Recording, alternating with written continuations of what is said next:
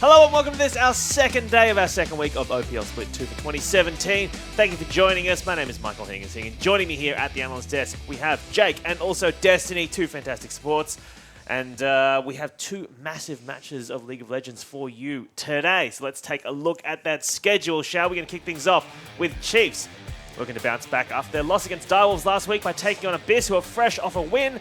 And then Sin Gaming and Team are both looking for their first series victory of the split in our second match of the day. So let me start with you guys. Jake, Destiny, how you guys feeling today? Having a good day today, Jake? How are you recovering after last night? Yeah, had to get up a bit early. Obviously didn't want to lose yesterday. Sure, but no one wants to lose. it was a learning experience. Oh, Yeah, interesting. We'll take it for that. Yeah, I had an alright day. Well, you won. Of course you had an all right day. Good stuff. Well, yeah, Direwolves sitting top of the table now, so congratulations on that. And yeah, this is the winning form that will see you, take it all the way to the Split 2 Championship. You going to Worlds this year? No, you have to tell me now. It's fine. You'll know. You'll see us at the top. Don't worry. Thanks for asking me. No. I'm going to Worlds. When you win, I'll ask you, all right? All right, let's okay, get Jake. to our first game today, Chiefs versus Abyss. And we should say as well, Chiefs have announced their new coach. And I'm sure it's a huge surprise to everyone. It's Jish returning from a split overseas. Do you guys think that's going to have an effect on them at all? Yeah, I Yeah. definitely think. I mean, just not saying Volt is a bad coach, Sure, but no shade throwing. I think you could definitely tell the difference between when Jish was there and when Volt was there. Destiny, do you agree? Yeah, I agree. I think Volt, personality-wise, is a better analyst, and he's done it before. Moving into a coaching role when he's very young, playing with like very veteran players that are pretty old, would have been difficult for him. So it's good to see Jish come back, and I think it will benefit them as a team. All right, we're looking forward to today's game then. I've got two supports here on the desk, and I want to ask you about the support matchup. Ejim v Rosie in the bot lane. I mean, one of the things about these guys is, Ejim actually replaced Rosie when he was on Chiefs. So there is no love lost between these guys, even though that was a while ago, Jack. Yeah, Rosie took a stint in the top lane on Sin and then headed back down to Challenger, got himself back up on Chiefs Black. Now they're back at it again. Yeah, I think Ejim is definitely the better player right now based on like information of previous results Sure. for the Chiefs. But I think this game definitely shows that Rosie has something to prove because he was replaced by Ejim. So now he wants to show that he is the better player. He wants to prove himself. He's come back to the OPL after TM, and now it's really his time to shine on this new team, this new Abyss team that has Luch back. Also, Ejim, new haircut there. He's dyed his hair, slightly darker shade. Look, I know you guys want to talk about the game, but I'm just interested in no hair gronks in the OPL. That's been my thing from day one. Yeah, looking good. There you go. Yeah, fresh fade. Looks Very a bit- interesting looks a bit stuff. Let's purpley on also camera. talk about Ejim last week had a bit of a rough game on those on that Lulu. What do you guys want to see him playing if they perhaps don't pick that up today? Back to Thresh and Rakan, Yep. Kench. Put him on Rakan. Yeah. I think he's most comfortable in Rakan right now. He's had good Thresh performances like last split, and even in just history of Chiefs, he's been a good Thresh player. So I'd like to see him pick up the playmaking champions, the ones that Yeah. just engage for his team. Well, Chiefs are obviously going to be favourites going into this game, but Abyss, if they have a carry threat, it's probably in that top lane through Pabu. I mean, what are you guys' thoughts on that Pabu Swiper matchup? Yeah, I definitely think that is the most abusable matchup for Abyss. Pabu, historically, he's been a carry player, although he was relegated to tanks last week against Regicide. And Swiper's had a tendency to get run over a bit by people playing carries, so that's where Abyss should look to attack Chiefs. Yeah, I definitely agree with Jake. I think Pabu is the win condition. If he can play a carry champion into Swiper, who played carries last week, which was pretty interesting to me. He stopped playing the tanks last weekend against us, so it'll be interesting to see if he goes back to the tanks or stays on the carries. But if it's a carry versus carry matchup, I think Pabu definitely has an advantage, and it's something they can exploit. Let's drill down on that a little bit further. Like, what about that is exploitable, do you think? Well, I just think previously Swiper hasn't had much experience playing carries, and it was something that he tried to do in Korea. He spammed out cannon and had an alright win rate, but it's definitely something he isn't comfortable, because he's usually the one engaging for the Chiefs. He's usually calling the TP flanks, which he's usually known for, and doing those engages mid when they just hard force. So him playing a carry is changing the way Chiefs run. Like, their dynamic has been changed, and him playing a carry is something they're uncomfortable with, and it's something that Pabu excels at.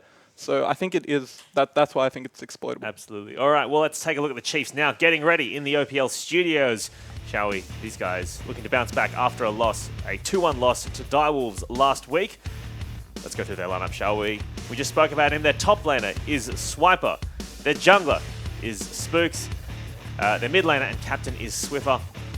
Raze is their AD carry. I don't know if you saw that video on Twitter of Raze copying the worst room in the house when they were allocating them via a random number generator. It's great content. Check it out on Twitter. And their support player, Ejim. New haircut. Loving it. Absolutely great stuff. And you saw a glimpse of Jifsh's red/orange jack in the background. Coach Jish.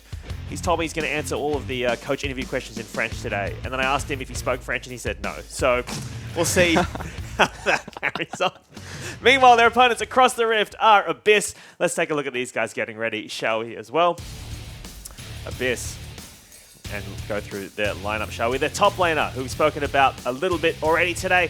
Flying in, flying out, Pabu. Not leaving the team house. Their jungler is Seb. Luch is their mid laner. He was suspended last split because of a competitive ruling, and looking to keep that winning streak going after last week's pickup. Raid is their AD carry, and the support player who we name-checked before is Rosie.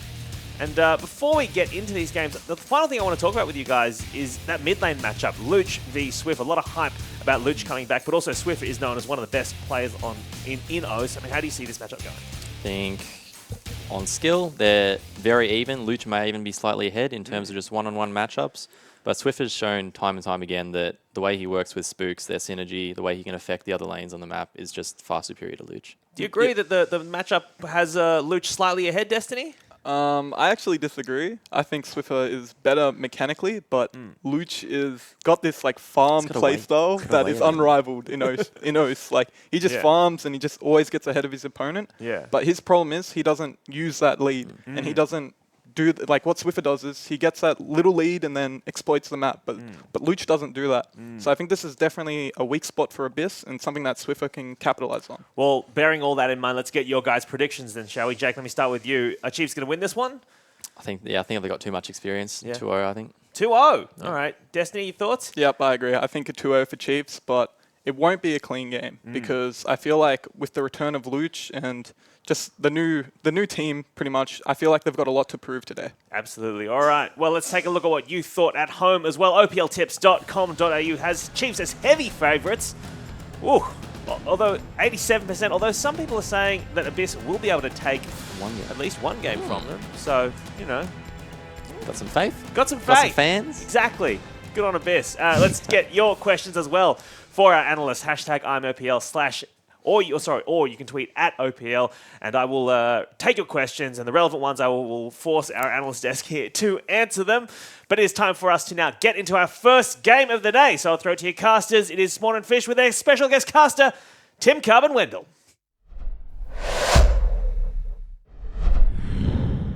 Thank you very much, guys. It's great to have two very handsome support players on the desk today, and Hingers, as always, can join us. And we have Tim Carbon and also Jake Swan-Taveri joining us to go through our matches today. We have two best-of-3 matches here today in the OPL, and first up, we have Abyss taking on the Chiefs. Yeah, we certainly do, and it's a little bit of a mismatch if you go by last split and where these teams ended up. But, of course, Abyss going through some big changes, bringing in Pabu, now got Luch back as well as Rosie. They've added some experience to a young lineup, and hopefully that fixes some of their shot calling, because I know last split we were very critical about about their mid to late game calls? Yeah, I feel like Abyss have definitely made some upgrades in the off-season. I think Pabu and Luch obviously coming in are much stronger solo lanes, but I fear that Seb, who kind of didn't have the best season last split, might hold them back a little bit because, as we know, I think jungle probably has the biggest influence over the early game, and if these solo laners don't get rolling, I really don't see them beating the Chiefs. And not only does it have influence over the early game, is becoming a focal point of bans as well at the moment. Elise being taken away, that's one of Seb's picks. He was also a Zac player when he could get his hands on it. Does limit his champion pool to have effectiveness in this best of 3 versus someone like Spooks, who's kind of a little bit more mercurial. Hasn't really got like his big picks anymore, Spooks, but just plays whatever the team needs him to play. Has had up and down impact himself as well, though. Definitely not the old consistent Spooks that we're used to seeing.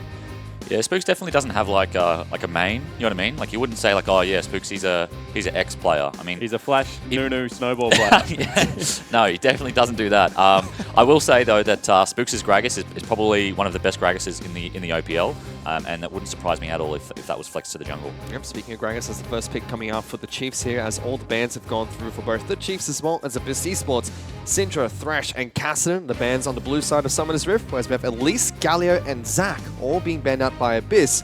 Ash and Lee Sin are the first 2 picks for Abyss as well. I mean, not all that surprising. Ash still seems to push up bottom lane better than most AD carries, has initiation, means that you can play carries top if you want, as well as, you know, having a flexible build path at the moment. Want to get your thoughts on the red side bans at the moment, Carbon, because I know that you guys unfortunately couldn't ban any of them yesterday, but yeah, I would have liked some red side bans yesterday. Do you think these are the 3 staple bans you must ban on red side? Is Elise flexible? Is Galio flexible?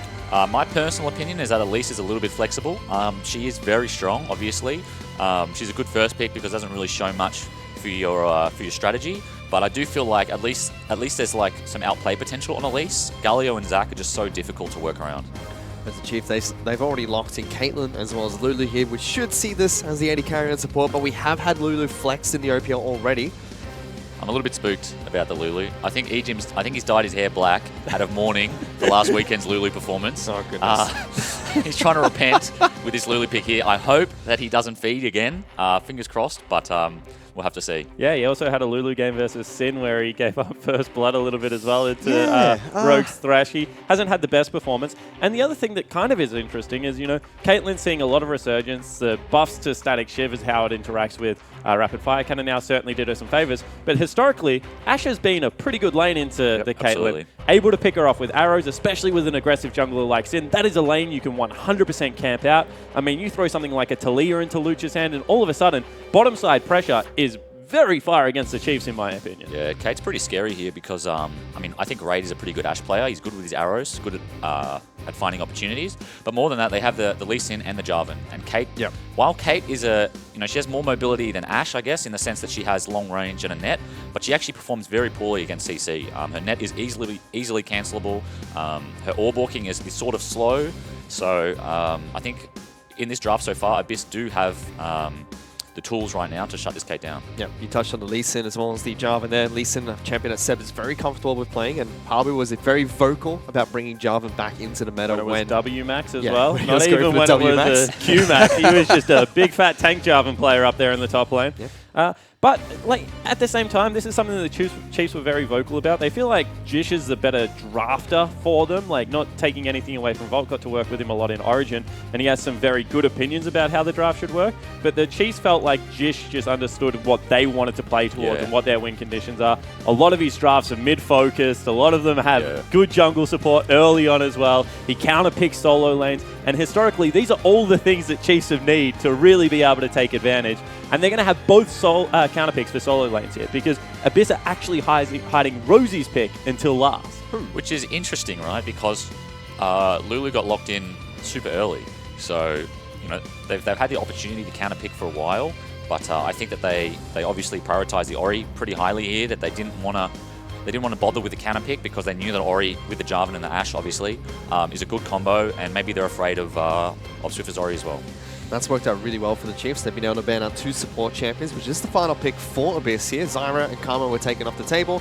Renekton and LeBlanc were the 2 bans from Abyss. That does give Chiefs the option to pick up Kled as well as Talia. And I'm kind of happy that they've gone with Kled because we were joking about the Scion pick. I mean, the Chiefs historically have been get the big go button. I think that Kled does have something similar. It's also a counter pick. I mean, as much as counter pick goes to Jarvan, I don't think he really has any counter picks after Tiamat. He's just a very solid top laner at the moment. Yeah, absolutely. We might see a but couple in of the late rapid fire game- counters this game, though. Pardon? We might see a couple of rapid No, fire we're not going counters to this see a game, rapid though. fire counter. if he builds it, I'll roast him. But at the same time, I think that in the late game split push, the Chiefs have a much better 1-3-1.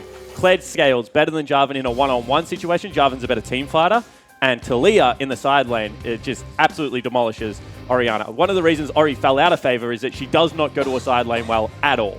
I think one of the scary things here for the Chiefs, well, not so much scary, but there's going to be a lot of onus on the 3 in the 1-3-1 here because they obviously have like 2 kind of semi-globals with the Talia wall and the Kled ult. But the problem with the Abyss comp is they have extremely hard engage. They have the Arrow, they have Flash Jarvan combo, they have Ori combo, they have Bard ult. So going to be spooky for the Chiefs, the 3 in the middle. Yeah, it certainly is. And when you do have a team that has all of these go buttons, it just means that you have to play a little bit further back.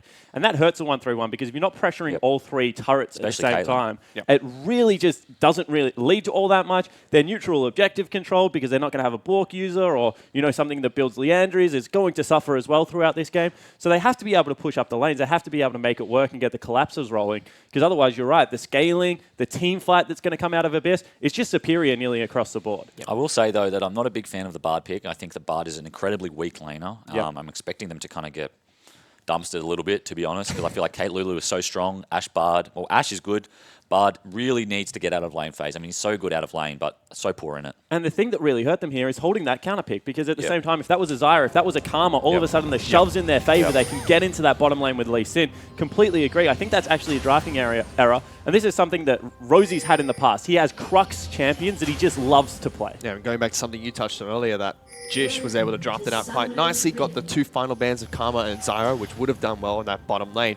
And speaking of the Chiefs coach, we're actually going to throw over towards Hingers, who's standing by with Coach Jish. Thanks very much, guys. I'm here with Coach of the Chiefs, Jish, and congratulations on the new role. How are you feeling coming back to the house? Feeling good? Yeah, it's as I remember. It's pretty dirty. It's pretty loud. Sleeping before 2 a.m. seems near impossible, but no, otherwise it's pretty good. So talk to me about today's draft. On the desk, we were talking about how maybe Pabu was a bit of a carry threat for Abyss, but didn't feel like you guys were target banning him at all in that. So, I mean, talk me through what you think the threats on Abyss are. So I think that we wanted to neutralize more their mid jungle. So we want to take Gragas to give Spooks the stronger jungle matchup. And we think that taking the tank jungler away from Seb means that they're unlikely to put Pabu on like a strict carry champion. They still want to bring some beef from the top lane. Excellent stuff. All right, we'll see if that plays out how you expect it to. Thank you for speaking to us, and best of luck in the match. Merci beaucoup. It's absolutely. Yeah. He butchered that. He butchered that. My goodness. So they didn't really want Pablo on a strict carry champion. Still got Jarvan, which is hybrid, half and half. Speak a second language, don't you? Yeah, but doesn't sound as nice as that. Doesn't sound as nice as that? You speak one too, Spawn. You speak Australian, apparently. Yeah, Australian, English. Nah, I used to speak Japanese, but not anymore. A long, long time ago. Well, we are back on the Summoners Rift between Chiefs and Abyss here. The first match of this best of 3 series. Want to get a look at the jungle path. Yeah. Sorry to cut you off, but he's Spooks gone is going- Raptors to blue buff. He's going chickens to blue. Absolute cheese lord.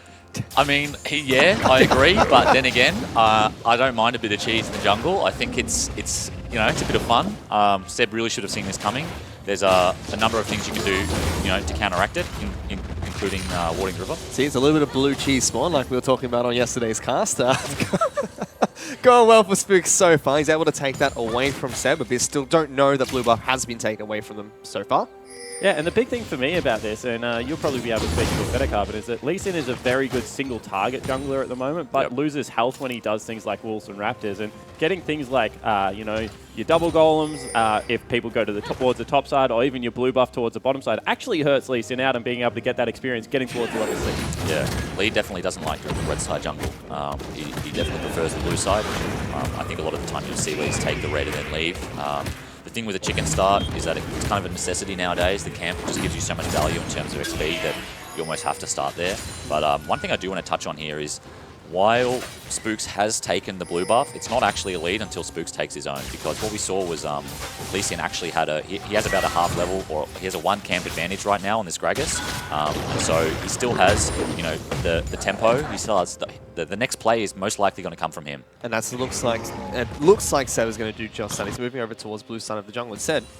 makes his path towards mid lane. Swiffer is pushing up slightly against Luch. Seb does get behind him. Also a flash out of Swiffer nice and early. I mean, okay, not to be hypercritical, but you know, taking the flash is good, so he'll be happy with that. He traded flash for nothing. But if you E in that situation and you get the slow off with a, you know, 1 or 2 autos, Swiffer has to go back to base, and that's a way bigger advantage than just the flash and Swiffer being on, you know, just over half. Not even that, you get Ward Hop auto attack reset comes out actually really quick as a Lee Sin. Yep. So if you have the red buff still, always go for the first auto attack before you make any other decision. Generally, red buff in the early game will be enough to burn a mid laner's flash, because especially if you're running Ghost, you burn it early generally because you're like, I've got a second defensive summoner spell, it doesn't matter. So I think that could have definitely been played a little bit better, but still, first gank of the game, not bad for Seb. See if he plays himself in. Looking to try and get a gank on towards Swiper, who's about to get Scarl back. A little bit low on mana here. Should be just fine. It's about to turn spooky because they lose this 2v2. Spooks is actually able to get up towards top side of the map. He still has double up. Seb's has expired. So what is it about the 2v2 that you like for the Chiefs there? Well, the thing with the Lee Sin Gragas matchup is that Lee Sin can never really Q because Gragas can always cancel it. So Lee kind of has to hold his most damage, his highest damage ability, whereas Gragas has to hold his E, which is not that much damage. And Kled with the remount is so difficult to beat 2v2. If you can't kill him in that first burst and he gets the remount off, you almost always lose. So far, really good map play from the Chiefs since level 1. Able to out-jungle Seb, make sure they keep their top laner Swiper nice and safe. You can see how this spot lane matchup is going as well. You know, the Bard, Kate, I mean, he's only down 2 CS, which is decent so far, but Chiefs have all the priority, and we can see Gragas moving into the bot side jungle as a result. And I know something that Jish likes to talk about is it's not really a CS lead anymore in the bottom lane, it's a chip damage lead. And the ability to be able to knock down the turret before the team, if you're losing the lane, summoner spell's gone everywhere in the mid lane. Like what happened there. And it's about, if they do feel that they're losing the lane, generally the move is to rotate top, but if you're shoving in this hard, it does become difficult. It's level 4 against a level 5 jungle. Missed the cancel there, so he could die here unless... On jungle matchup, Seb, incredibly low. He's actually going to get taken down here if he gets auto attack one more time. Spooks does pick up first blood. It's just all about Ejim rotating earlier than what Rosie was able to. That's what we said. Being pushed in the bottom lane means that there's absolutely nothing you can do. Now all of a sudden Spooks can just walk in, zone away Luch as well. So pretty much a simultaneous, so the victory in bottom lane has won jungle and mid simultaneously. Can we call that a drafting first blood? You know, the only reason he would have won that fight if it wasn't for Lulu rotating, and Lulu wouldn't have rotated if they didn't pick Bard. There you go, already Chiefs picking up a nice 1,200 gold lead against Abyss. 6 minutes, 30 seconds into this game. Good tempo lead in the jungle as well, now giving a slight advantage to Swift from mid lane. Yeah, a small other thing I want to talk about is the fact that both top laners didn't use teleport to get back in. They know that there's a lot of pressure on this bottom lane. Abyss want to be able to make a teleport play from behind, given the fact that they're being shoved in so much when Ash Arrow's available. Turret health is so low, and at the same time, Swiper is just going to look for them to continually push up, and he's going to disappear into Fog of War, and you have to respect it and leave the turret. This is going to be first brick very early unless Abyss get the proactive play. Abyss have to do something in the next couple of minutes. If they don't, Chiefs are going to do it for them. And if Abyss die and lose their bot tower, it's going to be very difficult for them not to lose every single other outer to this Lulu Kate. And that's the thing about Caitlyn. We say she has a bad mid-game, but she has a bad mid-game if the map is even. If you're ever ahead, then she's just able to walk around and chip out, and you can't hard engage on her because of her range and the traps at this stage of the game, because your Jarvan isn't tanky enough. So they do have to watch out for it. This is a little bit of a nightmare. And when you're picking a scaling comp, picking up something like Bard, and I know we keep going back to it, but it kind of forfeits too much priority in where you're trying to get to. Jarvan's so much better in a teamfight late game. Orianna has the shockwave. Talia doesn't even have an ult to do damage. I mean, they should have been picking to make something happen.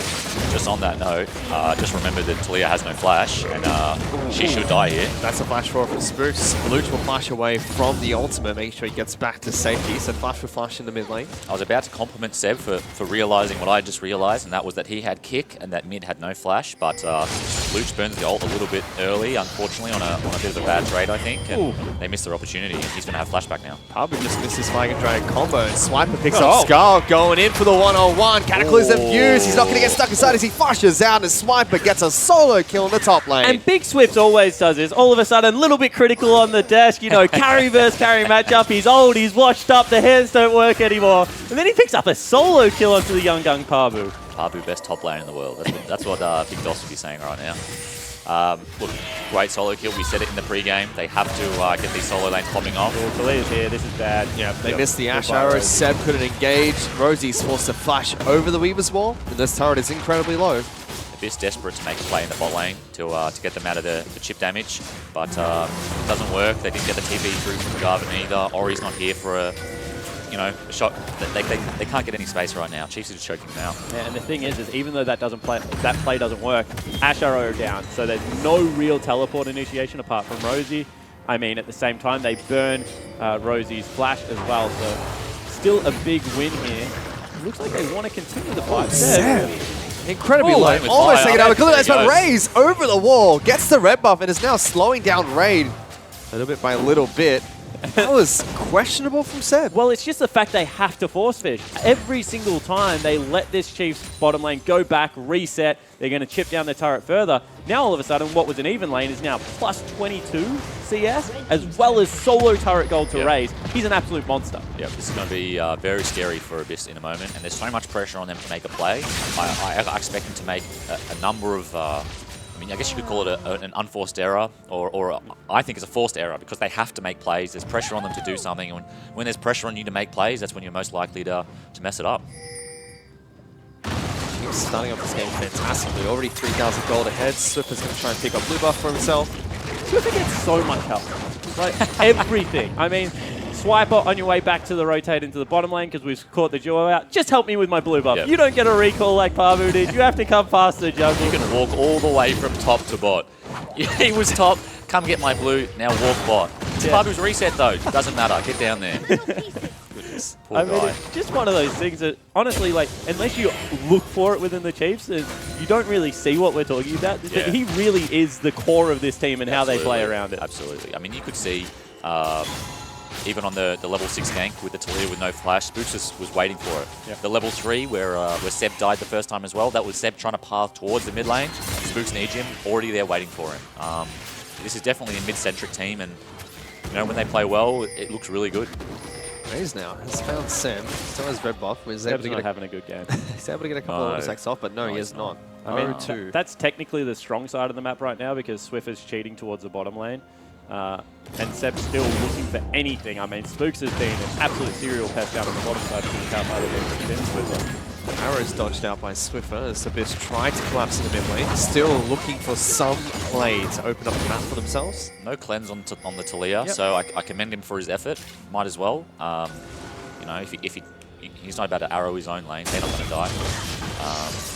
Yeah, Swiffer saw it coming and just sidestepped it. And it's something that we talk about a lot, Fish, but I think that the one thing you can potentially say is Raze gets caught out for a I hold. like this. Not going to try and go for a fight here. Raze is only slowed down, tagged up by Seb. Polymorph is able to stop Seb for a while. Good Wild Grove cancels it. Now Spooks trying to knock back one. Gets Rosie. That's a double kill. Ultimate coming out towards Raid as well. They're still chasing him down. So he's going to be able to cut her off. Raid, no flash, nothing available to keep himself alive. Swiffer picks up that kill, and again, everything just goes wrong for Abyss. An absolute shellacking in the making right now. I mean, Abyss just don't have pushing lanes. Even... He's looking for another solo kill, this time on the mid laner himself. Luch is going to fall, and Big Swips gets his second solo kill of this game. Field day out there. Is this a perfect game? You don't want to call it early? Yeah, I actually will call it early. They've got absolutely no chip damage against them. I don't think there's enough damage coming out of any of their carries right now to kill anyone. Herald picked up means that they pretty much get a free turret as well. Probably a little bit of a tempo advantage. So, I think the reason I said that I didn't like that play at top when they started it was he just fired his arrow mid. Yeah. Right. If they had arrow in that play, Caitlyn didn't have flash. Maybe Lee can execute with a kick off an arrow or something like that. But I commended him for his effort at arrowing mid. I thought that was a good idea. But you can't immediately try and start a fight after you just use your best engage tool. Really big props to Ejim as well. Delayed that from Seb long enough that it allowed Spooks to get up there so they can turn it completely around. I mean, he cut off the execute damage with Wild Grove. It's just the little things that you see in the play. But, of course, knock-ups do affect when you're flying through the air. If you time it well, no damage is going to come through. Oh, Spooks, just perfect game. Nah, it's good. He knew. Flash. See, he knew it was a perfect game. I reckon they're saying it. No one wants to die. I think we're going to see a lot of early flashes this game.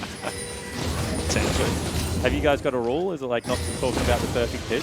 Is anyone allowed to mention the perfect game? Oh yeah, absolutely. When James ruined it, when Tally ruined our perfect game last week, we were very mad. Well, perfect game about to get ruined here. Egypt's going to fall to Luke. They also stun, lock, raise. He's incredibly low. Luke's just body slamming Coming as the wall. well. Not going to Spooks get no taken down. flash. Spooks is going to get slowed down. Peacemaker doesn't connect on anyone, but there you go. Egypt dropping means no more perfect game for the Chiefs. And this is what we said. You can see the Chiefs, they finally went into 1-3-1 because they want to be able to... Oh, no, let's not talk about that yet. They're not done yet. Swiffer is going to fall. Spooks knocks a couple back, goes in for a body slam. Swiper looking for a pick. Luke using the ultimate on himself. Hula hoop.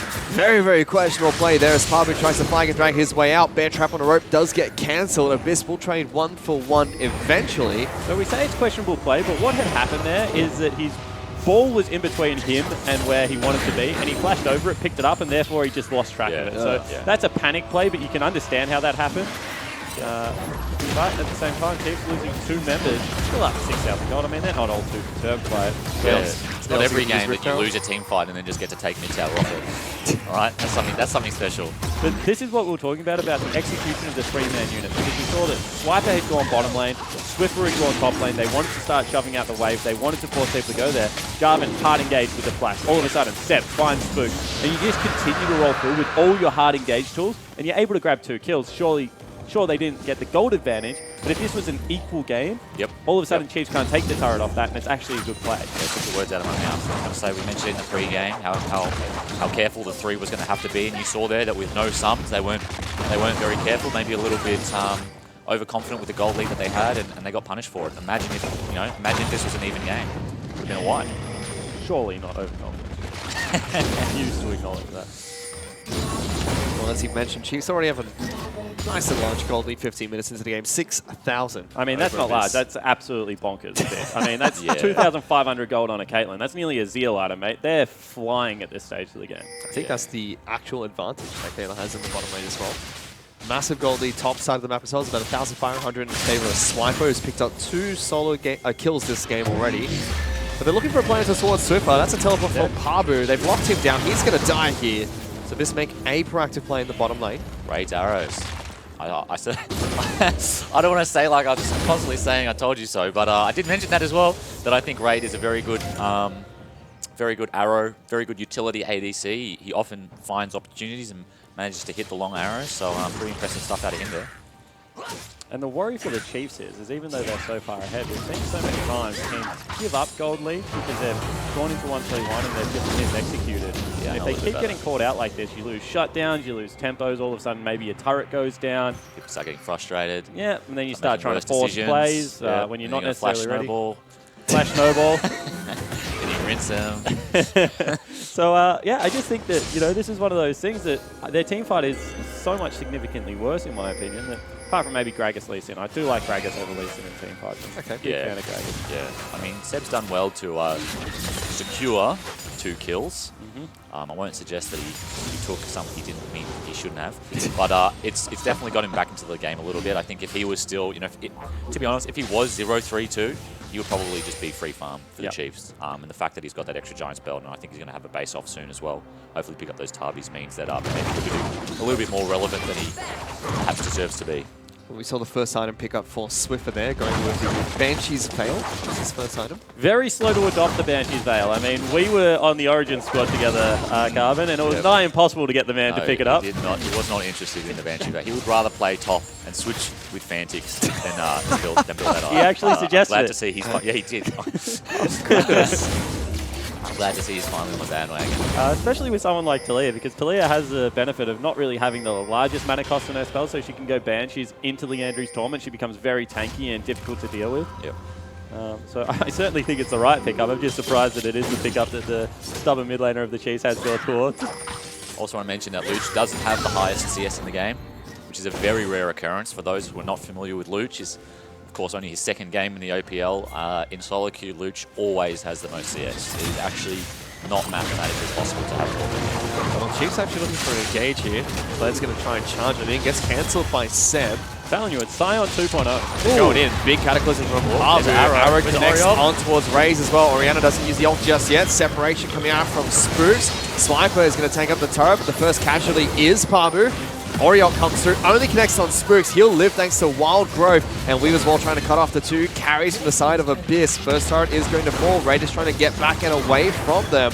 But still, big team fight going in favor of the Chiefs. We just saw why Spooks, Gragas is better than Lee Sin in a team fight because Lee Sin's committing, trying to look for the way in, can't find a flash kick, anything like that. Stars Zelda. Yeah, Spooks just lobs a barrel, separates the entire team, pushes 2 people forward, 3 people backwards, able to get the kill off the back end of it. They pick up the turret. Nice Weaver's Wall, cuts off any form of retreat. It's just, Gragas is, the ease of execution on Gragas is so much more impactful than Lee Sin. Did he push Ori at ult range? I didn't see. Ooh, I didn't see that either. Because I feel like there was a, if Ori had got an ult off there on the arrowed Caitlyn, that would have been a much different team fight, but it just wasn't able to get the cooldown off. Also looked like Razor tilt over Peacemaker to put himself out of mana range of the net for a couple of seconds. So that's why he sat in Cataclysm for a little bit longer than he should have. Didn't want to burn the flash straight away. Yeah, well, he still had the Lulu. Like, the Lulu ult got saved all the way till the end, so I don't think he was that worried because Ejim still had some tools left for him. But that ended up being used on the Gragas, and he managed to save his flash, so... And we just saw the 2 item pickups for 80 carries pop up on your screen there. Raid has got his Blaze Rune King, his first item. Raze, he's got a Zeal item complete, Static Shift, and Infinity Edge. That's not a very cheap build, and... He's got more items in the more expensive build. That's when you know things are going bad. Yeah. On top of that, Egypt's going for Ardent Sensor, first item on Lulu. Yeah, this is Caitlyn's gonna hurt. This is it's gonna be very tough. She has the flash up as well now. Exhaust up for Ejim. Spooks is obviously going to be, I think, saving his barrel for the K peel. I actually don't see how she dies, other than some pretty suspect positioning. Yeah, and the big thing for me is against a team that has Jarv and Ori, you would think, locket priority, redemption priority, because there's so much AoE, but you just see how confident they are that he is going to be able to carry this one out.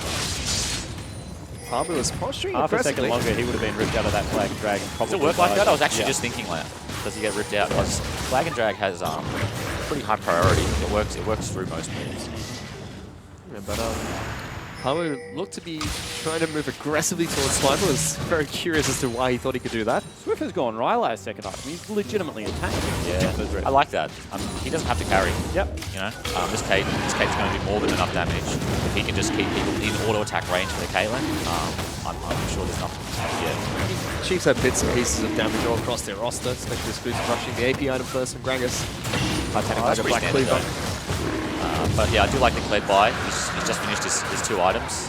Kled right now is probably, at this point of the game, is the strongest Kled is going to be comparatively to all the other champions on the Rift.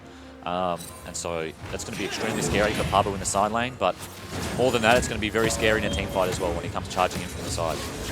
Probably goes Stoneplate next and maybe gets a little bit of a spike if he can get into everyone. But Stoneplate's one of those items that I feel it's not a win more item because there are situations where you're behind and it's very useful to... I would say it's even better from behind. Yeah, but at the same time, it really deters people when you are ahead and you're fed from hitting you because you know for that period of time he's just not going to take any damage. No point. And it gives you the ability to wail onto backlines pretty effortless. Just synergizes so well with this build as well. Black Cleaver and Titanic Hydra giving so much health. Yeah. Gives you the resistances you need, both magic as well as armor. Plenty of health to combat that. Ejim getting caught out again here. Can use his ultimate, but not enough to keep himself alive. And Ejim's hair gets 1 shade darker. Another solo warding mission by him while his team secures the chickens. He does that pretty regularly nowadays, Ejim, and don't want to harp on it, but hopefully that's the last time. Yeah, I mean, actually, big flank coming, so let's talk about that later. There's a teleport coming in from Pablo as well, so this is a 4-on-5 in favor of Abyss, but Swiper is just so tanky. Now they're piling in on top of the Kled. Arrow comes through, splits the entire Chiefs lineup, and 4-on-5, they still make Abyss back off. And that's why we're saying Kled's probably at his strongest right now. He just dove into 4 members and didn't really get paid for that. Fate from Rosie, though, looking to try and continue this fight. Pablo's going to jump in, has the ball on top of himself, but only connects with Spooks. He's forced to flash out. Spooks still alive. Pablo is going to fall. Shockwave comes through, only connects with Silver, who takes absolutely no damage from this Orianna. They're still chasing on forward. It's 2 members of the Chiefs against 4 of Abyss. They make them back off again. That's probably actually going to be Baron started up for the Chiefs because all of a sudden Ejim's back alive. He has everything available in the form of Flash as well as Exhaust, and they can take this one up with their 2 beefy members in the top lane as well as the jungle position. Pretty poor team fight there, mechanically, from Abyss. saw the Bard ult, which I liked. Also caught the shotgun from Kled, so he didn't have anywhere to go after that. But instead of ulting the Kled, the Jarvan decides to ult the Gragas.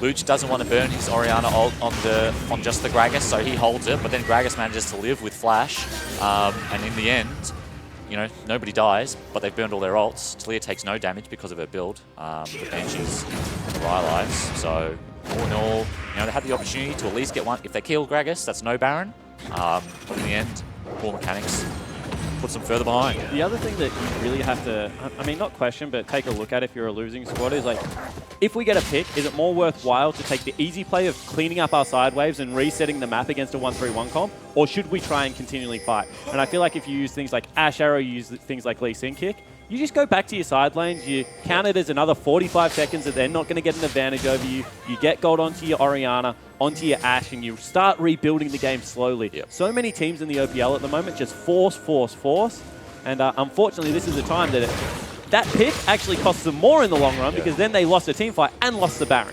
Just think, you know, if they'd killed the Gragas, based, fixed their side waves, secured whatever jungle camps were left, maybe got some pinks in their own jungle, you know, that yes, they're 10k behind, maybe they shrink it down to 8.5. Yep. You know, and with a little bit extra control, it's still a big deficit, but the alternative was 12k, and that's what you're seeing now.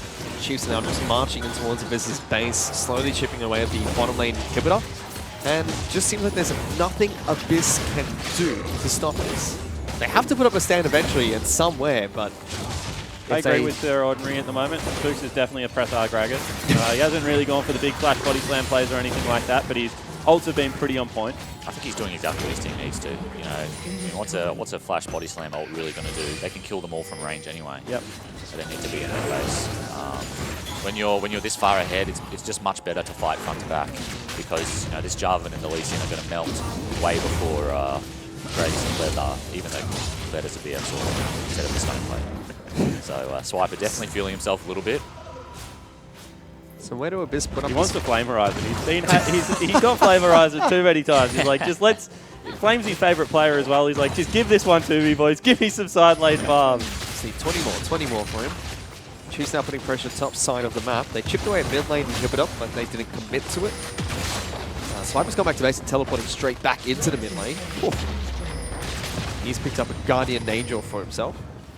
I mean, that also makes sense. It's even more, like, now you just don't want to hit the Kled because you have to kill Skull a couple of times, you have to kill him once. Yeah, he doesn't respawn with Skull, right? He respawns on his own. On his own. Kled engage, coming in. He's going to charge into the back lines underneath the turret. Jumps on top of Pabu to kick things off. Temper Fate misses everybody from the side of the Chiefs. And while this was happening, they just take down the turret. Arrow is going to connect with the Swiffer. Separating the team again goes Spooks. Chiefs happy to fight this one out slowly against Abyss. Pabu forcing the engage. Jumps on top of Raze, but he's going to get taken out straight away. Shockwave connects onto 2, but that's the front line from the Chiefs that Luch has been able to take down. Still 5 members strong. The Chiefs are now looking towards the Nexus, probably. It certainly will be. I mean, they've got the mid lane turret. There's already minion waves there. They're going to be able to get all 3 inhibitors down. And it just becomes an impossible game of turret defense right now for the Abyss squad. Well, Seb's gone in, kicks Swiper back. He's still alive. Not even Guardian Angel popped. Almost gets Skull back just before he goes into the Guardian Angel. Now has Skull back to full health. More than happy to continue fighting. Luch does pick up a kill on towards Spooks. The Chiefs, they've been able to take down all of these inhibitor turrets. They're going to be forced out. This is going to be a couple more minutes, unfortunately. Chiefs went for a greedy fight. KDA farming. I mean, Seb couldn't find an opportunity if he was given a small loan of $1 million right now. You saw him in that team fight at the top side. He runs in, runs around in circles for a little bit, Morse dashes out as soon as he realizes, well, thinks that he can't hit a kick. Talia was arrowed. I mean, he's really not providing anything for them with his Lee Sin.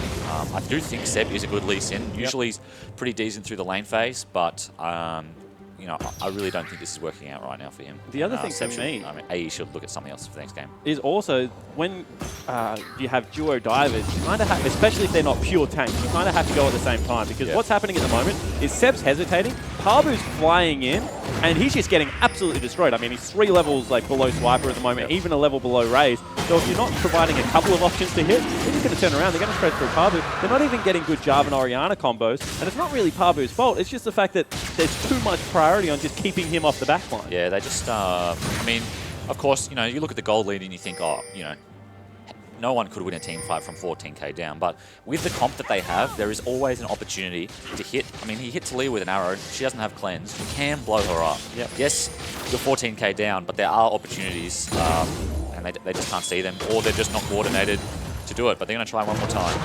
Oh, we're going for another initiation. Skull jumping into the back line. Swiper jumps on top of Luch, gets him with the Blair Trap on the rope.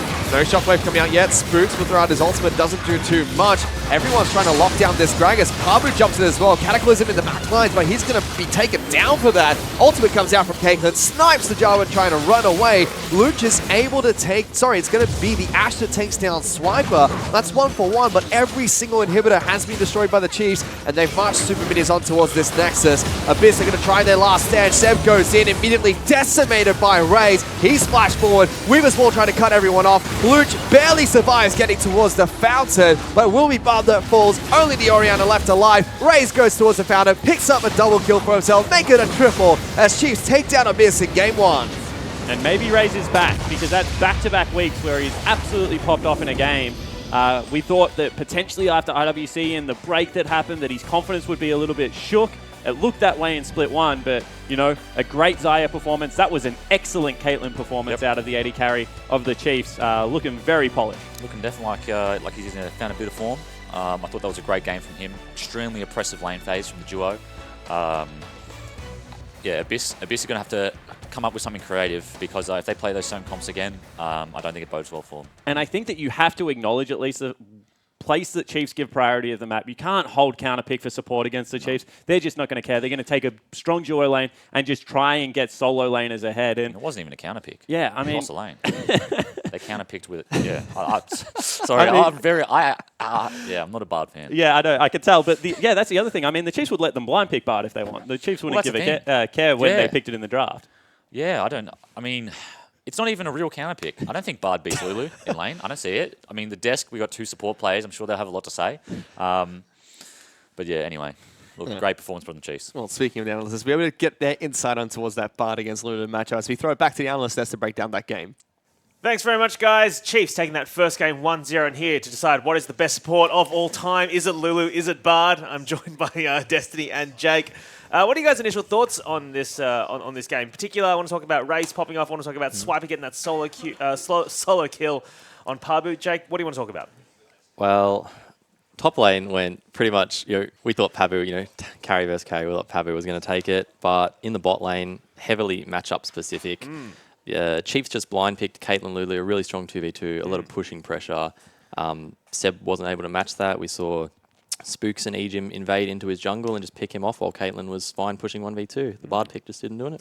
I have to give credit to Swiper. Slowly killed Pabu. He stepped up. I think he played a very good game on Kled. I think he caught Pabu by shock, to be honest. Yeah. Like that solo kill was very clean. Yeah. I'd just like to touch on that. Spooks, I think, played that, like his pathing was very good because he shut down Seb that game. Seb did not have a chance to make a play across the board. Chiefs had 3 pushing lanes, and yeah, it just looked like Abyss had no options to make a play, and when they did, it was failed. Well, speaking of Seb trying to make ganks and maybe not being able to make as many plays, or the kind of plays you would like, let's look at our first replay. Chiefs take a small early lead, Jake, but look, they forced Abyss into making this play. You see Seb there, stuck in the tri-bush. So this was entirely due to drafting. As I mentioned, the Kate Lulu, they constantly want to be pushing up 2v2. As Spooks stole Seb's blue buff early, Seb wasn't able to take an early trip down to the lane. And as the clip rolls out, you just see Abyss have to reset this wave, they have to back, they have to possibly switch up to the top lane. But the thing is, Ashe has already used her ult at this point, so there's no real engage from... at this point, they're just looking to shove the wave out so they can get a even reset, but as you can see, they've chased too far.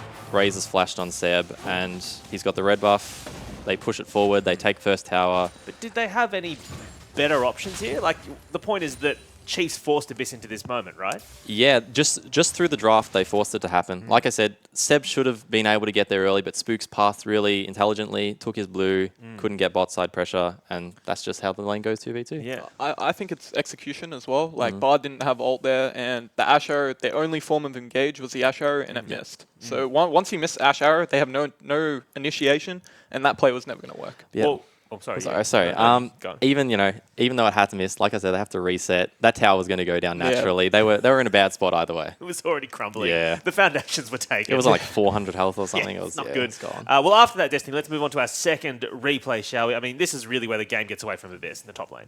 Yeah, completely agree. I just want the viewers to focus, look at mid lane before anything, and look at that Orianna did have priority but did not move. And this was what I touched in previously, where he just does not move completely. And he just goes for farm. So now Swiffer gets priority and he just moves up to the top lane. I think this was a bad engage from Abyss because they couldn't 100 to 0 the Caitlyn. Yeah. And they were already behind. And it comes back to draft where they have to make plays, but just wasn't the right one. And it relies on Luch to move out of his lane when he has priority. And it relies on the team to just burst one target. So, yeah. If Luch sees Talia leave, then should Luch have followed up to the top lane as well? He could have left earlier. Yep. Talia, Swiffer actually moved to the enemy blue buff, back to mid wave, and then top. Right. And Luch was just sitting mid that entire time. So he had the Got a farm. opportunity. Yeah, he had the opportunity to either roam or force a shockwave on Swiffer, but he didn't do either. Yeah, just like I said, Luch is going to outlane him. He had a CS lead even after all these plays, and it's just like Swiffer's affecting the map, and it's a team game, so Luch isn't going to win on his own. Well, let's talk about the draft now, which is up on your screens now. And I want to touch on a couple of things. We talked about Bard before we even went to broadcast, and you guys were telling me, look, Rosie's Bard is maybe one of the best or one of the most well-known in OS, but I mean, he wasn't able to do anything with this game. I mean, what conditions did he require to be able to do stuff with Bard? Okay, so I think Bard is pretty good in this meta in the same reason that, Varus and Ashe are good. There's a lot of mobile carries for Bard to pick with his ulti, but like we've just shown in these highlights, Abyss had no priority in their lanes. He wasn't able to rotate, wasn't able to get Moby boots, walk mid. And yeah, it didn't offer anything in a 2v2 lane. Yeah, I think actually Bard was the wrong pick in this draft because they didn't have priority in any lane. Like if you watch the beginning of that game, all three lanes were pushing, and I felt like instead of picking Jarvan in the third pick, they should have picked Zyra because Ashe Zyra or even Ashe Karma does very well into the Caitlyn Lulu. But then if they lose that Jarvan pick on top, I mean, they've got to rearrange everything else. But when they pick the Bard, right, Zyra's banned out, Karma's banned out, Thresh's banned out as well. What's left for them to pick instead if they want to leave it to last? You're saying that the issue is the order. That was a major flaw. Yeah. The order was wrong, and yeah, even I think Blitzcrank would have been a better pick than Bard there, to be completely honest. At least that would have given more threat of like 2v2 pressure, jungle pressure as well. Yeah, just like Chiefs noticed it straight away. They capitalized it. As soon as they picked Jarvan, it went into bans. The second rotation bans, Zyra and Karma straight out, and they had no option. Well, I mean, that also brings up the fact that Ejim was on Lulu again, and he looked much more comfortable this game. Yeah. But is that just because they were ahead the whole time? I mean, I definitely think they had the easier matchup to play. Obviously, in the Gauntlet, he didn't have the best showing on Lulu, but yeah, they played the matchup really well, and Spooks' jungle pressure around bot side let them do that. Yeah, and you can see that they were that they really prioritized that picking. First picking Gragas, because we just said in the interview as well. It was like, look, we want this for Spooks because we know he plays well. It's a flex pick as well. Yeah, first pick it's super good. Yeah, I think Gragas was a very good pick. It denies Seb of playing champions that like very easy to make mistakes on and get away with. It gave them a flex. It just made their draft a lot easier. I think Gragas is definitely a priority on this patch, and he just offered a lot. Spooks played very well. So do we think the Bard out of those drafts then is the thing that needs to change going into the second game for Abyss? Or is there other stuff as well? I mean, obviously everyone's working on everything, but if you could pinpoint one thing. Yeah, well, we're not quite sure how the top lane matchup goes. We're stuck in the bot lane boarding and stuff, so not sure about that. But obviously getting a solo kill on your lane isn't a good thing if you're drafting. But yeah, definitely putting higher priority on a support that can even just neutralize or offer more gank assist in the lane would be really good. Yeah, I think third picking Jarvan and then it getting solo killed, and then you have a losing bot lane matchup, or like referring to what Carbon was saying about the Bard into Lulu. It is okay for Bard, but the problem was like the team composition just didn't work out, and yeah, Ejim just did Ejim things, walked around and punished Seb. So James McCorkindale has tweeted in at Medic for the win, asking who would have been the better pick for Bard over the Abyss support. Now we have already talked on that, so I'm going to go back to one of his previous questions, which is what 5 champs do you want to take to the Rift? What is the Exodia, the 5 strongest? I mean, we've talked about it, Galio, Zach. I mean, is it? So it's what no else? bans? No bans. What are you bans. picking? Do you want me to go first? Yeah, I'll go first. Probably Galio, Zach, There's a lot of options. You could just pick something like, if you want like the most annoying comp, you could just pick Karma mid, and then like Varus AD carry, and then like Lulu support, and it's just like, you won't die. There's a lot of these comps at, a lot of these comps at Origins. There's like 3 tanks. It's like, you don't do a lot of damage, but these comps don't die. Destiny, do you agree? What would you Yeah, change I out? agree on the top side of the map, where you get the Galio top and the Zac jungle. They're like the 2 most broken picks on this patch. And then the third one, I think Syndra is very frustrating to play against. Try-hard comp. Yeah, that is a very try-hard comp, those 3 picks. Trust me, play Syndra and solo queue if you want free load. That is my tips to the viewers. Free load. Yep. For AD carry, I'd probably do Varus. I Yeah. think it's just Varus. very easy and straightforward. Yeah. And then Thresh. I love Thresh. So, Yeah. All right. Well, we can see a lot of the things that you were suggesting, obviously, were prioritized as bans. Mine was a fun comp, guys. Going- Mine was the try-hard. Yeah, Destiny's out here trying to win. All right, well, someone else, Adam has tweeted in saying, do you think it's going to be a 2-0, or do you think AE can come back and get at least 1 win? I mean, after you saw that first game, it looks very unlikely that Abyss are going to take a game. But were there any shining lights for them that you saw in that first game? You thought, look, if they exploit this, if they continue that form, maybe the second game they can get a win. Yeah, it's hard to tell because it looks like in the early game they got heavily outdrafted in lane priority. So it could be something as simple as fixing up some picks and bans. Where they went room for a lot of like mechanical blunders. Obviously, Seb dying early was a problem. But yeah, I don't think you can really tell, but I still think it'll be a 2-0. Destiny? Yeah, there's always a chance that the underdog can win. There is always a chance, but just looking how the draft went and how the plays went, it does look unlikely. But coming into a new game, there'll be a new draft. Blue side obviously has advantages and disadvantages in the drafts. So, yeah, I hope Abyss just completely picks 5 new champions and comes in fresh with a good mentality. It's kind of interesting that we're talking so much about the draft and how much Chiefs got a good draft away, given that, like, is that Jish coming in and he's like, potentially has shaken up a few things, and he knows, he's obviously studied what Abyss wants to play. He's obviously drafting well into them, you think? Could be Jish, could be Drac, it could be Abyss's players saying, they've got confidence on these matchups. We can't really tell. We don't have the insight. No, but yeah, we can surely we can speculate though. Surely we can wildly speculate. I'll say it's all Jish. And if we take a look at this top lane matchup as well. That's Swiper popping off. Big bloody Swips. Yeah. I mean, was that Kled pick? Is that something he's been working on or something he's known for? I don't know. I know that Pabu played Kled a couple of times last split, and he had some played pretty against rough us games. actually. Yeah. Now he's picking it. Swiper's picking it into him. Do you expect him to stick with that? Or I guess when you switch sides. Yeah. I mean, if it worked, like Abyss, Pabu was willing to pick the Jarvan into it, knowing that everything was up. There was no Fiora ban. It was just Renekton really banned on the top side. Galio as well. But if what could Pabu have done differently with that Jarvan? I mean, that Jarvan ult where you try and trap the Kled under the tower and then you flash out. Could that have gone better potentially? No.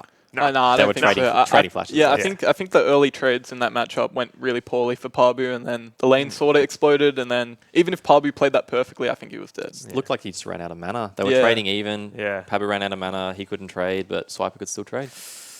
Well, they have big swips in the top lane, holding it together. All right, well, we're about to get into our second game of this first match, our second week of OPL Split 2. Before we do, let's check out some highlights from game number 1.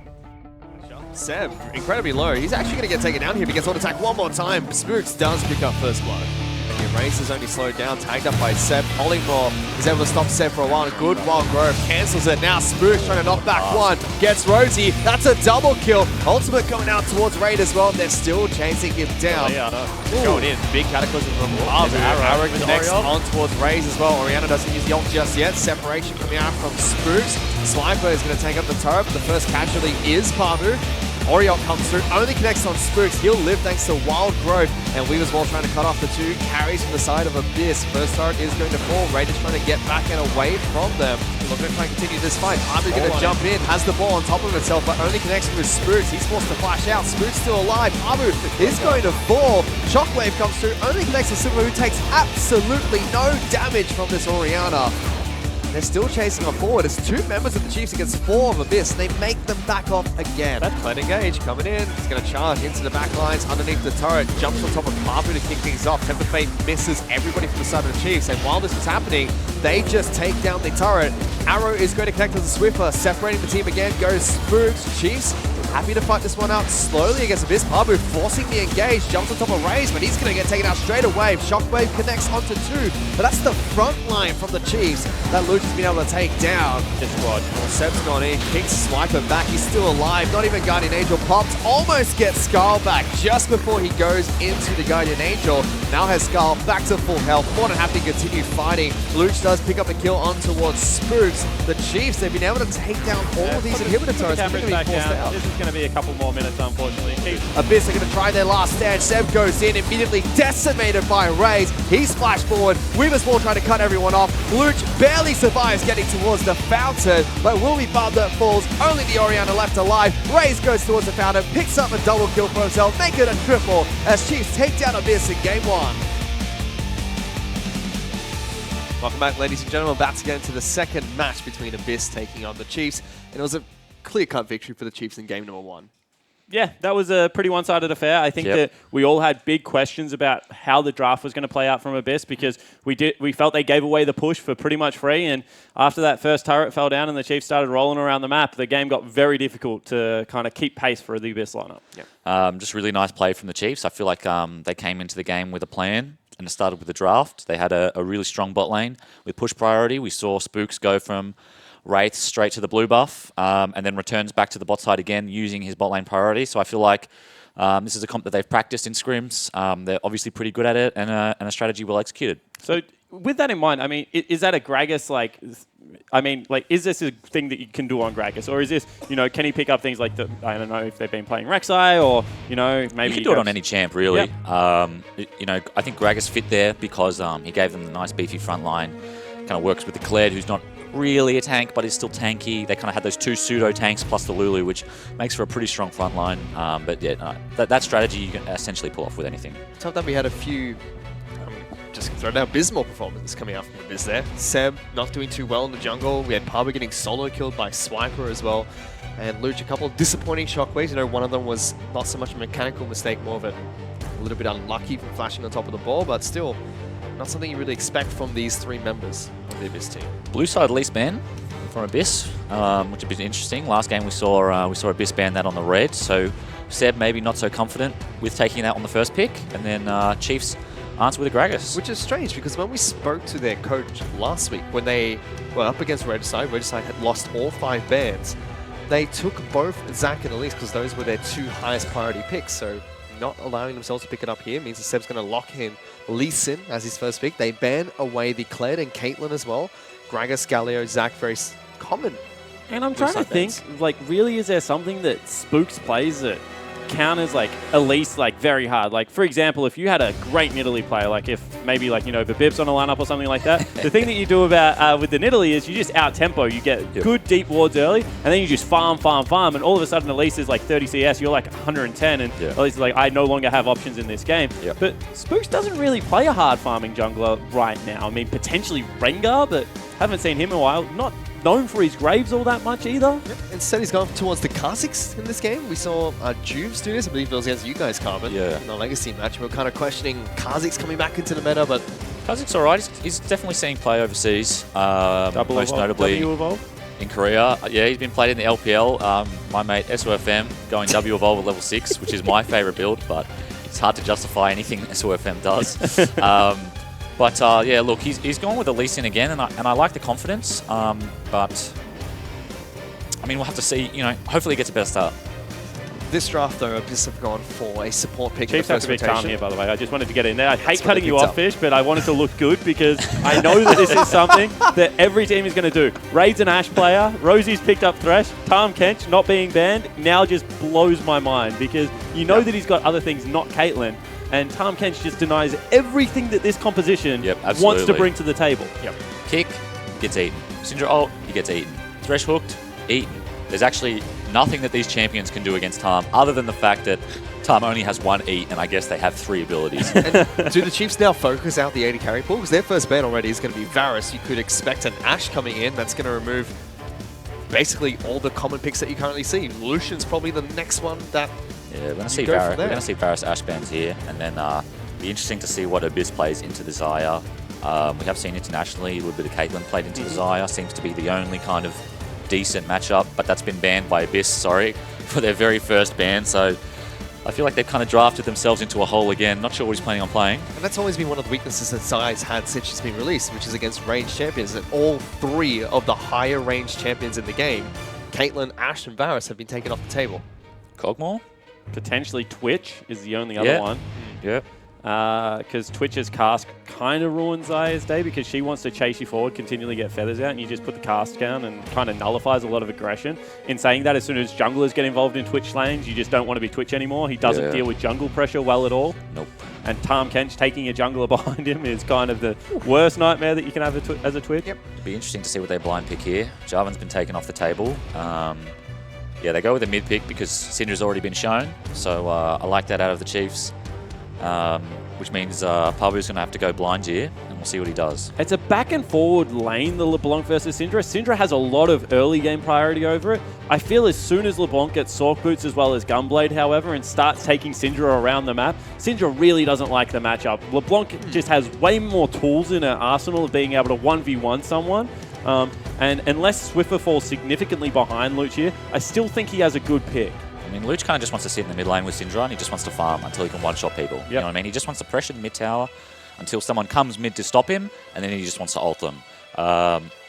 Chiefs, on the other hand, LeBlanc much better in the side lane. And I think that if Luch ends up in a side lane versus LeBlanc with a Tahm ult and a Kha'Zix and whatever top laner they're going to pick, I wouldn't be surprised to see the Kled again. Something like that would be very scary for a side lane Syndra. So I think like potentially even Rumble you go for here because shoves in the Renekton, and then you kind of just rotate mid lane and just, pressure out Luch, something that Swiper's been very comfortable on. I would be surprised to see something like a Jace or a Kennen, just because if you ever get killed once by Renekton in a Jace or a Kennen lane, you just die over and over again and it becomes not fun to play. Wonder where we saw that one. You're very good at guessing Chief drafts. It's just a knack I have. Spawn. It's just a knack I have. Yeah. You got any inside info there? You're not telling us about? I had the man on the bench with me yesterday on the analyst desk. He drove me home. Gave me a couple of sneaky. Whispering sweet nothings into your ear. Gave me a couple of sneaky ones. The Rumble wasn't picked. The Tahm Kench is certainly something that Jish has spoken a lot about having fresh on the board. The Jhin is actually really interesting. About that as well, yeah. I know your man down in the bottom lane is he likes it. Got a couple of solo queue games on it. It's kind of coming back.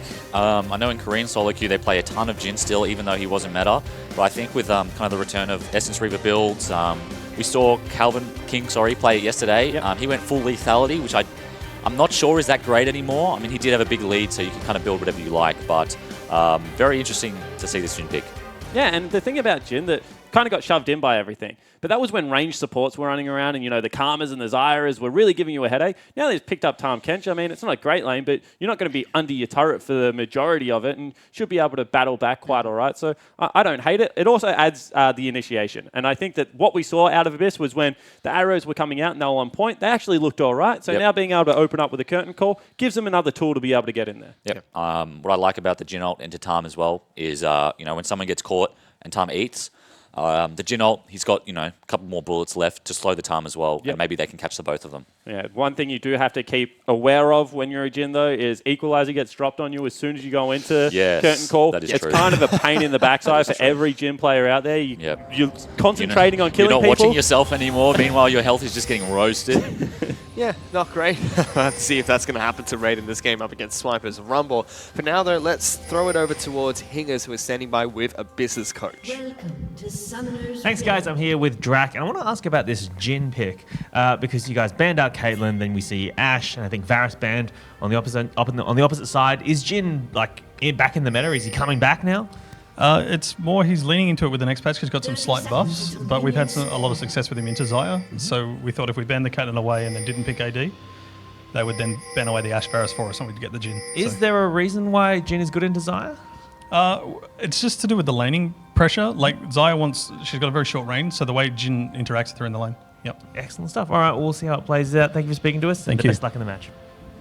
So there you go. According to Drac, he wanted the Ashe and Varus to be banned by the Chiefs so they could get the Jhin matchup into the Xayah, thinking it's a favourable lane for them. I'm just going to say, if you don't need them to ban other champions for you to pick a champion. Yeah, that's correct. If they first pick Xayah, they could have banned Urgot, Xin Zhao, and they still would have been able to pick Jhin if they wanted, even if Ashe Varus were up. So don't really agree with the logic there, but they think the matchup is good, and I'm excited to see If whether it is. Yeah, because the big thing for me is that Jin has really nice trading windows at the moment with the movement speed you get from Warlord's Bloodlust. You're able to get the third shot. He speeds up, then you crit him once in the face, and then you drop a grenade, speed run away. with the Nikes. Yeah, exactly right. But at the same time, Guy doesn't really care about that stuff because as soon as you run into it, he just rips feathers back and gives you a hard time. So I want to see how Raid plays it and whether it's still the same trading window or if he knows something that I haven't picked up on. I just want to touch on the jungle, as I'm wont to do.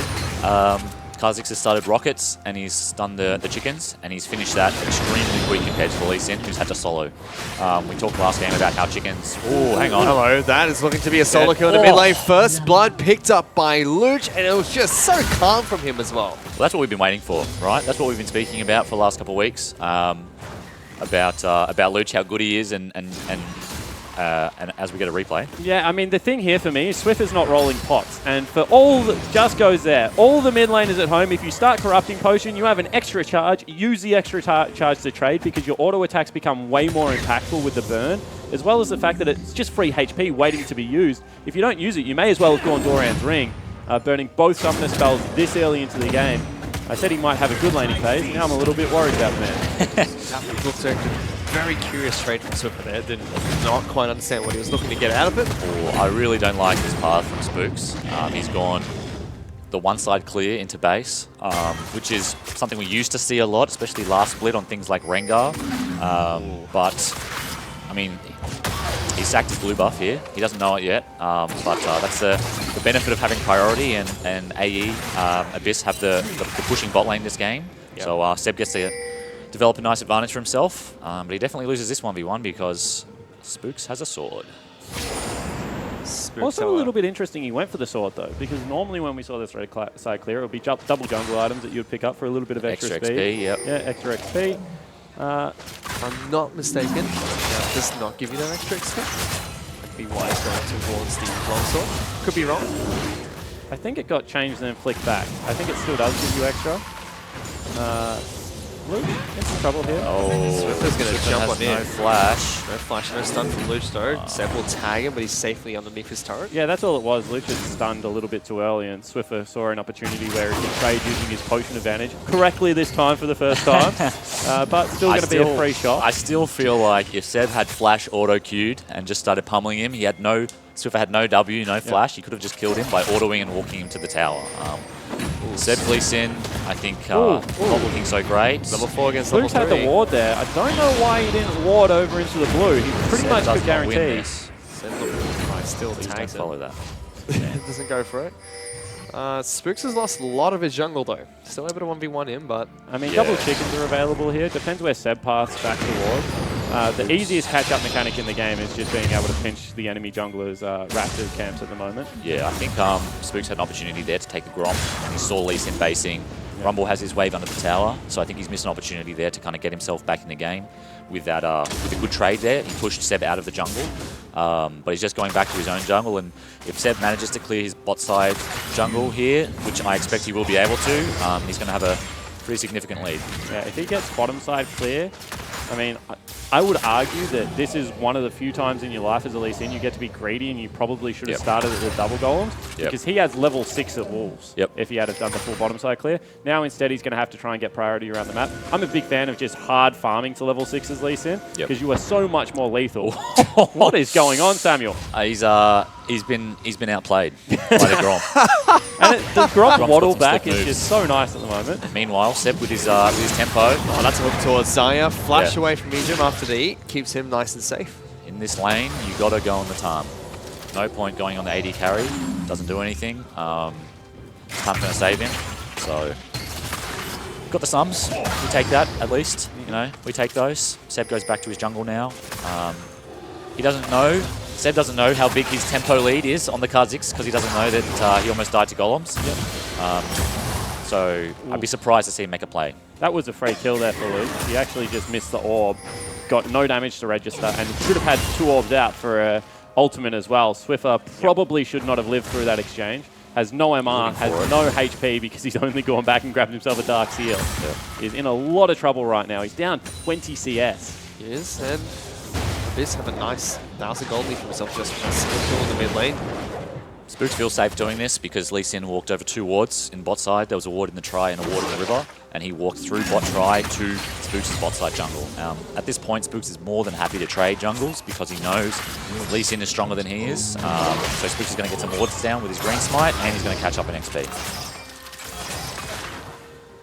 So I wanted to ask in regards to the bottom lane gank that you were talking about. Who calls the target priority? Is it you or Andy? I mean, Cupcake, you know, when you're walking in and you're like, we're going on the Tahm Kench, or is it something you just don't speak about, that you guys are on the same page and just know what the target priority is? It's usually, I would say it's usually Andy.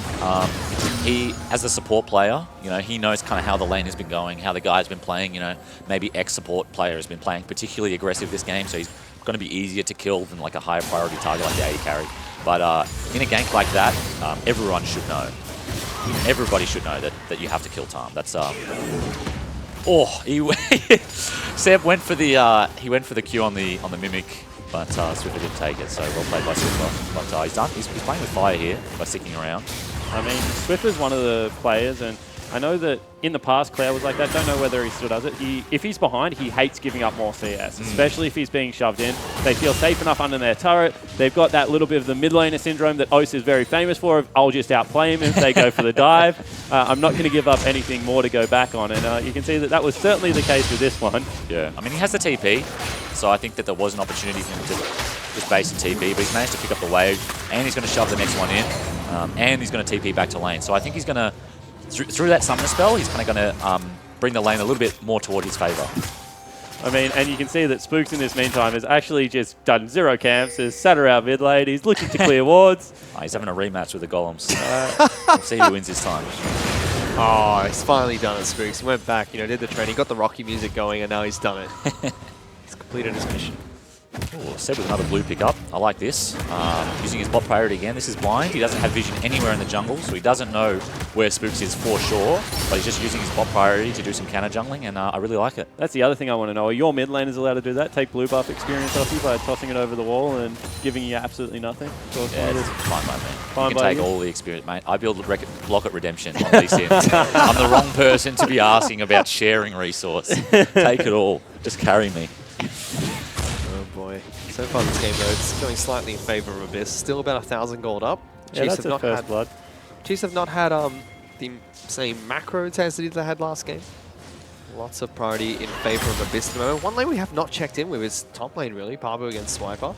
Pabu has a CS lead, which I can only assume is due to Swiper missing CS, because he's been under his tail the entire time as we see a solo kill. See you, mate! Oh, no, he didn't get it! Oh, goodness sake! He cancelled an auto. Cancel And an he had auto. heal as well. Flash had couldn't auto as well. Luch, that was Poor free. Luch. That was gifted to Let's you on a call it silver land platter. nerves. Let's call it land nerves. I can't think of another. That has to, you know, 9 times out of 10, Luch makes Kills that him. play. Yep. This time, alas. Although this is the one that counts. My So goodness. I mean, the big thing here is that all of this kill threat in mid lane, all of the ability to push in bottom lane, has just meant that time and time again, Seb's been able to walk into this side of the jungle. And I think that... But at the same time, I mean, you look at what Spooks is doing. He's managed to return with the blue buff, even though his mid laner almost died. So Spooks really, he shouldn't be able to get any camps, but because Seb is showing himself, he gets blue, Gromp, and Wolves, and he's going to be able to go mid here. So, and this bit is of a trade. not a great trade, because all of a sudden you got 3-4 members mid for the Chiefs, and bottom lane trade for mid lane trade, certainly not something that I'm a huge fan of. They're going to. Even if they get 2, I mean, potentially Swiper can just go down there and Hold the equalize a wave. Yep. I mean, the only big thing they'll really get out of this, if they do get 2, is the fact that they get slight gold advantage. I feel like First they're- brick I and feel- 2 turrets for I one. feel like they're really taking their foot off of the neck of the Chiefs right now. You know what I mean? They had their... Well, Luch had his foot firmly planted on the neck of Swiffer. He almost solo killed him. He did kill him earlier.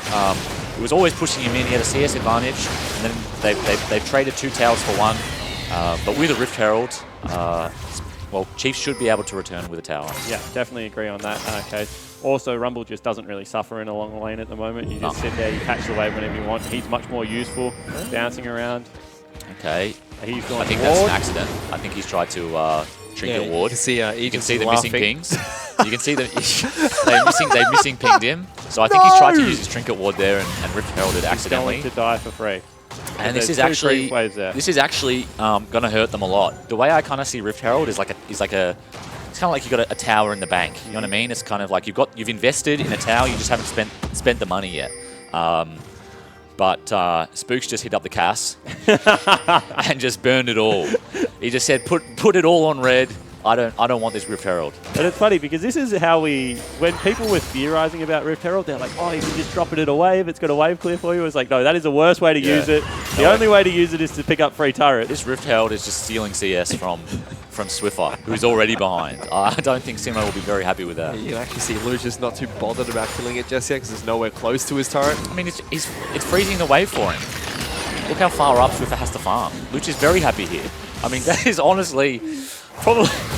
I mean, no one's died, so I'm not going to say it was the worst Rift Herald I've ever seen, but it's definitely up there. Goodness sake. Started at the Raptor pit, just had a gander of the mid lane, took the tour of Summoner's Rift. Just going for a stroll. Old Mate Haro had a great time there, but Abyss now with those 2 turrets for 1, they're about 1,500 gold ahead of the Chiefs. Losing that mid lane turret would have been a disaster for them, but it seems like Luch was happy, as you mentioned, to farm in that second turret there. Well, I think losing the first turret is a bit of a disaster because they're losing mid priority in a lane where Luch was actually, definitely had an advantage. I don't want to say he was crushing it, but he definitely had an advantage. And now he can't get priority in multi because he has to be afraid of the Tom Kench.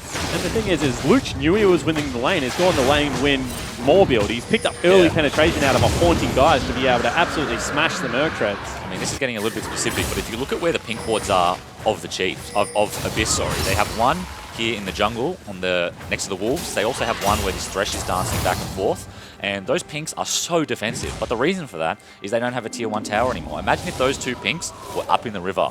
Chiefs would have to be so afraid of this Syndra. But because they've decided to trade, Chiefs have a lot of space that they probably should have. And I just want to go back to it that, the Renekton's doing things like hiding in brushes, trying to get an opportunity to 1v1. Swiper's just walking up to the wave, burning it down, and then just leaving. He doesn't actually care about laning anymore. He knows that he's a better teamfight champion. He's got to 13 minutes even. That's good enough for a Rumble. All of a sudden, the equalizer's where it's going to be 1-all off. Exactly, and I think that this is perfect for the Chiefs. Really, kind of the tempo of the game right now. They were a little bit behind early. I think it was about 2k, and they were getting pushed in almost every lane bar top. And now, they're getting mid priority. They're getting bot priority. This Rumble's just waiting for a team fight. Renekton, really wants to kind of dominate lane. He wants to push up to the tower, but he's got nothing to do. He has no tower to take. He's just sitting bot clearing minions. And it's not even like the optimal Renekton build where you're able to go Black Cleaver into Hydra because he knows that either side of the 1-3-1 that he gets put into, he's going to be against either a LeBlanc or a Rumble. So you need to probably pick up an early Spirit Visage.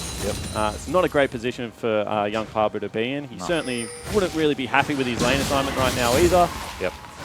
We're finally seeing Lee Sin move into the river though. Syndra's just playing with some confidence. She just decided, okay, well, you know what? If you're not giving me vision, I'm just going to run up, and if they come, I'm just going to kill them. Which is a good, he's good level decision 11, by him. so probably can actually. Yeah, he probably can. So he's just being brave, and that's giving them some river control. And if they are able to do that a little bit more, I think, because they're in a really good position to push their advantage, they're just not doing it because they're scared. And I completely agree with Jelly Belly there. Harold was not ready for that. No, still doing his makeup. But Spooks looking to try and jump towards Seb. Looking hooked up by Rosie, and Spooks, he's now 30 CS ahead of Seb. He's a level up as well. Tomcat's trying to get out there, and they disappear. Yeah, actually going into the top lane. If you grab a look at that one. Raid's in a bit of trouble. Raid does not pull back the feathers, and that's a teleport being complete by Pabu, jumping in with the Dominus. Locking down the Tomcat. Rosie flashes for a hook, and that's flashed out by Ejim. Again, feathers do not lock anyone down. Meanwhile, Luch has been solo killed by Swiffer in the river. Yeah, and everyone used summoner spells for that one as well. All of a sudden, Swiper has priority over bottom lane. They're going to be able to trade a turret for this one by the looks of it. They come out ahead in kills. Tahm Kench is one of the most frustrating champions in the whole of League of Legends experience. And unfortunately for Abyss, that force did not work out. That hook had to hit, as we see Swiffer with his solo kill. I don't think Luch was paying attention. He kind of got attacked from behind. Oh, he actually tried to trade. Swiffer has just actually outplayed him there. Yeah, that is a Luch hard probably outplay. should have won that one-on-one. Heal versus TP as well. Kills him through the heal. That was just absolutely well played by Swiffer. Luch also started targeting the Mimic first before actually switching back to the actual champion himself. But I do want to say one thing, and that is that hook absolutely had to hit. It had to. There was no other way to go around it. If Abyss, if that hook had hit, they kill the time, they take top tower, they break open another part of the map. The way it happened, Rumble just continues to free farm. He has TP. No, he's burned his TP. Yeah, he must have burned it. Something. Yeah. He's just used it. I didn't see that. Potential cancel. Maybe not, because, Pabu's actually further along than what his is, so it must have been just used. So, oh, hang on. Spooks in trouble. Okay. Woo, that's not great. That's, I don't know how they knew they would. Did he get scanned or something? He surely would know if he got scanned because of the little eyeballs above your head. Yeah, that is true. So they knew where he is somehow. I missed that. So sorry to those watching. Maybe someone tweet at me and fill me in. But that's a pretty bad death because this tower's got a bit of chip on it. Armin's actually going to jump over the wall. Captain Waters does not connect. The Swift has been stun locked by Luch. Ultimate comes out from the Rumble, and Luch is going to fall first. There's a Tom Kench coming into the back lines as well. Swiper wants to take this Renekton on one-on-one. We'll have Ejim wrapping around to try and get towards him, but Seb will join this fight eventually as well. Okay, if he's deciding they don't want the mid-tower, they would instead rather kill Ejim. Let's see if they can get him. He's got the great health. Kicks back. Can't pop it. Ejim is definitely a lot of fun to kill. I will say that, but at the same time, mid-tower is extremely valuable. And flash kick is even more valuable on someone that was dead. They should have been able to time the flash. It had been used top lane, I believe. So that's one of those. That's one of those ones in solo queue where the guy kills you, and then in all chat you just type this flash timer. Yeah. So Lee Sin flash, 23:10, whatever time it was. Goodness. Okay. Abyss get a couple of kills for that. They still hold on to their 2,000 gold lead over the Chiefs. Swiper's equalizer was actually quite nice there as well. And you're seeing the difficulty that Abyss are having. They don't have something like a Jarvan this time that has great repetitive CC. Renekton's kind of your one-and-done champion and then runs around with his dominance on and looks intimidating. Especially without double offensive item. Double offensive item at the moment, he actually does a lot of damage in team fights, but Spirit Visage seconds not going to help him out in that regard. And the match just going to open up into 1-3-1 again. They're keeping the. They've moved the duo lane to the mid because they realise that they can hold this tower. Abyss aren't committing to it for whatever reason, and so they've decided, you know what, Swiftfire, you just go to the side, you just start pressuring this tier 1 with the duo mid, and we'll just hold this mid tower for as long as we can. And Raze can just ult the ultimate. I know it sounds really basic, but there's very little kill threat that you can have on a Xayah unless she makes a big somewhere especially with in there. with the catfish next to it. Yeah, so they should be relatively safe. And then who do you send to match the other one of the Chiefs? Right now it looks like they're going to send down their duo lane, so Swiper will just do what he's been doing the whole game and play back off the wave. And this, to me, is just a very confusing macro move. They've moved their duo lane, so they've moved the majority of their numbers towards a lane where there are no objectives. Ooh. Chiefs have caught out Pabu though, who was not able to stun down Swiffer. Pops the Dominus, looking to try and dash on in. Swiffer just calmly goes back towards his Mimic, and Pabu's stuck between 4 Chiefs members. Easy pick up by Spooks. That's why people stopped playing Renekton right there. Just could not catch the mid laner. Now all that's going to happen is actually it was low enough. I was going to say Swiper's just going to drop Equalizer on mid lane wave and try and hold it for another one, but it was low, so in the end it is a trade and he just backed away. Yeah. Come up with a kill advantage. He's going to mount a dragon for their troubles. He missed everything there, and he still almost killed him. That feels bad. It feels good because he lived, but it's not fun watching Syndra do that. No. We took power off that. Yeah, you did. Remember when you used to be able to carry around 3 orbs and just pop someone? I've died many times to Syndra's. There's nothing worse than playing Lee Sin, and it's like, yeah, I'm coming mid to gank, and the mid laner's like, yeah, let's kill her. And you ward dash in, hit the Q, and then as you're flying through the air, she just presses Q and R, and you just instantly die before you hit her. Just like, you might enjoy this. The Swiffer can pick up the kill against Luch. Luch is trying to trade back. Not enough time on his spell rotation. The Seb follows him through. Egypt with the save. Unfrogged. Flashing forward to Eden. That's not how you say that saying. That's all right. He was talking. No one even heard it. The frog is unfrogged? I said the clog is unfrogged. Oh, God. But at the same time, this is the frustration of the Tahm Kench pickup. This is why I am so surprised. That, if this is the plan in the pick ban phase to run such a good single target assassination comp, just give the respect and ban away the Tahm Kench. Yeah, agreed. Absolutely agreed. We can check with some of the item builds, though. Raid has gone towards the Essence Reaper build on Jin, picking up Rapid Fire Cannon second. Ray's doing the exact same thing on Zaya. Wonder if Raze goes double Zeal item or whether he goes towards the Infinity Edge. I've seen both. I prefer Infinity Edge just because the Rake kills you nearly instantly. Yep. I like the IE. He's got the Swifties as well. I like the Swifties versus the Kazakhs with the W slow. It's like 60%, or like 80% actually. Rumble is all slows. Tahm Kench is all slows. So I think that's a smart purchase by him. Chiefs now trying to make a move towards the bottom side of the map. Pabu is here, does not know that the two members just next door to him. He actually does. That was actually EGM ulting Spooks into their jungle and looking for a pick. Abyss were able to successfully disengage away from that one. That's why Pabu went the long way around. Very rare to see a Renekton not just cheat through the jungle. 1v1, he's pretty good, but in the 1v2, certainly wasn't all that confident. With that turret taken, though, Chiefs have equalized the turrets taken in and this the gold. So gold is now 300 gold, which separates these two teams. Absolutely nothing. Viper sneaks out. Recalling in the bush. Interesting to see how far Renekton pushes up here. He's got a lot of space. There are no towers. But he doesn't really accomplish anything by pushing in. I mean, he has to push all the way into the Chief's base before they feel any pressure from this Renekton. And the difference, like Rumble in the past used to really struggle against creep waves. This was actually a great strategy against Rumble of old because he used to do 50% damage. Yep. Ever since that has been reverted, he actually just eats a wave and teleports with you. You can see actually the flank here now. Here on the mid lane, but Renekton's already moved up and Rumble has to TP, so let's see what happens. Luch will get chained up, taking a lot of damage. Ultimate comes out, forcing Swiffer away from the spine. TP's in. There's the equalizer, not a great one, and Rumble already taking a lot of damage, kick things off. Has to be et by Egypt to go back to safety. You can see off in the distance, Curtain Core coming in, Spruce quite low, looking for the final shot, connects on towards Raze. Chiefs look like they have to disengage off the back of that fight. Both teams actually just perform really sloppy in that. Swiffer goes super early to force away Luch. That's a good move, but he can no longer actively participate either. Doesn't recall. I thought that what he was trying to do is get the quick recall and then teleport back into an extended fight. And then Spooks, as you mentioned, just burns a jump over the wall. It was more of a hop for very little reason. Well, Lee Sin missed his Q and Jin missed his W, so he's pretty lucky to be alive right now. Had to burn the flash. Really like the roam from Pabu, though. Pabu sitting in that side bush. Luch plays up, kind of baiting the Tahm Kench to ult on him. I think that was actually a really nice bait by Abyss, and it's a shame that they weren't able to capitalize a little bit more effectively. Still, everything's steady between Abyss as well as the Chiefs. I mean, they do get the teleport out of Rumble as well, so all of a sudden you have to send Swiffer into the Renekton lane, potentially. He's pretty much the same level. Renekton's finally going to have some pressure. Yeah. So I have to say, all in all, you know, I was pretty critical in the first game, but I like this so far from Abyss. I think they're playing pretty smart. I think a few micro errors here and there have really kept this game a lot more even than it maybe should have been.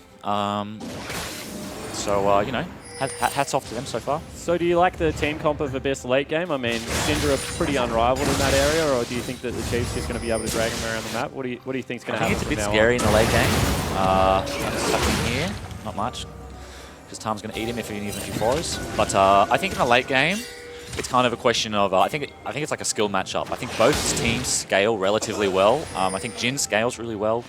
Syndra scales pretty well, but I think Tahm is much better than Thresh in the late game. I think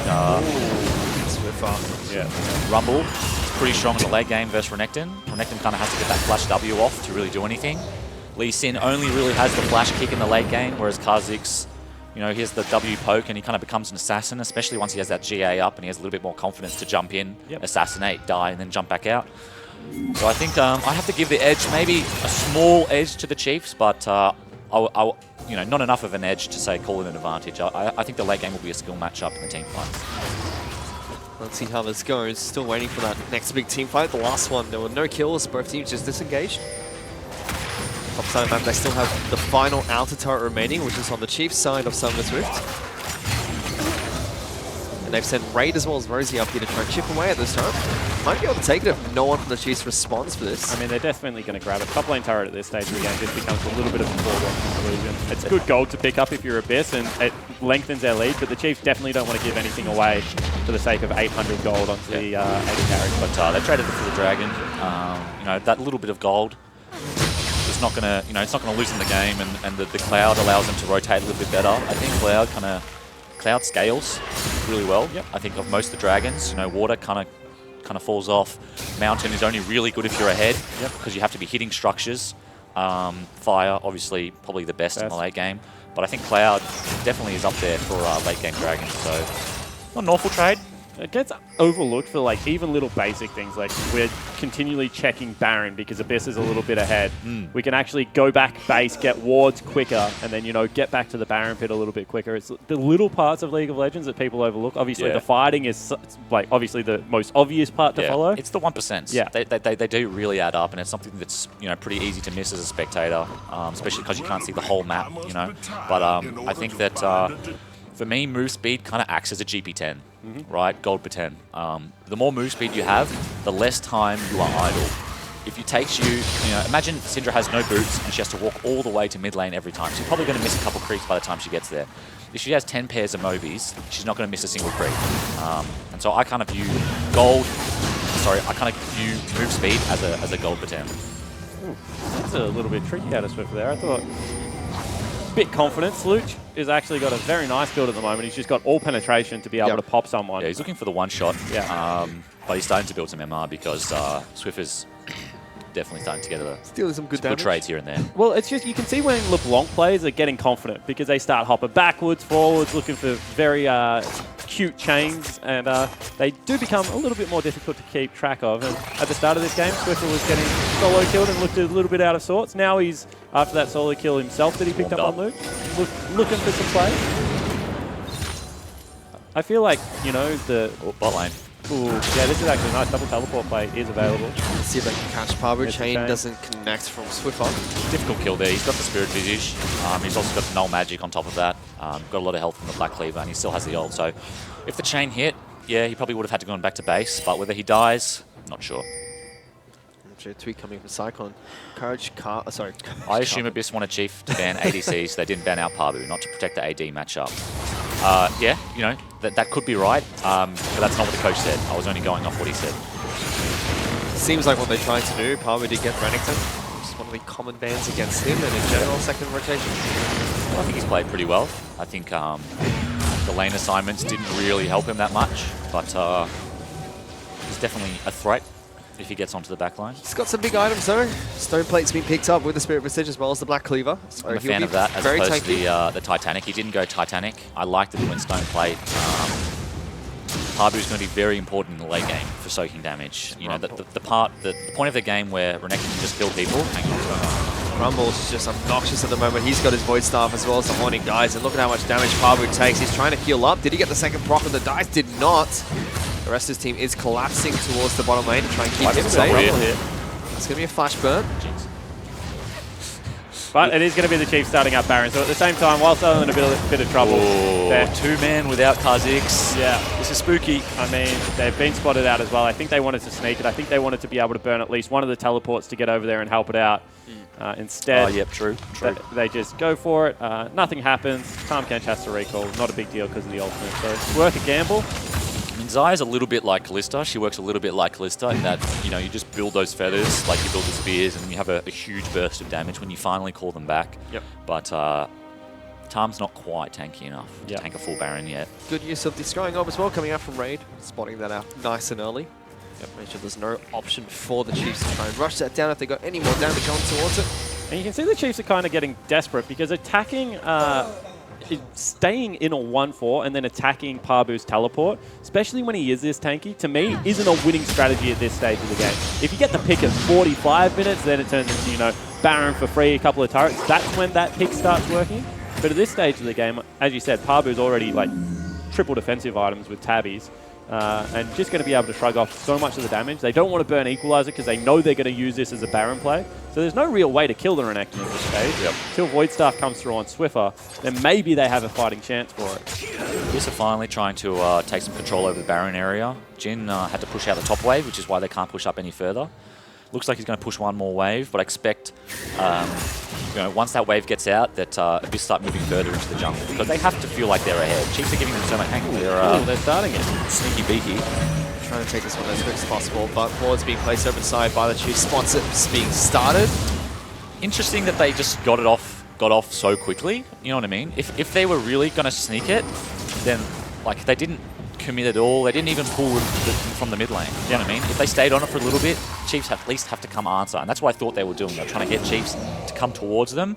Didn't happen at all. Split push not looking great for Harbour at the moment though, as Swiper was able to stop him out. But look at this, an engage coming out from Abyss. Egypt is forced to eat up Spooks. Swiffer though, jumping into the backlines, trying to assassinate Ray, but they pull off and immediately focus on LeBlanc. Swiffer coming up huge there. Yeah, just wanted massive to stop clutch the from curtain captain. If that curtain call wasn't stopped, Time flashed, Thresh has flash up, he has the lantern. I think that would have been at least one kill, if not a double. Yep. So, very quick thinking. 100% agree. To cancel the ult there. But the big thing for me is that that was the first time we've really seen Abyss try and get control of the mid lane waves. They have so much priority at the moment without the Rumble being on the screen. Just shove up mid, walk into River 3 times. They're going to meet you at Baron eventually. Spot him again, Pabu in trouble. Gonna get chained up, locked down, and full charge of the Flame Splitter will come through for Swiper.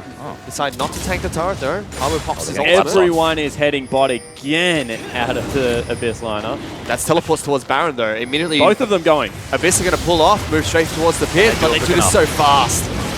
It's going to be really quick from the Chiefs. Pabu's going to teleport behind, 5,000 health. Not sure. Down under 3k. Are they going to get their time? There goes Luge. Everyone's in the pit. It's going to be a big fight. Luge is going to take down Swiper. He got the Baron. That's stolen away by Seb. And now the Chiefs have to back away. Spook's in trouble. Gets tagged up by the critical. And sniped by Raid from downtown. 3 kills and Baron to Abyss. What a play out of Abyss. I thought that they were going to be quick enough, the Chiefs, but they did the kind of half-ass. 2 members left the pit. 3 members stayed, no one went over the back wall. Everyone still has flash available nearly. That's just a bad play, and Abyss are nearly going to win the game off it. Well, yeah, I mean, if they commit to the back of the pit, maybe that works, but I feel like Syndra is just so scary. She got there so fast. She got there so fast that, you know, in that pressure moment, you know what I mean? You're there, you're playing LeBlanc, you're just, this massive Syndra is running towards you, and it's like, oh, Baron Syndra, so Baron Syndra, I'm gonna die. You know what I mean? Yeah. And off the back of that, Abyss just pushed straight down mid lane. They took down Swiffer as well. Everyone from the Chiefs is going to respawn and try and stop them from ending out the game. Spooks and Swiper putting up a good fight. Pabu's on the Nexus still. He gets a kill. He's going to get spat in the fountain. He's going to get spat in the fountain. Egypt's trying for it. Can't lock him down. Pabu going to try and take down his Nexus. Way too much health on it. Oh, if he used that earlier. If he used that earlier. Triple kill picked up by Ray, so they do stop the offense coming out from Abyss, and they actually delete all the Baron buffs, and now it's back to a 4,000 gold lead only for Abyss. I mean, what a strange play game. Last, second hole. Well, I mean, I would actually say that this game has not been strange at all. I think Abyss have played extremely well, albeit very nervous, and it's a shame that they just got killed at the Nexus there. Great hold by the Chiefs. If they had won there, if they had just finished the game right there, you would say, actually, that was a pretty clean win for Abyss. This is OS, and so that wasn't going to happen, unfortunately. But yeah, we'll have to see what they can do from here, whether they can settle and continue to push. Because the gold is manifesting in really good places for Abyss right now, I think. You know, Raid, he's got his completed build. He's going towards more of Mount Mortius, his last one. He's got a GA. Gives a little bit of extra AD, also a little bit of threat from Swiffer. Doesn't want to get assassinated before I feel like that almost assassination in the mid lane from earlier has kind of spooked him. The goal for me is that Chiefs are now 2,500 gold behind Abyss. It's 35 minutes into the game. That goal lead is it's actually not pretty great. Well, it's 2.5k at 35 minutes is actually pretty negligible. Yeah. It's more that these supers, and the onus here is going to be on Abyss to see what they can do while they have the mid lane pressure. Most of that gold lead is on the mid lane, though. That's 2,500 in favor of Luch. I believe Pabu has a slight lead as well. The rest of the map is about 400 or 500 in favor of the Chiefs players. I think it's something like Inhibitor. I think you lose about 2k worth of gold. Yep. From the minions pushing forwards, because you're not getting those waves. The supers are killing them, and you lose about 2k during the 5 minutes that an inhibitor is down. Region though, he's locked down. Has a hot great help, yeah. Good equalizer from Swiper though. Egypt's still alive, will eventually fall to Luch, and no one from the Chiefs can get into that little choke point to back up the Rumble. I mean, the reason that's a great play out of Abyss is because Swiffer doesn't have teleport and was actually spotted cleaning out waves. All of a sudden, in a 4v5 situation, no equalizer available. You have a shot of just being able to walk in an open Nexus with supers. Oh, they're not going to do it, are they? Still dangerous though. Swiffer trying to go over the wall, locks down Rosie, gets some good poke damage now. Here's the curtain call. They are going to look for, try and go for the win. Curtain call locks down Spooks. He's going to jump away. Swiper takes the last shot. 15 seconds on Egypt. Minions in. Abyss are going to try and run in. They're using all their shielding. They lock down Swiper. Luch goes for the kill. Rosie's Good dead. Zonia's but Raze picks up a kill on towards the Thresh. Luch now in trouble. Will take Swiper down with him. The Chiefs have repelled Abyss from their base. Double kill picked up by the AD carry. Abyss are so anxious to get this game over and done with. They know they can win. And what an upset it would be for Abyss to beat the Chiefs. But they're just rushing it at the end. You know what I mean? They're just tripping over their feet in the last 10 meters. Yeah, and the big thing for me is the fact that there's so much of the map that you have opened up. You've already walked in the top lane creep wave. Just go there, let supers do their thing. One member would have had to defend regardless. Maybe you send Luch towards mid because he has one-shot potential if they only send one member to defend. They just have more options and they look like they're playing with right now. You think about what they've actually done since they since they almost ended the game. Nothing. Yep. All the structures are still up. The gold lead is still exactly the same. In fact, it's less. It's less, 1,000. Yeah, it's only 1.2k now. And so when you take an inhib like that, it's really about how much can you do while these supers are on the map? How many other structures can you take? There's no point just running it down mid, hoping something good happens. You know, you have to do something, and right now Abyss aren't. It's becoming saying that he's been downing there, but what a steal. Yep, you know what? He's absolutely on the money there, Ducky. Could not agree more. Amazing steal from him. I think he's almost, you know, after a pretty questionable first game and didn't really do much in this game, I think he almost single-handedly won him the game off that. Yeah, I mean, well, 5 of his assists were from that team fight nearly. So yeah. He was 0-1-1 before that situation, runs in, gets a good Tempest in there for a couple of assists, and then takes away a Baron. He was 0-0-1. He hadn't even died. Oh, yeah, that's true. Dying counts as doing something. He hadn't even died. He'd done even less. But no, great steal from him. And I really like that kick earlier as well because he did the insec. He didn't burn his flash like we saw the last time he did the Tarm. So I think he's like Swiffer, maybe he's warming up a little bit. I was about to say, that's a confidence play as well. Yes, early on absolutely. in the game, you're like, flash kick, it's a very easy, kick flash, sorry, easy Much play to easier. go for. He's secured, there's no way he gets out. But the second time doing it with the ward hop, much prefer that. Trouble here. He's used both his dashes. Captain gets the clone though. One thing I wanted to point out was mid lane inhibitor has respawned and no more super minions pushing through the mid lane. It means that Parbu also can't just backdoor now if like something went incredibly wrong. I wonder whether Ray could have just chased him down with the rapid fire cannon and quick. the Swifties. Because he's much faster. He's got Zeal items. Baron in 50 seconds, Elder Dragon in a minute 30. Chiefs have 3 dragons to their name, so that can be buffed up quite nicely. Just making doubly sure that there's no wards in that bush. Is that the bold call you go for if you're the Chiefs? Give him Baron, we'll take Elder, then we'll just fight him as they're pushing in? Yep, I think that's cool. They have 3 dragons, so the burn is going to be pretty significant. They have a mountain as well, so they'll do it at Dragon dice a lot quicker than the Baron does. So if I was the Chiefs, I think that's a pretty good trade for them. The problem for them though is that there's about 40 seconds in between the 2 spawning. And I don't think that they're Abyss.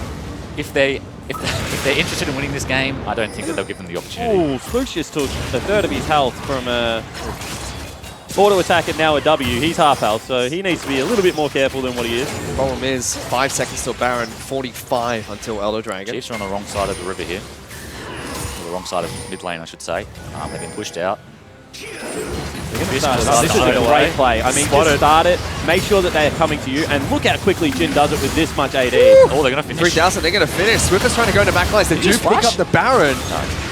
They're not able to stop Abyss at all, and Abyss are just running towards their side of that equalizer. You really want to fight here. Goodness, that's They're very angry. This is the kind of play where they got Baron and Chiefs are all like, oh, bugger, they got it. Fight. They stole our Baron. Major ultimate used by Swiper there. That's not going to be up for this next fight. Abyss are going to try and push their luck. They will take down this inhibitor. Sorry, this doing hits. Top lane inhibitor. Going for top lane inhibitor as well. Yeah, I completely agree, actually. Without the Rumble ultimate, the equalizer, how do you actually defend these inhibs? Because Jin's range is just so large. He's just going to be able to pop him, and look how much damage he does. That's 4 autos. Raze has joined the fight. Top lane inhibitor's low. Swiper gets eaten up by Egypt. This inhibitor turret is going to fall. Minions have to do it for him, but eventually they get the tower. No pressure anywhere else yet for Abyss. So Chiefs just waiting their time. They can't move towards it. Swiffer has to pull off the impossible here. He has to kill someone while they're not paying attention. Abyss basing again. Yeah, that's not a good base. They do the difficult task of killing the tower. They don't kill the inhib, right? The inhib doesn't shoot you. Alright, they're on Elder. They've got a Mountain Dragon to their name, so this will fall for the Chiefs.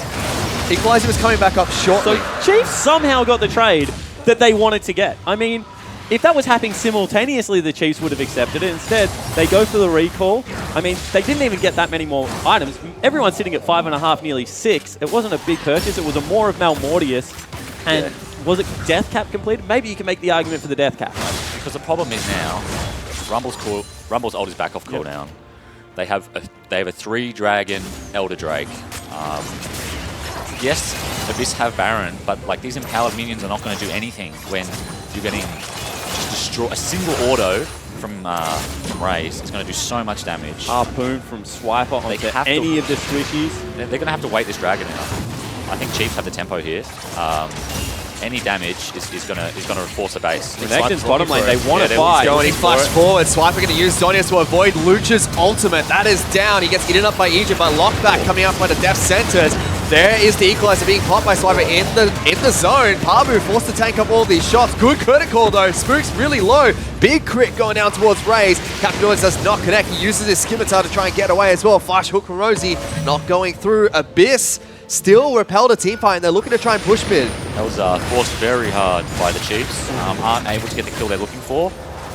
Slow bases means Abyss might be able to pick this up, but they do still have the dragons, behind so they can still die. They're trying to go for this fight. Spooks has not gone back to base though. Swiffer trying to jump in, gets a chain, doesn't connect with the second proc.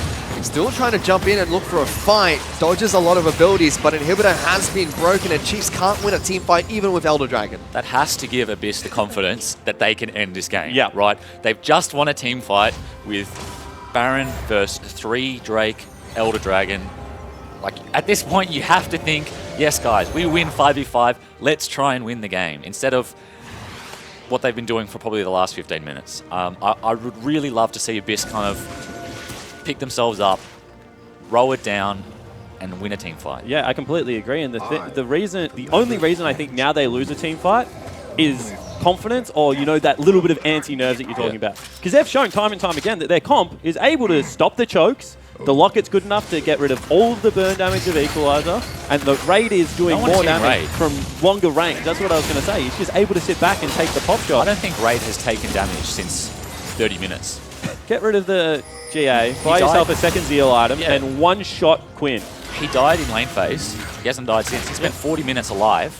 I don't think he needs the GA. I can understand why he has it, but they are crushing them in fights. Swiffer's caught bottom lane. They're just afraid to He throws try. out his clone mid lane though, Swiffer, trying to see if he can stop them from pushing any further forward while he recalls. Yeah, and that's actually pinged out, so they might think it is, but I think they think it's a real deal. yeah. Let's see what happens here. He is able to return in time, so cheeky play from Swiffer. I mean, that's a little bit anti, a little bit of bad communication. They saw him clearing bottom lane wave. He's throwing abilities at it. It's taking damage. Maybe the clone's at bottom wave. Maybe the clone is clearing waves. You don't know that.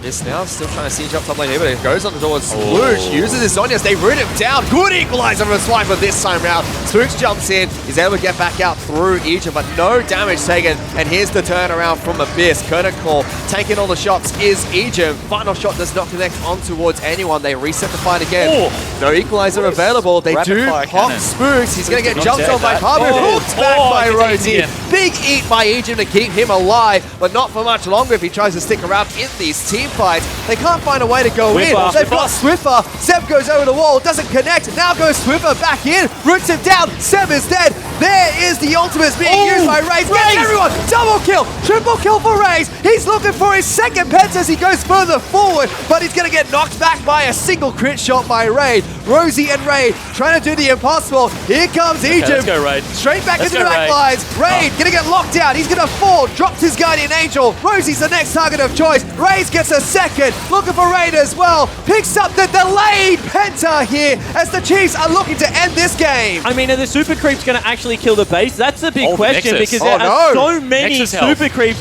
hitting the Nexus health. right now. Jeez. Please show me the Show us the Nexus. Nexus. They sent Raze Show us back. the Nexus. He's going to try and do it. No. The Super Minions, they're bashing us out. Here comes Egypt. He's going to try and stop this. They're going to be able to barely stop the Super Minions from taking down the Nexus. They've got 3 members strong bottom lane. Let's see what they're going to do. Just Swiper and Swimmer. Do they pull off? They Game pull continues. The game is still going. That was so close for Abyss. The 2 members that lived were able to survive for so long. Oh my goodness Okay, gracious. The well- Chiefs have a gold lead somehow. Hey, Who cares? Rays is 10-0. All right, Quinny does not want to lose. He shouldn't get He doesn't Zaya want to ever lose. again. He's clearly a very good Zaya player. Feels That was a- an amazing team fight out of him. Couple of seconds off of picking up his second official pentakill. Still got it, just delayed. Didn't get the actual timer for it. Oh, did he get all 5? He got all 5. Oh. He got a triple and a double. A triple-double. Like it. All right, let's actually fine. see if Fish is telling the truth. So all of this comes off the fact that Seb wanted to really kill Swiffer. Raze gets in there, great flash into the feathers, so much damage. That's 3 of them at the start. All of a sudden, they continue the chase, and this is where Tom Kench is really good, although let's hold that thought. They're going for another fight. It seems Palmer's taking quite a bit of damage. Raid hasn't sold his GA, even though it's down. Maybe he doesn't have enough money, but I really feel like Raid has the ability to solo carry him. They're going for Baron here. Baron's down below half a health. 4K. Spooks Spooks looking for the steal. steal. Goes in. Does he get it? Oh, Does he not. got it. Raid gets it with a big crit, and immediately the Chiefs get the heck out of Ooh, there. Raid Spooks, though, is in the pit. on top of Raid, gets a good dark passage from Rosie to get him back to the I'm safety. having heart attacks. I can't handle this game anymore. Redemption not working for the Chiefs, and Abyss immediately going to go back to bottom lane to defend against Super Minions. Raid and Rosie just did the League of Legends trust fall. It's, I'm going to turn around and shoot LeBlanc, and you have to give me a dark passage, otherwise I die.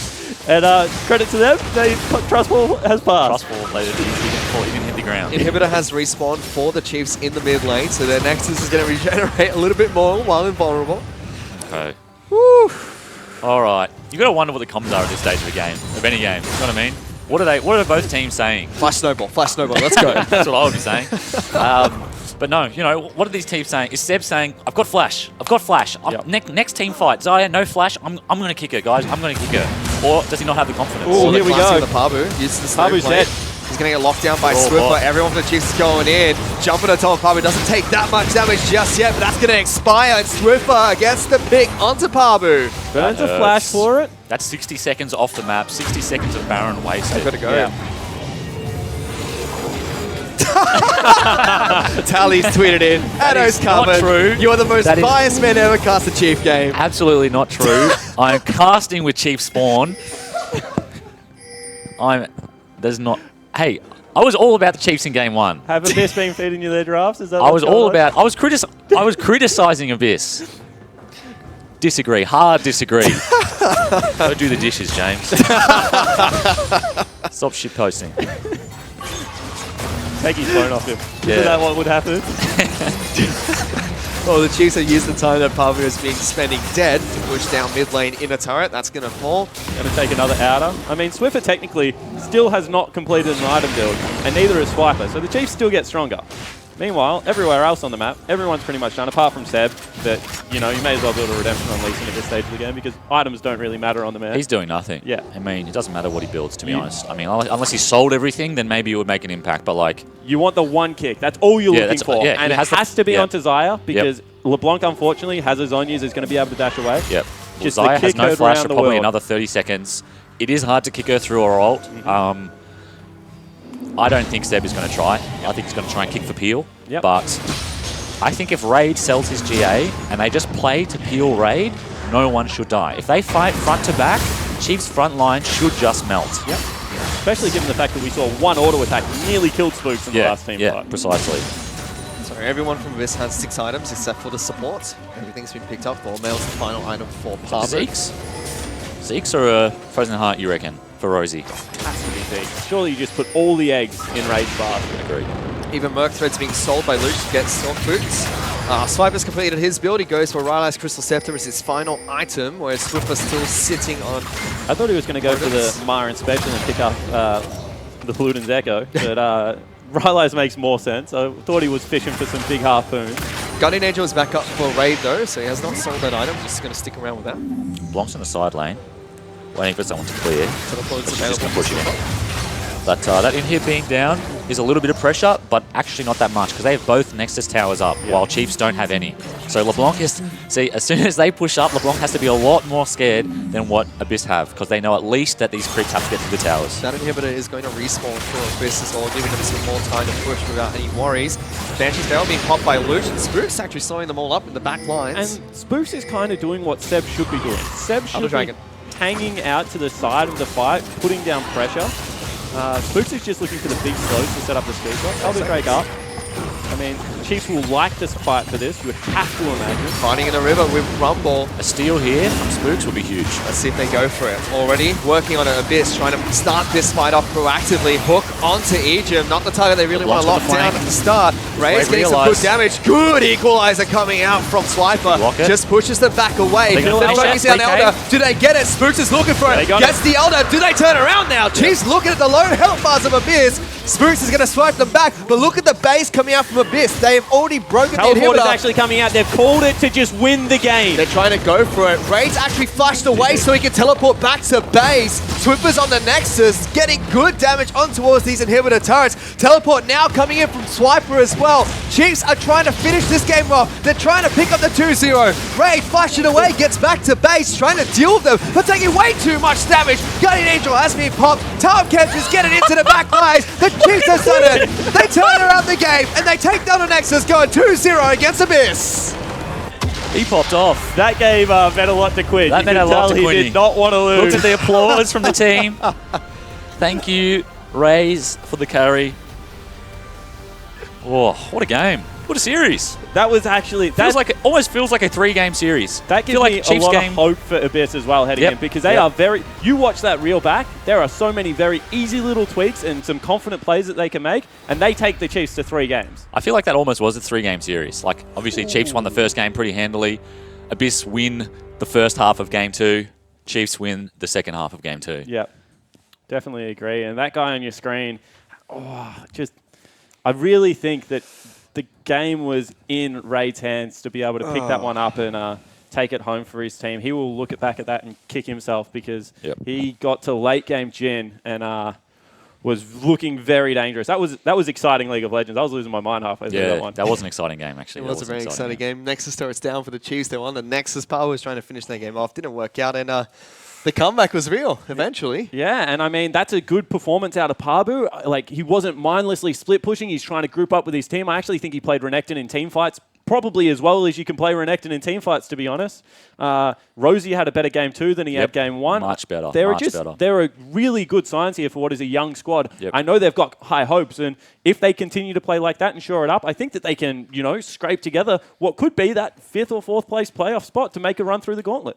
Raze as well, his second game in the OPL this split, and he's picked up another penta. Not quite, but picked up all 5 kills in a team fight there for the Chiefs, and again, showing his prowess on the champion Zaya. I think if they build on that performance, there's definitely a spot for them in the gauntlet. Yeah. I think the first 25-30 of that game looked pretty good.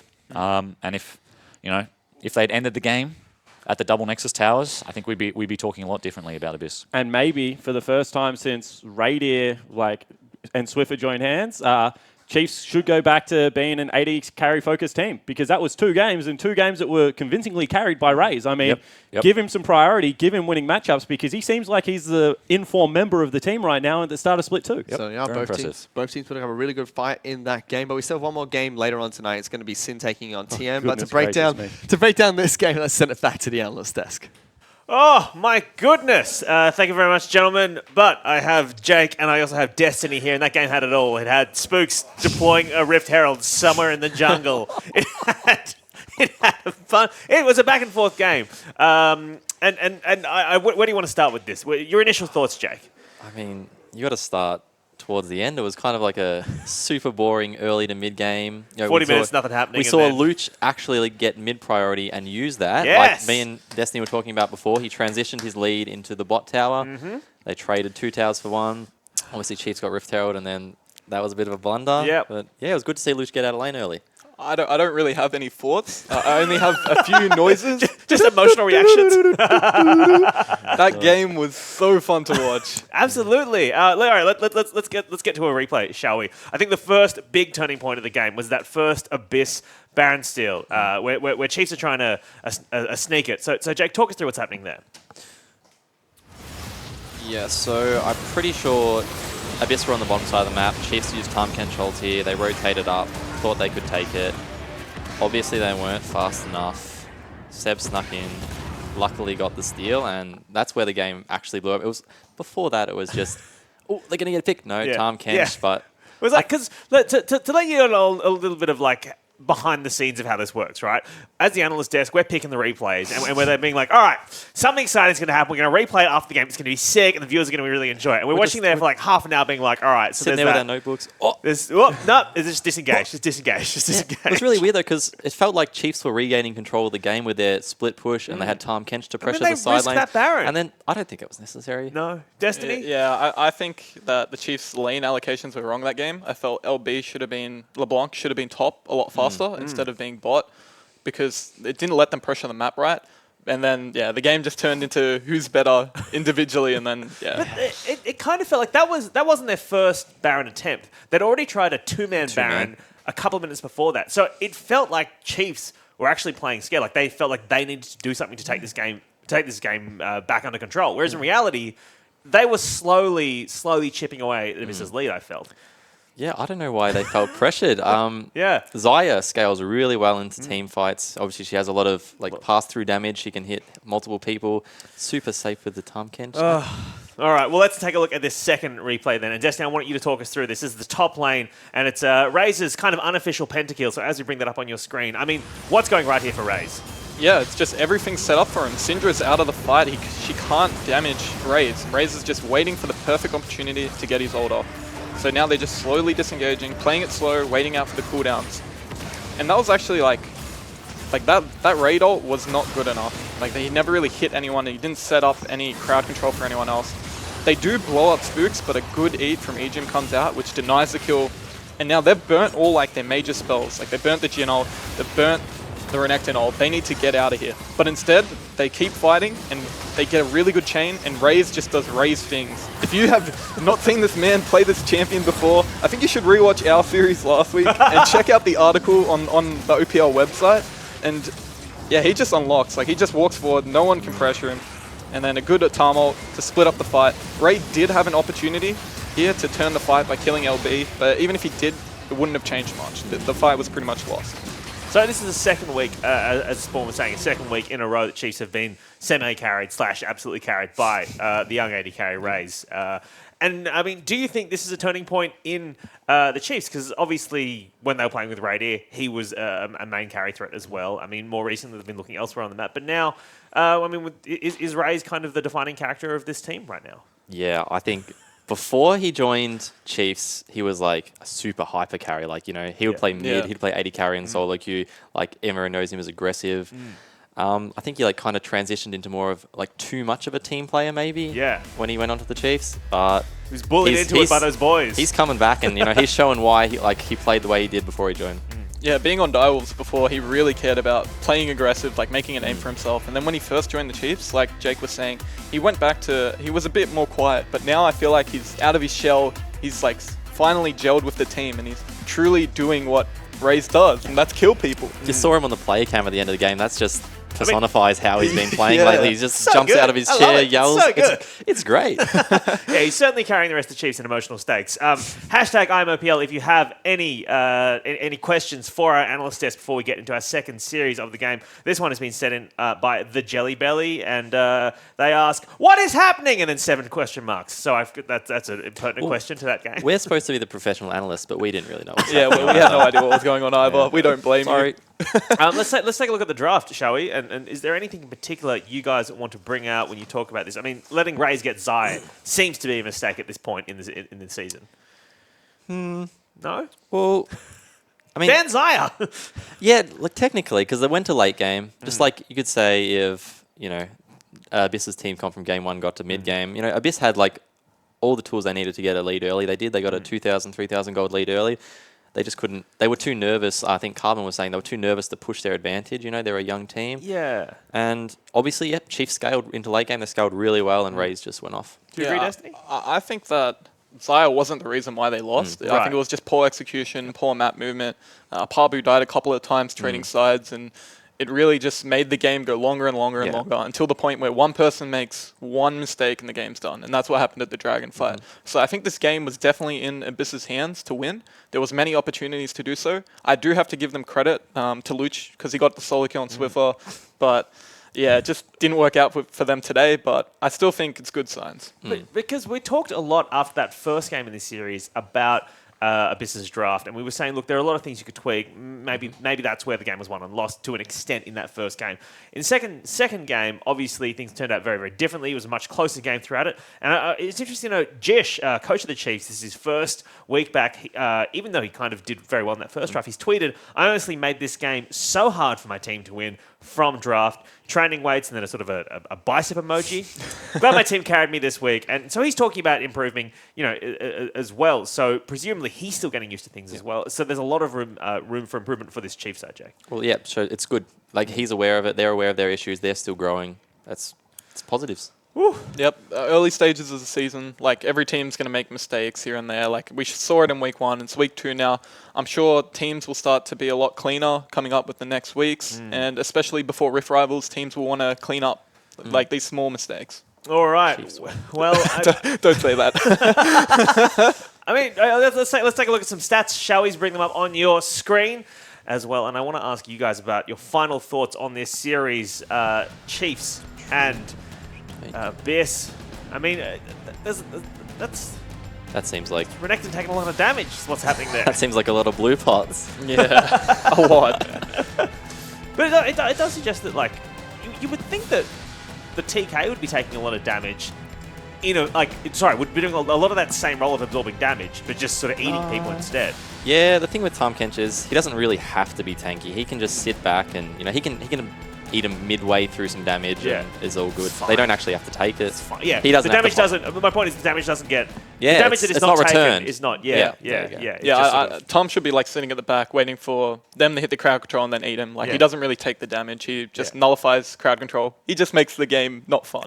So then moving forward, we've talked a bit about Chiefs, but their opponents then, Abyss, what do they do from now? Because obviously in week 1, against Regicide, you would have expected them to probably get a 2-0 out of that, right? They drop a game versus Regicide, but then they almost beat a very good opponent in the Chiefs today. So it's really been, I think, quick improvements from them, but also a very up and down season.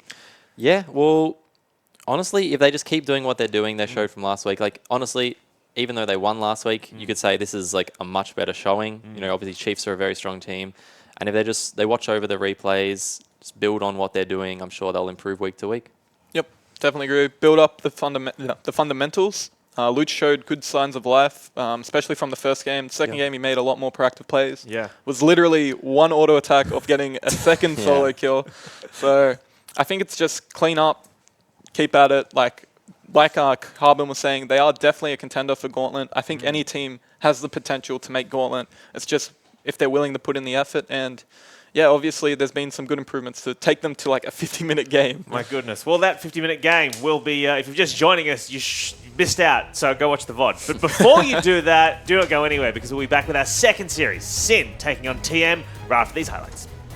Hello, that is looking to be a solo kill in the mid lane. First blood picked up by Luch, and it was just so calm from him as well. Ray's in a bit of trouble. Ray's does not pull back the feathers, and that's a teleport being complete by Pabu jumping in with the Dominus. Locking down the Tahm Kench. Rosie flashes for a hook, and that's flashed out by Egypt. Again, feathers do not lock anyone down. Well, you might enjoy this. The Swimmer to pick up the kill against Luch. Luch is trying to trade back. Not enough time with his spell rotation. And Seb follows him through Egypt with the save. Look at that Abyss just pushed straight down mid lane. They took down Swiffer as well. Everyone from the Chiefs is going to respawn and try and stop them from ending out the game. Spooks and Swiper putting up a good fight. Pabu's on the Nexus still. He gets a kill. He's going to get spat in the fountain. He's going to get spat in the fountain. Egypt's trying for it. Can't lock him down. Pabu going to try and take down his Nexus. Way too much health on it. Oh, if you used that earlier. If he used that earlier. Triple kill picked up by Ray, so they do stop the offense coming out from Abyss. And now here's a Curtain Call. They are going to look for, try and go for the win. Curtain Call locks down Spooks. He's going to jump away. Swiper takes the last shot. 15 seconds on Egypt. Abyss is going to try and run in. They're using all their shielding. They lock down Swiper. Luch goes for the kill. Good Zonia's, but Raze picks up a kill on towards the Thresh. Luch now in trouble. Will take Swiper down with him. The Chiefs have repelled Abyss from their base. Double kill picked up by the AD carry. Abyss now still trying to siege up top lane here, but it goes on towards Luch. Uses his Zonias. They root him down. Good equalizer from Swiper this time round. Spooks jumps in. He's able to get back out through Egypt, but no damage taken. And here's the turnaround from Abyss. Curtain Call taking all the shots is Egypt. Final shot does not connect on towards anyone. They reset the fight again. No equalizer available. They do pop Spooks. He's going to get jumped on by Pabu. Hooked back by Rosie. Big eat by Egypt to keep him alive, but not for much longer. if he tries to stick around in these team fights. They can't find a way to go in. Swiffer. They've got Swiffer. Seb goes over the wall, doesn't connect. Now goes Swiffer back in, roots him down. Seb is dead. There is the ultimates being used by Raze. Gets everyone. Double kill. Triple kill for Raze. He's looking for his second pets as he goes further forward, but he's going to get knocked back by a single crit shot by Raid. Rosie and Raid trying to do the impossible. Here comes Egypt. Let's go, Raid. Straight back Let's into the go, back Raid. lines. Raid going to get locked down. He's going to fall. Drops his Guardian Angel. Rosie's the next target of choice. Raid gets a second. Looking for Raid as well. Picks up the delayed Penta here as the Chiefs are looking to end this game. They sent Raid Show us back. the Nexus, He's going to try and do it. No. The Super Minions, they're bashing think it so. down. Here comes Egypt. He's going to try and stop this. They're going to be able to barely stop the Super Minions from taking down the Nexus. They've got 3 members strong seconds bottom on lead. lane. Let's see what they're going to do. Just Swiper and Swimmer. Do they pull off? They Game pull off. continues. The game is still going. That was so close for Abyss. Do they get it? Spooks is looking for They it. got Gets the Elder. Do they turn around now? Chiefs looking at the low health bars of Abyss. Spooks is going to swipe them back, but look at the base coming out from Abyss. They have already broken the Teleport is inhibitor. actually coming out. They've called it to just win the game. These Swippers on the Nexus getting good damage on towards these inhibitor turrets. Teleport now coming in from Swiper as well. Chiefs are trying to finish this game off. They're trying to pick up the 2-0. Raid flashing away, gets back to base, trying to deal with them, but taking way too much damage. Guardian Angel has been popped. Tarmcamp is getting into the back lines. The Chiefs have done it. They turn around the game and they take down the Nexus, going 2-0 against Abyss.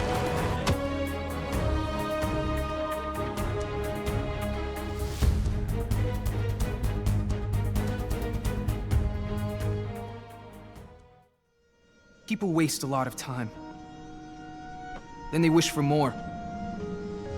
They want more hours in their days, more days in their years, more years in their lives. Because if they had all that extra time, they could fix any mistake. I don't need hours or days or years. I only need seconds.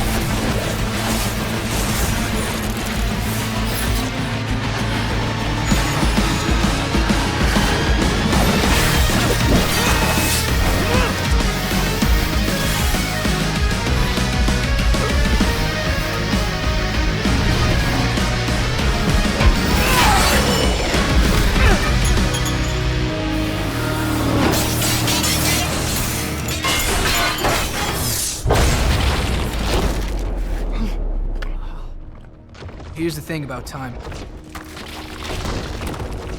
If you can't make the most out of any given moment, then you don't deserve a single extra second.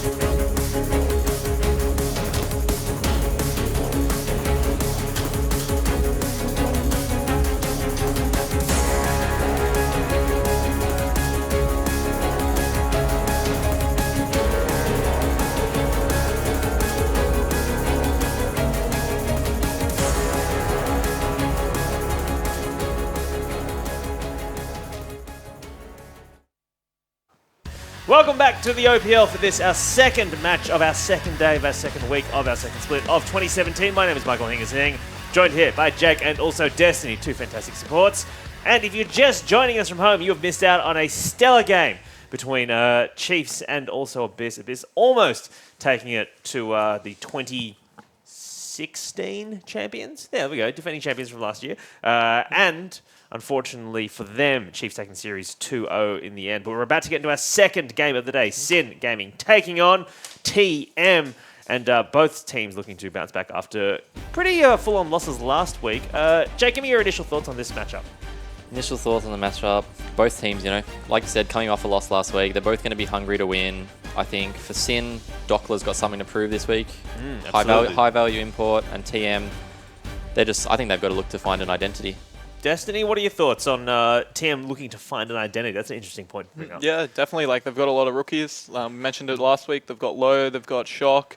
Even Only is somewhat a rookie. And they just really they need to solidify themselves in the OPL because TM last split had a pretty rough split, and now it's starting to begin again this split. Yeah, well, you mentioned Only there. Only, despite the loss last week, had a pretty respectable showing, and I wonder if he's maybe someone that TM look towards to carry this game, potentially, or is Juves going to be too much for him, Jake?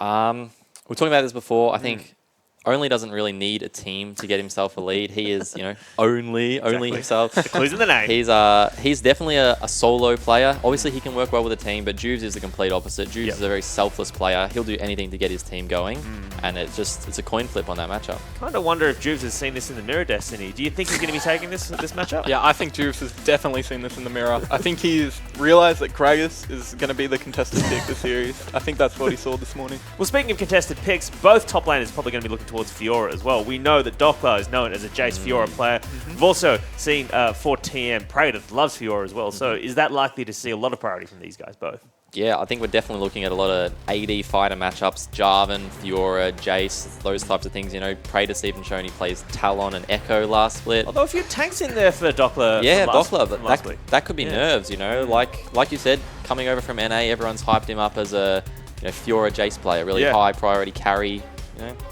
Could be nerves, don't know. Hopefully we'll chance to see it this week. Yeah, I definitely agree with Jake. Could have been nerves, that's why they forced him onto a tank, but this week he's playing against Praetor, who's sort of a veteran for TM now, and he's been usually put on these split push carries, and they might try to put carry versus carry or see how he goes to get reverting him back to the tanks. Yeah.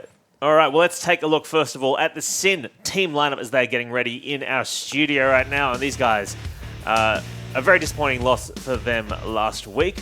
Going up against Legacy, who is kind of their new rivals in the OPL.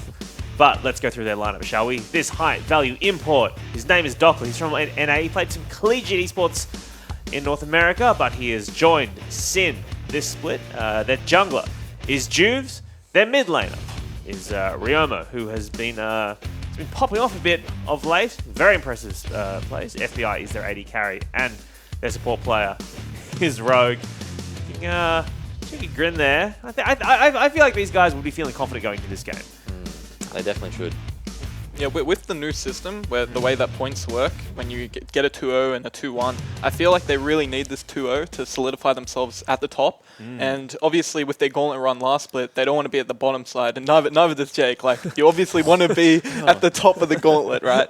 And losing to the lower end teams of the OPL really hurts your chances at winning the gauntlet. Absolutely, and with teams like Abyss, for example, who we just saw really stepping up their gameplay in many ways. I mean, that 4th, 5th spots in the gauntlet could be under a lot more pressure than they have been previously. Even down to the 6th spot, I reckon. Exactly. I reckon all top 6 teams, they'll be very competitive. All right, well, their opponents today are TM. Let's take a look at those guys getting ready in the studios right now and run down their lineup, shall we? Their top laner, who we've spoken about already, is Praetor. Will he be taking on that Fiora, those carries today? Only is their jungler, who had a great showing at Origin a couple of weeks back now. Shock is their mid laner. Now, there's been some talk about his limited champion pool. We might talk a bit more about that later. Low is their AD carry. And the Goon, friend of the desk. Give him the old double flex there. We don't even prompt him this week. Playing support. And, yeah, I mean, I love these. You look at these, right? Everyone's having a nice smile, and then you look at the goon, and he's just like, it's a mugshot. It's an absolute mugshot. He's been here before too many times. Exactly. He's like, I'm too old for this. It's all business for him. Everyone's like, oh, my first game in the OPL. Everyone's really excited. The goon's like, nah, here we go again. But, I mean, they're going to be looking to him, for example, along with Prey, to be the shot calling, to be the experience in that TM lineup for this game. Definitely. And honestly, I think they don't really need much more than that. We saw Sin last split, Ryoma and FBI were rookies. You know, if these guys are good enough, if they trust in T-Gun Praedyth only, they could take him to a third-place finish like Sin got. Early days, but, you know. Yeah, Shock and Low are just like really wild cards right now. We don't know how good they can get. We don't know how bad they can get. Yeah. It's really a true The bottom wild could really card. fall out. Who knows? Yeah, exactly. But yeah, I definitely feel that TM have a lot to prove in this match, and they've got to hit hard to versus Ryoma and FBI. We've right? talked about the fact that that Sin would be looking for a 2-0 here, you'd think. Now, for TM then, I mean, would they be happy, quote unquote, with just taking a game off Sin, or do you think that they would obviously just want to take this? I mean, no one's happy. Yeah, you can't say that. Everyone wants to get the 2-0. I mean, they're hungry. They've got nothing to lose. You know, I think they finished, was it 6th or 7th last split? They came back up through relegations. They've got everything to prove right now. Yeah. Yep, completely agree. I think with the new coach, Johnny Cyclone, former chief. Former chief, Yep, I feel like he's bringing a lot of infrastructure, and as you can see on his Twitter, they're getting into shape. So hopefully we can see them have a good performance there. All right, well, let's get your guys' predictions then before we get into our second match of the day. Jake, let me start with you. Is this going to be a 2-0 for Sin, or can TM take a game? I think it'll be a 2-0 for Sin. Right. 2-0 for Sin. Okay. Destiny, do you agree? I mean, do you think there's a chance TM can take a game? Is it going to be carrying through only through Praedyth? Maybe, you know, maybe if we get Shock on an Oriana or something? There is obviously a chance, like we saw last game. Absolutely. Anything can happen in the OPL. Absolutely. But I do think it will be a 2-0 Sin, just because of how good Ryoma is right now. He's really in form. And even FBI, I feel like, has been an underrated AD carry this split. He's stepped up huge. Yeah, he's stepped up hugely. All right, well, let's see if the viewers at home agree with you both. OPLtips.com.au, and no surprises there. A lot of people think Sin can take this, but a lot of people, votes for almost 2-1. half people thinking that... There's more for the 2-1 than there is for the 2-0. Most That's people interesting. in the Sin column are saying that TM are going to take a game. So... I'd just like to point out there, I have 100% accuracy so far in my tips on the desk, so trust me, guys. I got you. They can't change their tips now. What type of fans going in voting? Yeah, I reckon the other team will win the game. Come on, guys. Well, have if you some have any faith. questions for our analysts, for example, if you want to know if Destiny can back up his 100% his 100% tipping record on the desk, hashtag ImOPL or at OPL. We will answer your questions about the game when we get back. But for now, it is time for us to get into our second match of the day. So let's throw it over to your casters. It is Spawn, Fish, and Carbon. Thank you very much, guys. About to get into the second match of today. It's going to be Sin taking on TM, and we had a action-packed first game here today. Hopefully we get something as exciting coming into this second best-of-3 series. Yeah, we had a really back-and-forth struggle in that game too. Shout out to Raze. I actually didn't realize he didn't die and went immortal in that best-of-3. Yeah. But at the same time, what I saw out of Raid, what I saw out of Lutz, being able to step up, having good laning phases, gives me a lot of hope for Abyss. And another team that needs to start building on things to get some hope back is this TM lineup, because 2 new players in Shock and Low. They've got wild cards around the map in, T-Gun and Praedyth. This could be a team that we talk about for a long time, or they could be the supernova that just burns out. I think that Sin's performance this split and in this series rests pretty heavily with Dockler. I think we saw last split with Flares where they did really well, especially when he was playing well. And the further the season went and the more he synergized with the team, the better they did. They have a new import this split, and I think for them to do well, he's going to have to perform. I mean, especially when they had Wizard on their lineup. We used to say that Juice has found his new Rymaster and Flares in the top lane. Yep. Without him, they do have Ryoma in the roster, which is looking incredibly strong for them, but Dockler is going to have to step up and be that presence that Flares was last split. See, to me, Sin's kind of such a strange lineup because they've got 2 very good supportive members in Juves as well as Rogue that you just want everyone else to be able to be a threat and be able to carry. And I think that's why Flares fit them so well, because not only could he play tanks and, big sweeping teleport, but he could actually be a threat. Because when you do have, Juves and Rogue frontlining, you don't honestly need that much else. TM just spent the last 30 seconds debating on whether or not they were going to give Zach or Galio. because by banning the Tahm Kench and the Elise, they had to do one or the other. No way! And they decided to give to Zach. So curious to see whether they have anything planned for Which that. is super strange because when Sin banned out the Nidalee, I would have assumed the last ban would then become Zach. In and response then you as a jungle ban. give the Galley over. Because what Only was trying to do was force the tempo matchup. Zach doesn't farm all that quickly after the first clear. Then Well, Nidalee he does, gets on top just of not him. as fast as Nid. Not as fast as Nidalee, yeah. So I think that's a little bit of a misdraft here out of the TM squad. Yes, I'm hoping that they have something to deal with the Zach. I'm hoping that they know something that we don't. I'm trying to think, like, Graves is the other quick farming jungler, but I just don't think Graves... There's nothing that holds really anything punishes on him Zach. in the matchup. If there was, then we wouldn't see permanent bans on Zach. But maybe it's something else. Maybe T-Gun's just super confident in his slingshot plays that he can just stop Zach from ever engaging. Or maybe they have... I don't know. They have to show me because until I see it, I'm going to be pretty skeptical. Well, they pick up Lee Sin as their jungler of choice heading into the Zach. And he's good, Lee. And don't get me wrong, that's a fantastic core. All of a sudden, you've got extreme damage that comes out of Varus, one of the highest damage AD carries in the game still. Got Lee Sin and Thresh to be able to facilitate picks around the rift. Tahm Kench isn't available, so those picks are going to be quite sticky as the game progresses. Yep. The only problem is that if it gets a team fight, Zach is just the best utility in Super Tank currently in the game of League of Legends. Reason he's permabanned. Wonder if Rogue plays it. Who did we see play support? Zach, was that Rosie? I think it was Rosie. Yeah. I think it was Rosie. We're seeing some top lane bans coming out of Sin.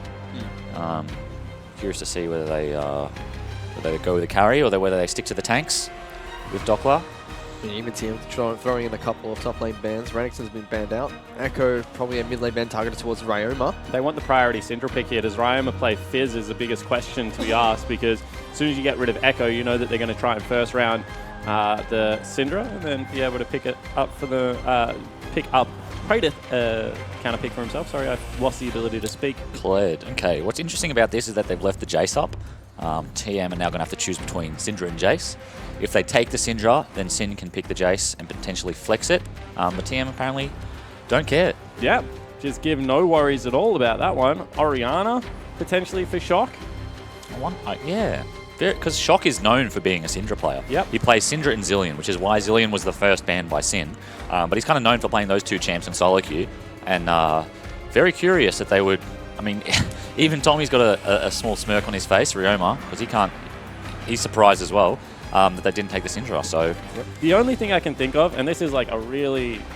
I mean, I don't agree with this way of thinking about League of Legends, but they're trying to get Sin on champions that do not escape, like Cataclysm and, Lee Sin Engage and the Thresh Hook and all those tools very well. That's why they get rid of Echo, because Tommy has played it into other matchups and done it very well. Yep. So right now, what they've got is a Clumpers 5 team comp, and TM have just thrown the gauntlet and said, well, our Clumpers 5 is better because we've got Jarvan and Orianna, which has been used to such great effect in the OPL so far. So to me, this was not like we're going to outdraft you, we're going to out-comp you around the map, like our team comp does something different. It's just that we don't care what you take. We will 5v5 and we will try and win. very heavy on the magic damage from Sin as well. And just continuing on from your point, in a 5v5 where TM have potentially two lockets, one on Lee Sin, one on Thresh, maybe a redemption from either. Yep. All of a sudden the team fight looks a lot more difficult for Sin. Yep. If TM can survive the burst and Sin can't, if Syndra, or God forbid, if Ashe dies to one of these Jarvan combos, Sin are going to have a very hard time killing them. Yeah. We do have the combo of the ultimate coming out from Rumble as well as Braum, the red and blue carpets. I feel like this actually, I actually really like Ryoma as a mid laner. He plays aggressive when he needs to. Doesn't take cleanse all that often, and I think this has to be a cleanse game. The more I look at that, you got Thresh, you're going to have, the ability to cleanse flash out of Jarvan, knock up because of how much follow-up CC is going to be there. He's taken heal instead, which gives him some mobility around it. But I think that when you've got, Varus, Thresh, so much pick coming towards you, I don't know if you can afford to be blown up in the team fight because no one else really is going to be able to provide any upfront burst damage to knock down a member of TM and stop their 5v5 death comp coming at you. Yeah, I suppose I agree on some level. At the same time, I feel like if anything hits Ryoma, that Ryoma would have to cleanse, he's probably going to die anyway. So if he gets Jarvan comboed and he has to cleanse flash out, Jarvan's probably still going to hit him with the ult, or the Ori ult is still going to, you know what I mean? Yep. They can still flash and follow up with something. And so the cleanse might save him from a gank, like a Thresh Roam or something. But in a big team fight, like what we're talking about, in a big 5v5, if he's in a position where he has to cleanse, likely he's going to die anyway. On the flip side, Shock has picked up Cleanse heading into this matchup just against Ash. the Arrow. Everyone takes Cleanse versus Ash. As soon as there's an Ash, you've got to pick up Cleanse Nothing anyway. worse than winning lane and then getting bonked. But for now, let's check in with Hingers, who I believe is standing by with Sin's coach, Bensel. Thanks, guys. I'm here with Bensel, and it looks like your team's draft is looking for a bit of a team fight. But the casters just then were saying, look, so is TM. I mean, do you feel any threat from their team comp going to 5v5? I think it really suits us playing to a team fight win condition. I think TM has shown. Yeah. Well, I mean, TM as well, Yeah. taking into account that I think they look best when Praetor is playing a split pusher. So when he's playing Jarvan, there's not a lot of threat from the split pushing, and we can take it to them in team fights. All right, so you guys are feeling pretty confident with this then? We got Zach, so it's hard to not feel confident with Zach. Stuff. Well, thank you for speaking to us, and best of luck. There you go, Bensel very confident going into the team fight up against TM. Very interesting point that he's drafting stylistically into other teams, right? He's not just thinking about what's strong, but he's also thinking about what is TM strong at. TM always split pushing. They almost took a game last week against AV with a Praetor split push. Yeah, 0-0-0 Fiora. So very interesting that they're trying to draft them into a team fight comp, thinking that they're not very good at team fights. I like the approach. I mean, that's the gauntlet for him, right? Because all of a sudden, if you lose the team fight, where do you go from here? Because it does open other avenues. And I guess too much has changed on TM to really say with confidence that they can't do it. Although you'd have to think that Sin definitely have more experience within a competitive setting, beating people in team fight situations. They were the original ARAM Mel fight comp. They are. They did start the OS ARAM. I do also just want to spoil the game quickly and say that I have yet to see the Darkstar Orianna skin win any game that I've ever seen since it's come out. I think it is pay to lose. Tegan didn't get the memo though. Got Darkstar Orianna, Varus, no Thresh. It's a little bit unfortunate. Actually, that's a really good point. What on earth is Tegan doing? No synergy whatsoever. Ruined it. And maybe out of all the skins, the only skin that was actually accused of being pay to win was the Thresh variant of it, which Egypt terrorized solo queue with for a very long time. And I know that you had a little bit of a problem with that at the start. Yeah, I don't like that skin. Jungles, both just full clearing, both just matching each other for speed. Only actually a little bit quicker. I didn't see the leash. I wasn't paying attention. I was thinking more about his skin. But the important things. Only has a small tempo lead here. He's warding the river and he's going straight for a bot lane gank. He's actually good. I like this. I really like this. Low they have for no Dodds. idea this is coming. Oh, double flag. That's a lot better than last week, T-Gun. Good damage. There's the wall being put up by Rogue. Double flash, and there's a Hawk straight back on towards Rogue. Ignite is ticking, and Rogue's going to fall. First blood picked up by Low. And you mentioned this is the exact play they went for last week. Last time around, T-Gun flash, hooked, missed everything, flayed no one. OC Yellow Star. But this time around, gets the double flay in a straight line. Yep. And the big thing about going with the Thresh, actually, he doesn't have it. I was going to say Courage and Blossom means that that's a pretty safe game because Thresh gets a big health shield, although they're going for the dive. FTI stuck in the turret. Tegan lives through the heal, only flashed away. He's still going to fall, but two kills in the bottom lane. Super worth. Look how big that wave is. Yeah, I mean, that is absolutely massive. And you get the free reset off the back end of it as well. That's a bold call to make that play. And all of a sudden, you've got an accelerated Varus with 2 items. We said Varus is one of the best team fighting AD carries still in the game and going to be set up for success here. And a big thing about that as well is they set back FBI, the only person who does physical damage on the side of Sin. Yep. Very good point. Very good point. It's just going to make these lockets even more effective because Sin are going to be relying on this AP damage. Fantastic. Pathing out of only and a fantastic gank. I have to say that I'm super impressed by his choice to skip the blue and just run straight down to bot. Sin have a very aggressive bot lane. Sin's bot lane really don't like conceding, and so it's not a surprise to me to see them so far up in the lane, and a fantastic flash from T-Gun. Certainly agree with it, and what makes it even more impressive is the fact that the punish is minimal. If you've gone Raptors, red buff, Wolves, blue, down bottom side, and you know that Juves has started on his Raptors, I mean, the only punish available is either dive top or take away Krugs. Yep. And neither of those are really, Krugs was what he went with. Top lane dive with a rumble against the Jarvan's just probably not going to work out for you. Well, you can see that Jarvan sacked about 10 CS. I mean, he might have missed some like that, but you know, his Jarvan's had to sack at least a wave for that dive specifically, so Praetor's playing him pretty well. Only's waiting just behind the turret there in case Tegan can land He that actually hook. showed himself. That Yeah. was not good for Only. I like the idea. I don't like the show. Yeah. Got some good ward coverage on the bot lane. It'd be really good to see TM freeze this here. Because, yeah, you can see how far back Ash is standing. They're petrified. Tegan just takes a cheeky minion for himself. No relic proc there, buddy. Don't know if it works. Tegan doesn't care, mate. You saw him flexing. He's the real carry of this lane. Okay. I expect the next gank to come out of Zac. He's got a bit of tempo on the Lee Sin. Lee has to clear his camps now. He's moving to the bot side, which is giving their bot lane a bit of confidence so that they can move up and break this freeze. They do have a ward, which is in the second. Is that going to spot him? I wonder whether that saw him before it died. Yeah, there are pings going towards that bush. No, it was actually the blue pink. So Yeah, so I think Juves thinks he's been seen, Yeah. but I'm not sure whether he really has, because the range on Trinket wards is smaller than a regular ward, and so there's a chance that he might have got in there.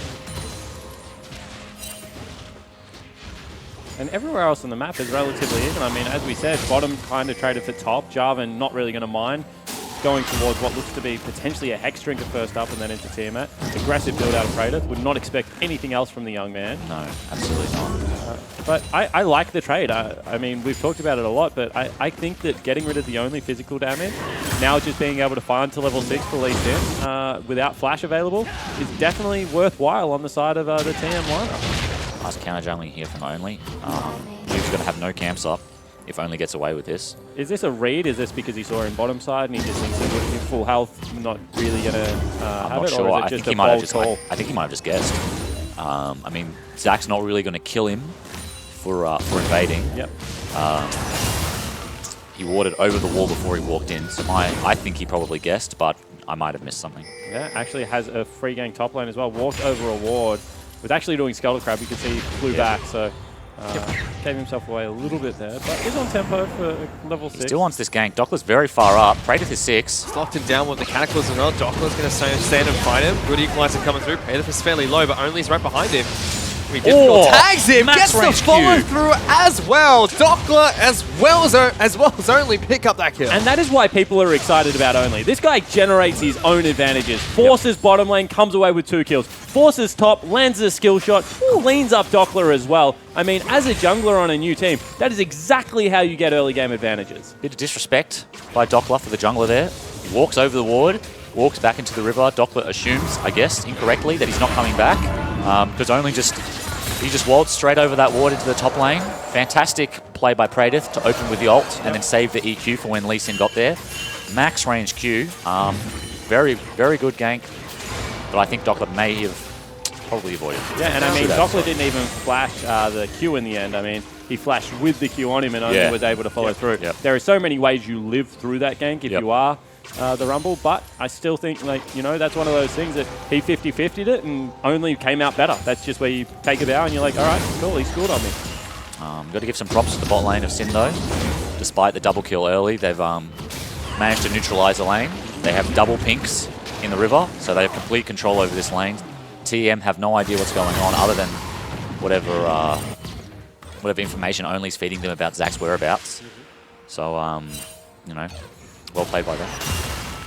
And now this is exciting for me because you get to see how much of the gold lead is needed against Zac before you actually have any confidence in a mid game. Because what we've seen in the past is that Zac just gets to this start of the game. It doesn't really matter. He dives your mid lane turret, you take it down, and then he starts rolling everywhere else around the map. So I want to see, like, is it 2,000? Is it 5,000? Yeah, how is it far ahead do you have to 15,000 be? gold at 20 minutes that you have to be ahead before Zac is irrelevant? Oh, here he we goes. go. Play. For the jump. This is a heat check. Didn't go for it. Decides not to go in. Had the rubber arms Pass as the well IQ as the test, ult. back off the wave. No wards. I like that from TM. Showing respect. Juice knows that he's not being spotted there, so a big heads up play. Both ultimates being expended in the mid lane. Shock incredibly low. And that's going to be blue buff gone for Orianna, which is very bad news. Praetor's got Only on the top side of the map again. Dockler's just a sitting duck he missed here. that one. Dodges out the Sonic Wave, but still, you've just got 2 members barreling towards you. There's nothing Dockler can do. Or is it? He's trying. Equalizer comes through, not enough. I mean, normally you would want to drop that on a wave so they can delay this, because what they're saying is we can trade across map now. A little bit of turret damage for some turret damage, but doesn't even get it on the wave. I think you should have probably held that ultimate.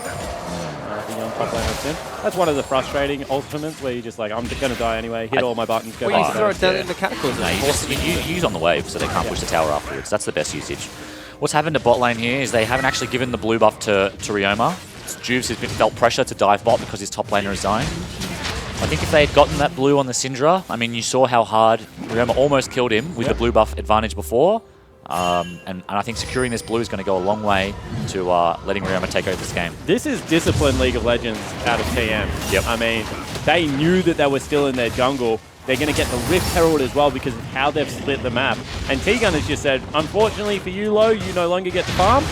We're going to probably... Oh, they're actually marching back down bottom. I was going to say, we're probably going to march top lane now, and we're going to take the long lane. I think they maybe should have done that. I will say that the only thing is that pretty lucky got those 2 early kills because it's meant that he can sack lane without actually falling behind a gold. The thing for me is, I was wondering why Sin decided not to push for that bottom lane turret. It is very low. They've chipped away at it.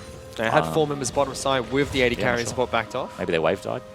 Not sure. Yeah, I mean, that's a fantastic point, Fish, because, I mean, they gave the wave. That's why it's now the 9 CS up in favor. And you can see that it's pushing back into them. Maybe they think they have a legitimate kill threat. You know, with Ash Arrow, Braum, ulti, as well as Juves, they want the 2 kills as well as a turret, greeting for it. But double Hex Drinkers on the side of TM. That's just the beginning. I think that this first team fight is going to be really important. I definitely think Sin can still win it if they get a good Zac EQ ult combo into a Rumble ult with a Syndra one-shot on someone. I think they can still very easily win a fight. But if it keeps heading in this direction, I think the itemization is going to start hurting Sin. the scary thing is I don't know whether Doppler, now that he's this far behind, can actually go 1v1 once the Merc Treads come out on Praetor. Yep. And then if Praetor's ever in a situation where he can just keep himself alive with a shield and continue to fight through, he's going to be a split-pushing role on Jarvan, because Jarvan still shoves lanes very quickly with the TMA. Absolutely. I think knowing Praetor, probably just going to finish the Titanic Hydra first. Yep. Probably not going to worry too much about the Merc Treads. But I think that, yeah, once he gets those Merc Treads, it's going to be very difficult for Sin to come in. So it's just over 2,000 gold lead for TM at the moment. Yep. Only has been in 100% of kills that have taken part on some of Played very well. It's played very well. And that's not to say that, you know, what I want to point out about Only's play so far is that it's not off the back of a mistake by Juves. Juves hasn't done anything particularly wrong. He's doing what Jack should do, try and farm for 6, be relevant in the mid-game team fights. But Only's just taken it upon himself, created his own opportunities and capitalized. Another big point for me in TM is the fact that T-Gun and Low, they're playing very well together in the bottom lane. Yep. Shock as well, we not go. going too bad. Oh, he's Shockwave dead. back on towards Ryoma, and Only styles him with the kick flash. I don't know if he needed a kick flash. He was just Absolutely dead did off not. the back end of the R into the QQ. Yeah, Ward hop QRQ and he was dead. Ooh, this is bold only. But very nice Orianna ult. Bottom to lane catch though, him. trading back. FBI gets a kill on towards Low in the middle of the Dark Passage. Yeah, 2v2 going in Sin's favor. Double ultimate burn. That's what I said. They thought they had kill threat. Turns out Yeah. they were right. I was wrong. So now the delay on the turret take actually makes a little bit of sense from the Sin Gaming lineup because they get an extra 400 gold. You sack your lane for long enough, eventually you're just going to lose it naturally, right? They had an advantage. They sacked their advantage the jungler so that Only could gank top.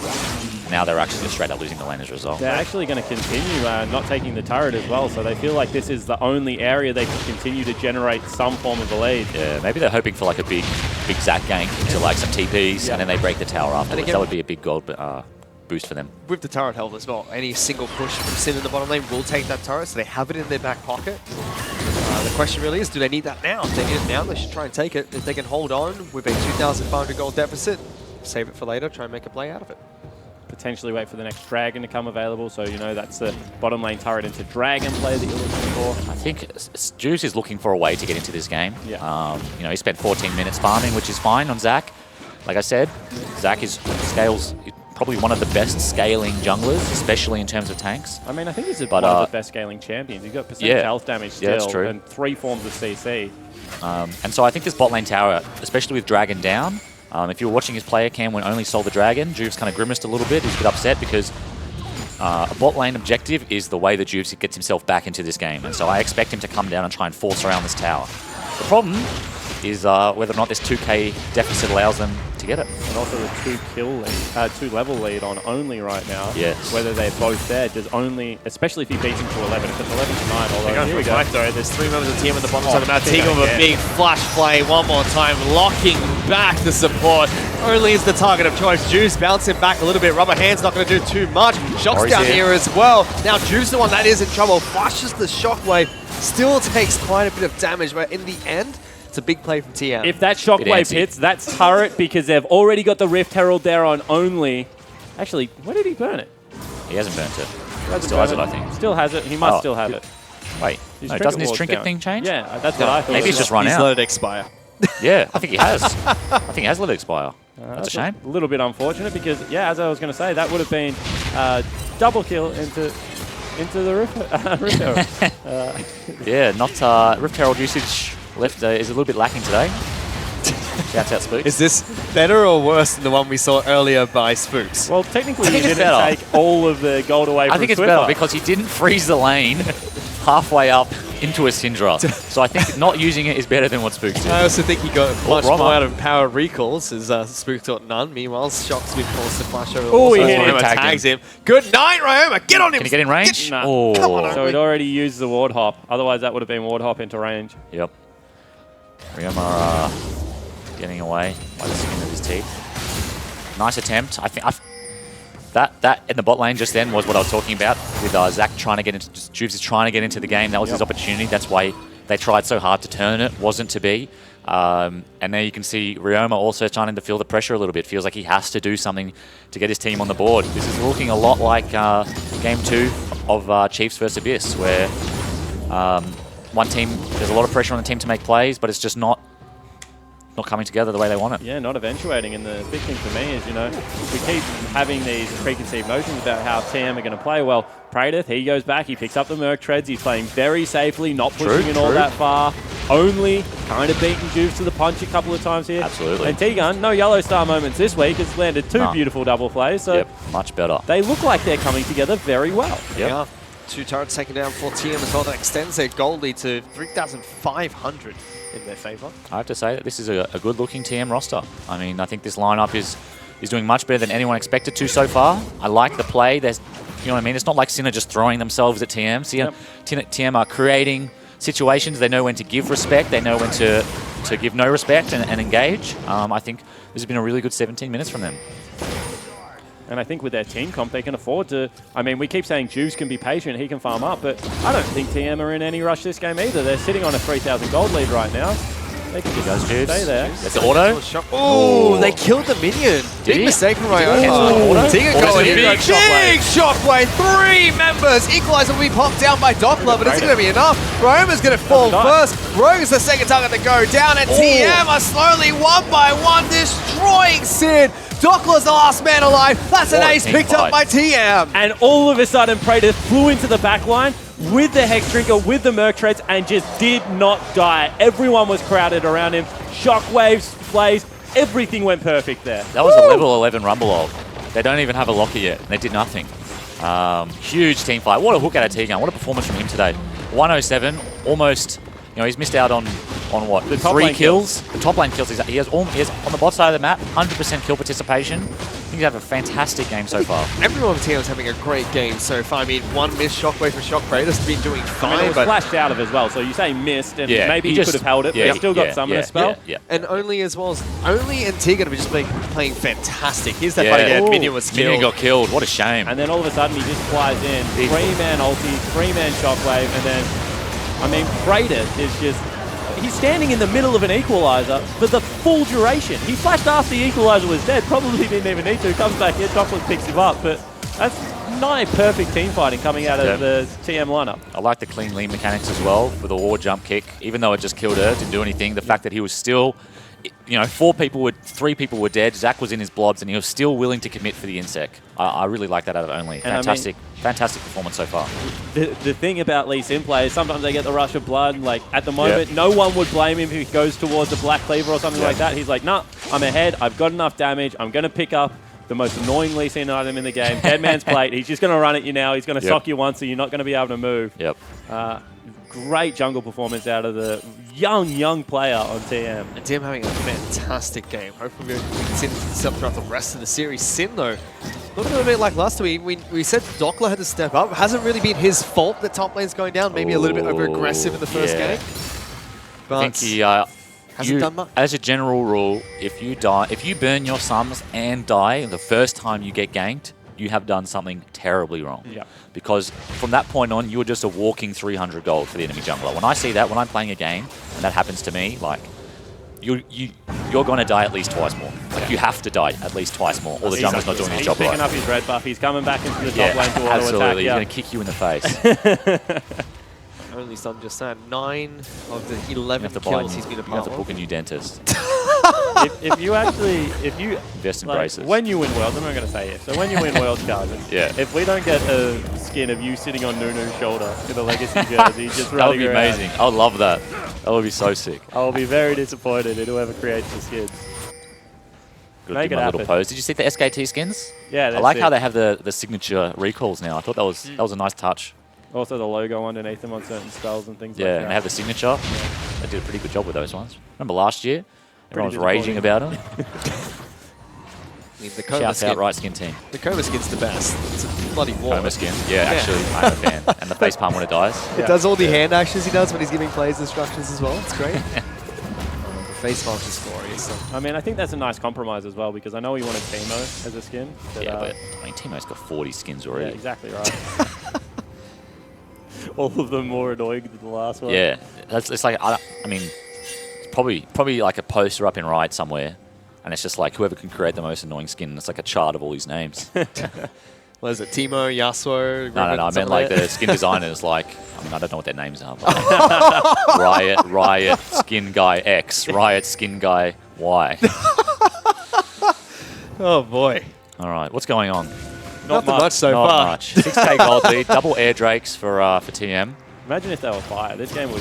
I would Oh, be if they were writing this game fire, off. you go next. Yeah. This is a FF go next. And the thing that, once again, I know I harp on this a lot, but I'm a big fan of it. When you're ahead, you can afford to pick up defensive items because you already have the damage and the levels and everything else to be able to, continue out the gold lead. So they've picked up Hex Drinker on their 80 carry. All of a sudden, lows him very low chance of dying. Redemption's completed for T-Gun. Redemption, Banshee's Veil, everything Not across sure the board. about the Redemption versus the Locket in this scenario. I like Locket because it's instant, especially versus like the Syndra burst. Like Redemption's probably not going to do that much against Syndra, but the Locket at least blocks a little bit. One thing I do like about the Redemption is the fact that 3 of their teammates have Hex Drinker, so that gives them the instant burst to survive, and Locker gives a bigger burst of kill Oh, that's afterwards. a good point, actually. I didn't think about it that way. So I like it for that. It's a small thing. Look at you. You got, He's learning. caster, pro player. You just start dropping knowledge bombs. Step back in your shoebox.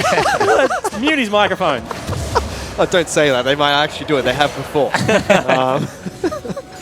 All 3 waves pushing right now for the TM squad. They've got a Bork user, as well as the fact that Lee Sin's got pretty solid Baron secure at this stage of the game. I mean, Sin need to make sure they don't lose sight of the river completely as all the 3 waves are being pushed up. Banshee's a pretty standard pickup nowadays for most mages, but especially in this matchup, Orianna versus Syndra. Syndra doesn't hit you with that first Q, or it saves you from a stun, or even the W does a ton of damage.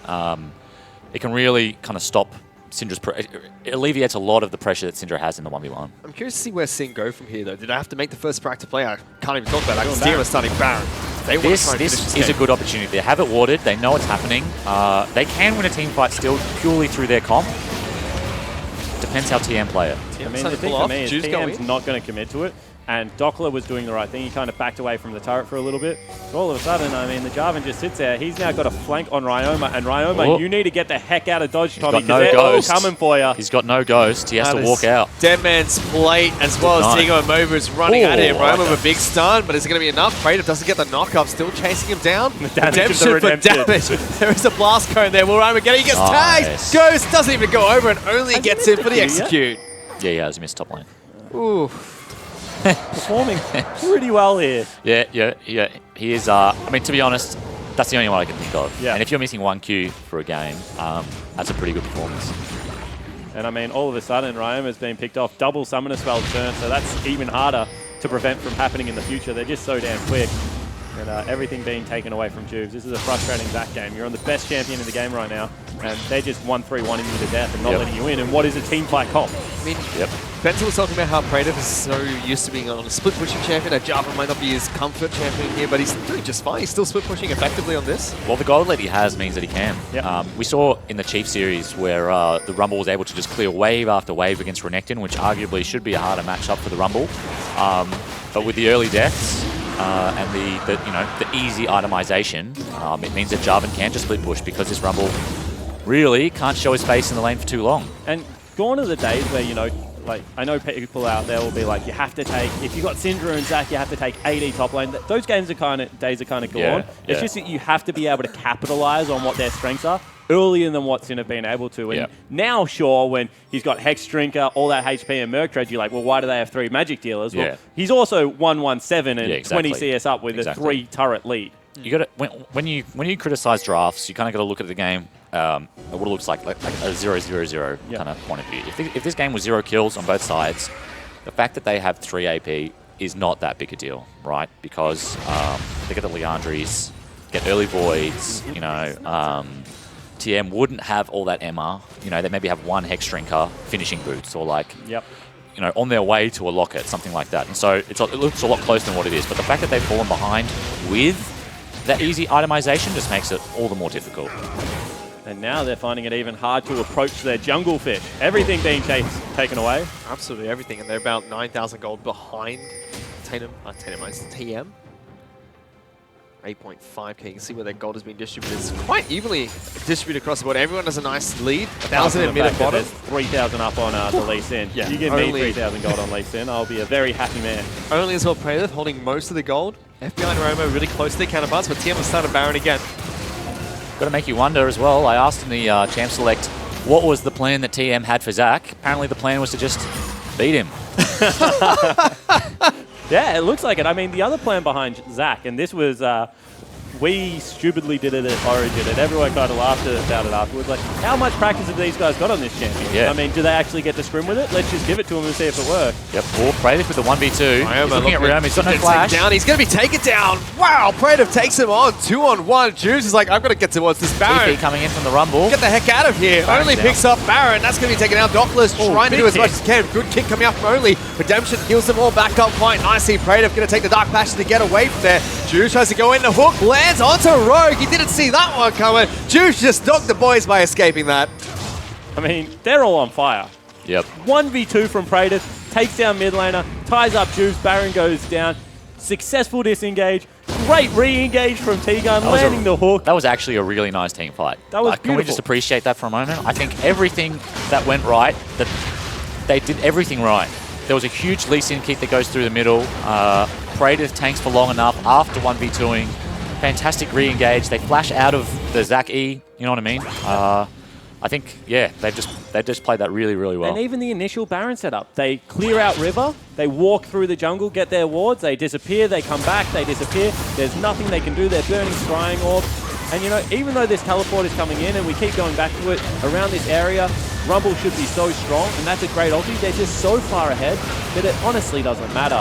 And the execution out of TM is just so crisp that they're able to punish all these little mistakes. And yeah, this is going to be a back to the drawing board game for Sin because they're getting pumped at the moment. Absolutely. TM playing this quite stock standard as well. They take 1 turret after the initial Baron, head back to base, buy. They're now 11,000 gold up. Block is almost complete for T-Gun as well. 7-1-4 Lee Sin, 11 out of 13 kill participation. Oof. The Goon is on 1-0-9. He's been clean too. I think that's what, you know what I mean? Anyone can have a good score. Once in a while you have a good game. But I think the thing with Only is that 95%, when it's counted, he's been clean. And he's not especially on Lee Sin, that's huge. Yeah. I'm a hyphy Lee Sin when I'm there. I don't know about you, but no, I feel like I ruin unstoppable. everything. I get a lead and I just fly in. I get one shot and it's a shutdown gold and my team yells at me. Here we go, he's going again. Dead man plate. Going to try and get into the back lines, but TM did the right thing. He's got the Soul Shroud as well. They're able to take down bottom lane inner. Look at this, Praetor still splitting top lane. Syndra damage is healing him. Arrow on towards only. They tag him. Equalizer comes through. It's a good one. Big flame from Tegan. Stops the engage from Juice. And a hook rumble back in. Redemption gets them all to full Praetor's health. cancelled his teleport. He doesn't even want to fight. Go, extend their arms. You can take the split pushing champion away from Praetor, but you can't take the split push out of the man himself. Gets the Big play. play again. Tegan, stop it. You're a madman at the moment. Still Sin looking for a fight. They're trying to lock him down. Only a bounce back from Juves. They lose their support. Praetor's finishing the game. Get back to your Nexus, Sin. It's about to be taken down. What a game out of TM. I honestly cannot believe this. I don't know if they have enough damage to kill him either. He's just going to wail on Look, us. he does not care. He doesn't take any damage. Screw you, Ryan. I'm He going just to doesn't hit your take any bloody da- he doesn't- Nexus. This is how you win the game. TM going to He has no focus it cares. down. Clapping Wow, around what a the win. board. How excited are they? TM just picked up a game over Sin. It's not a perfect game, but that is a perfect game out of TM. Yep. They executed on all their win conditions. They had tempo at every stage. And goodness gracious me, that is an exciting young roster. And how must that feel for T-Gun? When was the last time he won a game? A while ago. Well, honestly, he didn't win a single game last split, right? Yeah, exactly. And I mean, That has to Aliens feel before good. that. They got That has to one feel Aliens single good. game. before that, I mean, Yep. he was on a Been a drought rough for a couple long, of years long for time. T-Gun, but popped off. And the thing Goon. about T-Gun, we talk about it all the time. When you get young players on your team in O's, you go towards a T-Gun. Someone like that can bring them together. So, I know they've changed coaching staff and bringing on Cyclone. Praetor's a little bit older and has some time under him now. But a lot of what is happening macro-wise has to be credited to him because he's a shot caller. He's very vocal about it. Yep. And they've got some good ideas about how to play this game now. And we're talking a lot about last split and the split before, how, you bring Tegan on, he might be the shot caller, maybe not the best mechanical player, but he was on point mechanically in that game. Yeah. Every single hook was hitting. Yeah. Much better than last week. I mean, very impressed. We knew that he had a good thrash. It was banned throughout the whole promo Rallo series when it first came back into meta, and he was having some sick highlight plays. Just loves hookers. It's a fantastic job on the Thresh champion. Maybe might be a good Blitzcrank for him. I hope the he gets next a two Blitzcrank games. game in there. Might see it. Yeah, if they ban the Thresh, wouldn't be surprised to see the Blitz come out. Yeah, Maybe the possibly. Nautilus. Love to see how that one goes, but still TM with a fantastic game there. Everyone kind of wrote them off in that first match, but Sin had absolutely nothing they could do. For now, to break down that game, let's send it back to the analyst desk. Well. Looks like some people wrote off a certain team, and that certain team came out swinging. If you're just joining us, TM have taken that first game 1-0 over Sin, and kind of incredible stuff there. Yeah, honestly, it was really creative jungle pathing from Only to open up the early game, and he went bot, he went top, he went mid. Nothing failed for him. Like Juves, it wasn't even Juves' fault. Juves' job was to farm and get level 6.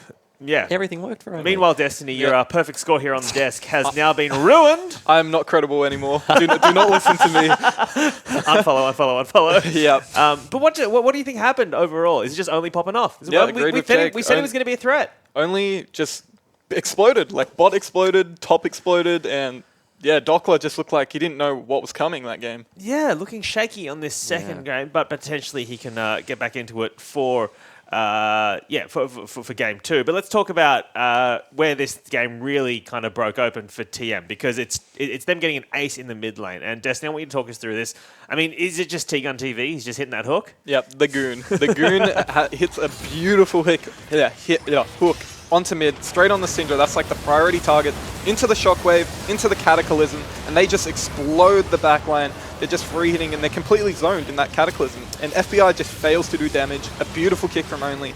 And Sin have just been like, just completely aced because they just got our team for it. Because Tian didn't even die there. Yeah, TM just got the perfect engage. Yeah, I mean, Jake, is that kind of this where you felt the game broke open? Yeah, definitely. Obviously, Only got a lot of the early ganks off, got him a gold lead, and that obviously helped in that 5v5 fight, but it was very well executed also. So, I mean, you look at, this is the second week in a row that T-Gun has gotten Zach, I think. Did you get Zach last week? Juves, sorry. Oh, my Yes. goodness. Sorry. I'm getting my various leaders in the teams mixed up. Juves has picked up Zach again this week, and it felt like he was not...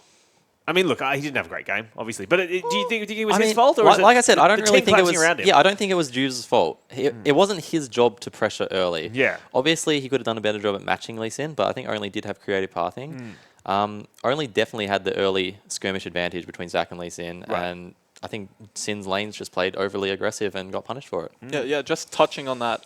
that bottom lane gank, that was really good communication between TM Yeah. because there was a ward in the river, but instead he ward hopped over the dragon, went through try, and that led to a successful gank, then a dive where he traded 1-for-1. But that still And benefited the denied bot that lane. huge wave. Yeah, that wave was huge, and the aggressive Sin bot lane got shut down, and then as soon as Jarvan hit level 6, he ganks top, and Rumble's weak point in the game just gets exploded completely. Well, moving forward, let's take a look at this second replay, Jake. And as we bring it up, this is the Baron fight. And I want you to talk us through what's going on here. Okay, so just before the replay, Sin had blue trinketed the Baron. TM killed the trinket, backed off, went back to Baron. They blue trinketed again, and this time TM stayed on it without Sin noticing.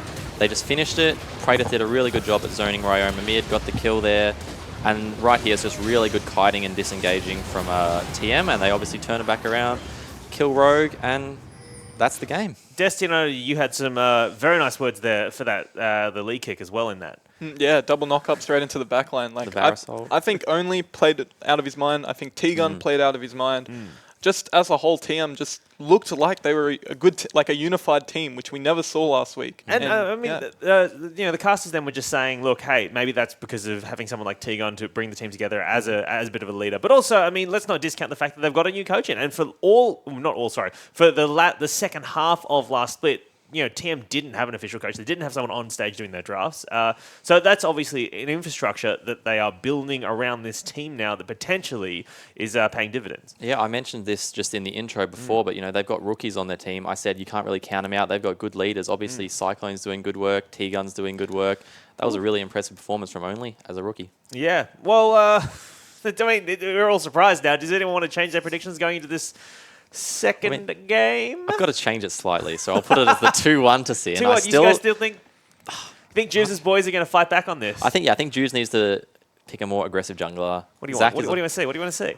An Elise or even a Kha'Zix. Like, he showed Kha'Zix in the gauntlet that was pretty good. I think Juice's job is like to get his lanes going early. That's what he's known for, and he should get on that. So what? He should have just left that Zac open then, do you think? I don't know. If Zac's open, you got to obviously take Zac it, is don't you? really strong, but Yeah. TM felt really confident and Only like abused Zac's early jungling really well. I think that they baited him to pick the Zac because he never did that well with it last week, and now he's playing it again.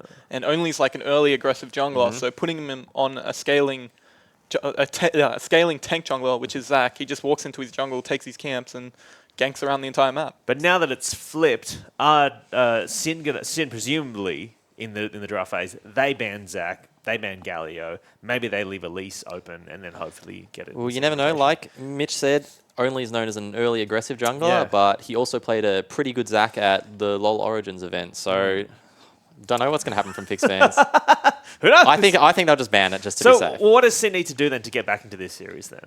Just play properly around their around their priority. So obviously they should know that Jubes will get out pressured early. So they need to just take a step back, lose a bit of farm, and just wait for him to scale up. Yeah, I think what Sin need to do is put Ryoma on a roaming champion, not Syndra. Put him on the Talia. Just put him on something that he can make presence in the other lanes, and put Juves on something that can match Only's aggression, like the Elise, like the Lee Sin, even Kha'Zix. We've seen him play it time and again.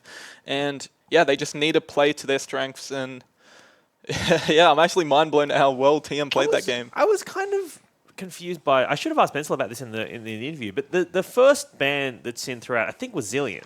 I think. Yes. So that's what I was mentioning before. Shock has a limited champion pool that he's comfortable on, and yeah, he's known as a bit of a Zillion one trick in solo queue. But then you ban that, but he still gets on Orianna, and he did all right on that. So he did.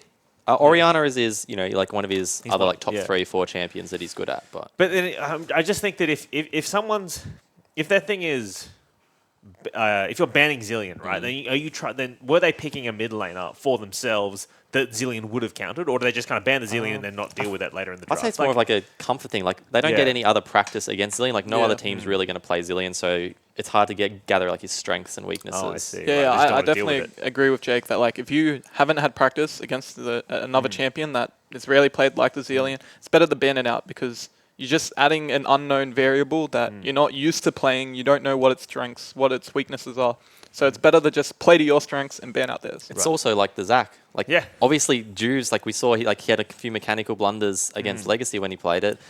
Like maybe they saw that just leave it open. Obviously, you know, it's hard to get this champion. Well, this is I was about to say Zach versus Only. This is Juves versus Only in that most recent game, and obviously Only popping off on that, and potentially they've got to look to shut him down in this second game, surely. Yeah, definitely. Like, they've got to play. Juves has got to get some vision on him. They've got to track him a little bit better because everything he did that game worked. Do you try and ban out the Lee Sin, or is that? I mean, it's kind of hard, isn't it? Because there's so many different jungle options. I reckon just match it. I don't think it's worthy of a ban.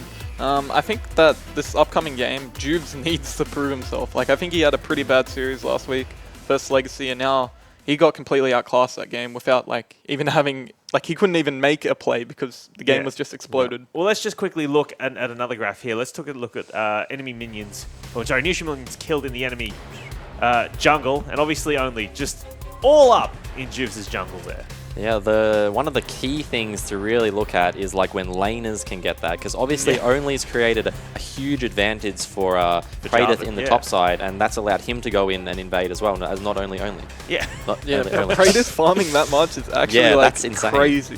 So that just like relies on how well that level 6 gank just pretty much exploded the top lane. Like the top lane matchup was just done. He took 2/3 of Juve's jungle camp to like... Yeah. But that and the thing is, if Dockler's already behind, that pushes him even further behind, and he can't get in front because he would. Jarvan's just going to push in. Yeah, he and can't he can't obviously snake stuff out of. Obviously they did go bot side and try and get a bit of an advantage, but TM played smart enough to lose like very minimal. Whew. All right. Well, that is our analysis of this second game. Of this first match of this. Sorry, the second. Oh my goodness! First game of the second match. Thank you, Jake. I will be replaced by Jake very soon because I am slowly decaying. But we'll be back with your second game right after these highlights. Double flash, and there's a Hawk straight back on towards Rogue. Ignite is ticking, and Rogue's going to fall. First blood picked up by Long. And knocked him down with mechanicals as well. Dockler's going to stand and fight him. Good equalizer coming through. Edith is fairly low, but Only's right behind him. Tags him, gets the follow through as well. Dockler as well as Only pick up that kill. Here we go. Too bad. Oh, he's dead. Back on towards Ryoma, and Only styles him with the kick flash. Oh, they killed the minion. Big mistake from Ryoma. Tiga going in. Big shockwave. 3 members. Equalizer will be popped down by Dockler, but it's going to be enough. Ryoma's going to fall first. Rogue is the second target to go down, and TM are slowly one by one destroying Sid. Dockler's the last man alive. That's an ace picked up by TM. Yep, Praedyth with the 1v2. Ryoma Looking at Ryoma, he's got no flash. He's going to be taken down. Wow, Praedyth takes him on. 2-on-1. Juice is like, I've got to get towards this Baron. TP coming in from the Rumble. Get the heck out of here. Only picks up Baron. That's going to be taken out. Dockler's trying to do as much as he can. Good kick coming out from Only. Redemption heals them all back up quite nicely. Praedyth going to take the Dark Passion to get away from there. Juice tries to go in. The hook lands onto Rogue. He didn't see that one coming. Juice just knocked the boys by escaping that. 600 damage is healing him. Arrow on Only, they tag him, Equalizer comes through, it's a good one.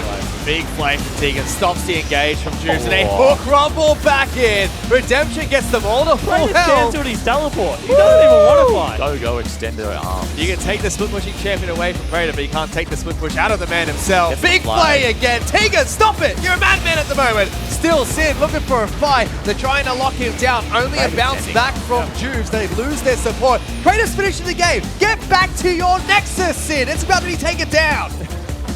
What a game out of TM. I honestly cannot believe this. I don't know if they have enough damage to kill him either. He's just going to wail on Look, us. he does not care. He doesn't take any damage. Screw you, Ryan. I'm going to hit your bloody Nexus. This is how you win the game. TM going to focus it down, clapping wow, around what a the win. board. How excited today. TM just picked up the game over Sid.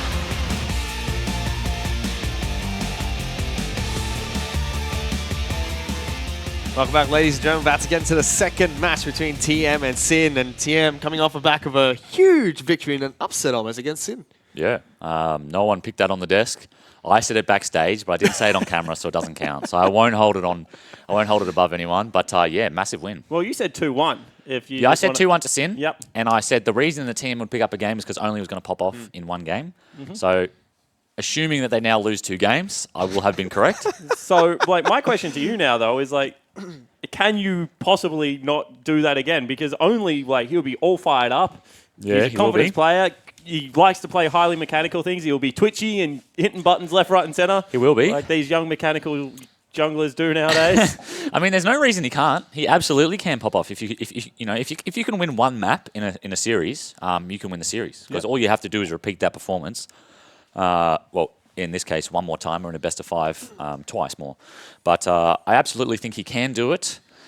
At the same time, Ryoma and FBI are extremely good carry players, and I think that if only doesn't manage to, I'll just say it, solo carry again, I still feel like the carry potential is on Sin. Yeah, I certainly do agree that, they've got very good plays. You can't expect Juves to only do 2,000 damage to champions again in a second game because he got comprehensively forced out of that one. I don't think it was necessarily his fault. The ganks lined up for only. Yeah, I just want to talk about that a little bit.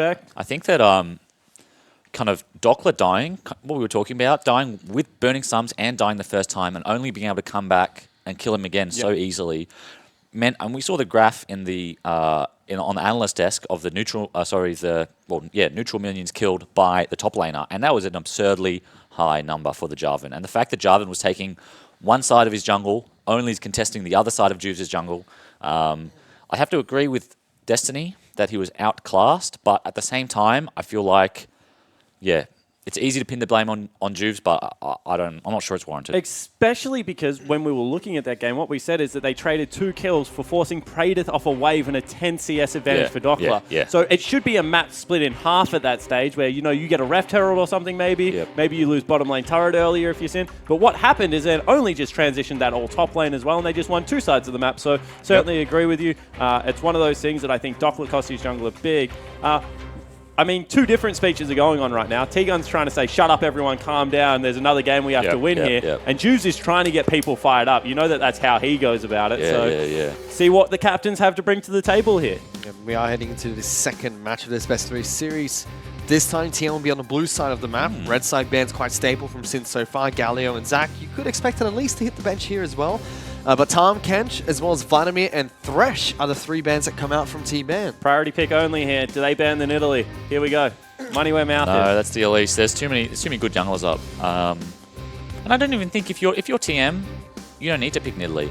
And if you're Sin, you don't need to be worried about it either because you just got rinsed by Lee Sin. So that's true. Yeah. What's the point of banning Nid if he's just going to rinse you with something else? Let's see if TM decide to pick up Lee Sin as their first pick here. Instead, they go for the Varus. Yeah, no, I don't see. From TM's perspective, there's enough junglers up that you can't just bank on only skill, not so much his champ pool. Like he has enough champs that he can play that they shouldn't have to put priority on him. I do like this pick though. Gragas locked in. Should be Juves jungler of choice. Juves or Dockler, top lane. Juves or Dockler. I really want to see Dockler on a carry. I mean, it's been mentioned so many times. Jace, Fiora, Jace, Fiora. Never picks it. I really want to see Juves on the tank, Dockler on the carry, and let's see what happens. I want to see T-Gun on Blitzcrank because they've just locked in Zyra. And where the counter pick came from was the fact that Zyra no longer gets that much priority over the lane. You just hook her, kill her, especially with upfront burst damage out of Varus. That should be a very interesting matchup. Come on, T-Gun, give it to me. He said this is the one thing you would pick it into. I want to see it. Well, they have already locked in Fiora as their top lane pick of choice for Praedyth. Was banned out against him last match, and he's already been quite difficult to deal with. And there's the Nidalee for only. Decides to skip out on the least thing. He's like, all right, give me the cat lady. Now, my worry here is a lot of what was giving them success last game was the excess CC that they had in their composition. And the fact that, they could keep rolling through, and if a hook missed, it doesn't matter. Cataclysm comes over the top. You got Varus ulti, Shockwave. They've kind of done the opposite now. They've gone, all right, we've just got lots of damage. And death is the best form of CC. There is a way that they can still win this, but it becomes a little bit harder to execute upon. I think what they've done here is they picked Fiora into Gragas. Now, I'm not a top lane expert, but I'm pretty sure that Fiora would win that matchup. That's a very heavy Fiora matchup for you. And then they've also picked the Nidalee, which is also a pretty good matchup into Gragas in the jungle. Gragas doesn't really have any pressure on Nid. You can maybe kill her at 6 with a teammate, but Nidalee is pretty good into the Gragas, and so I feel like they've kind of counterpicked the Gragas in whichever lane he wants to go to. Blitzcrank ban coming out from Sid as well. God, there was a chuckle. So close, Cyclone was giving us a chuckle as well when that happened. Not too surprised. As well. Karma ban again. Support bans targeting towards Morgana. Tegan. T-Gun's got the biggest champion pool in the West when it comes to support. He was playing support when Rogue was still in diapers nearly. Look at the man. He's got a couple years under his belt. He's older than you. Is he? He is. He's 26. Tegan, what are you doing? He's my age. Well, if Blanc is banned out by TM, they take away Renekton as Here we well, go. so they seem to think that this will be the Gragas for Juves in the jungle, and there it is. Jace has been locked in. It should be Dockless pick in the top lane. It is something he is supposedly famous for, but we haven't seen it in the OPL yet. Could be a flex pick. Don't get your hopes up. But Jace does alright into Fiora in the early levels. Yep. Obviously has the range versus melee matchup. Has the baseball bat for the when Fiora all ins to knock her back. As we see Braum locked in. Yep, Braum pick coming out here does well against any Gragas pick. Could stop the ultimate, but it's against an Ashe Siren lane. It's difficult to deal with. I mean, it certainly is. There's still a lot of poke and upfront damage that's going to come out of those. The big thing about Fiora lanes, and we just say this all the time, there are lane counters to Fiora, but if you're ever at equal footing at any part of the game past 2 items, Fiora wins every matchup, period. She beats carries, she beats mid laners, she beats top laners. She is just that oppressive to deal with because she has crit on her second E as well. Like, there are just so many little parts of her kit that gets overlooked. Percentage health damage, crit, attack speed. I mean, she's just so hard to deal with. Final pick for TM was Orianna, and that was quickly followed up by Talia for Ryoma. So Sin Syncom packing a punch, heading on to Summoner's Rift. That's a beautiful huge 1-3-1. kill pressure at bot lane. Post 6. Yep. Between levels 6 and 10. Massive kill pressure at bot. I mean, the Braum does help a little bit, but pretty low mobility versus the Ashe Zyra. They have Gragas and Talia. TM don't really have anything to match the dive. I mean, Nidalee, if she gets ahead, yeah, she can be a bit of a pain. Orianna's always going to be last to the fight in this mid-lane matchup, so I'm just going to be on TM and see if they can respect it as well as they did last game. Yeah, completely agree. The biggest thing about Gragas that people overlook is his siege and the ability to force people off turrets is just completely unsurpassed. You just throw a barrel at someone, they have to leave the turret. You either choose to be back in the middle of the lane or to be gone. They do have the Braum, though. Have Braum. So, force them in the direction. Guns paying attention. Put the wall up and the Gragas Soul does very little. Because then we get a couple of good flays off towards the Zac champions. Maybe this time he's going to double with the ultimates as well. I'm telling you, mate, those StarCraft APM days, he's still taking it.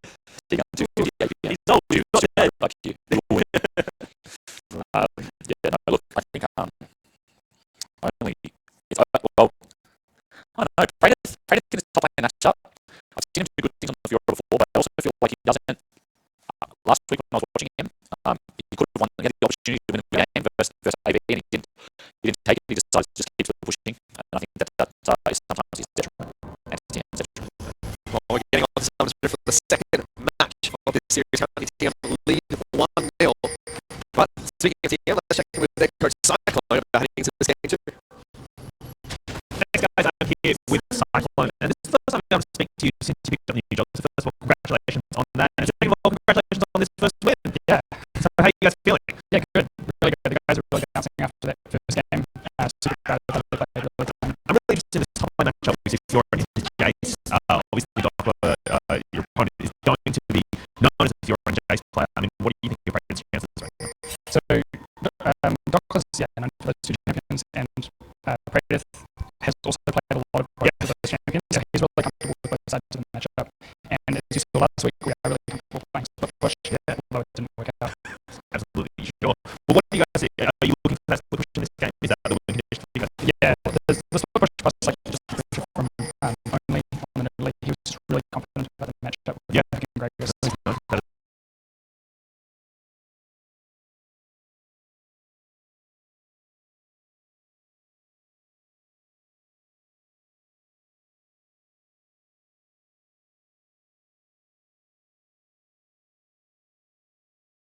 I don't know. Red side of Nidalee. Are we going to see red blue? That actually should be the case. He's got a leash from bottom as well. He's doing it very fast. This is a cheese, I think. Blue cheese, let's see it. No, skip it straight over. it's going to be rush top. Yeah, it's going to be red wolf, blue rush top, I think.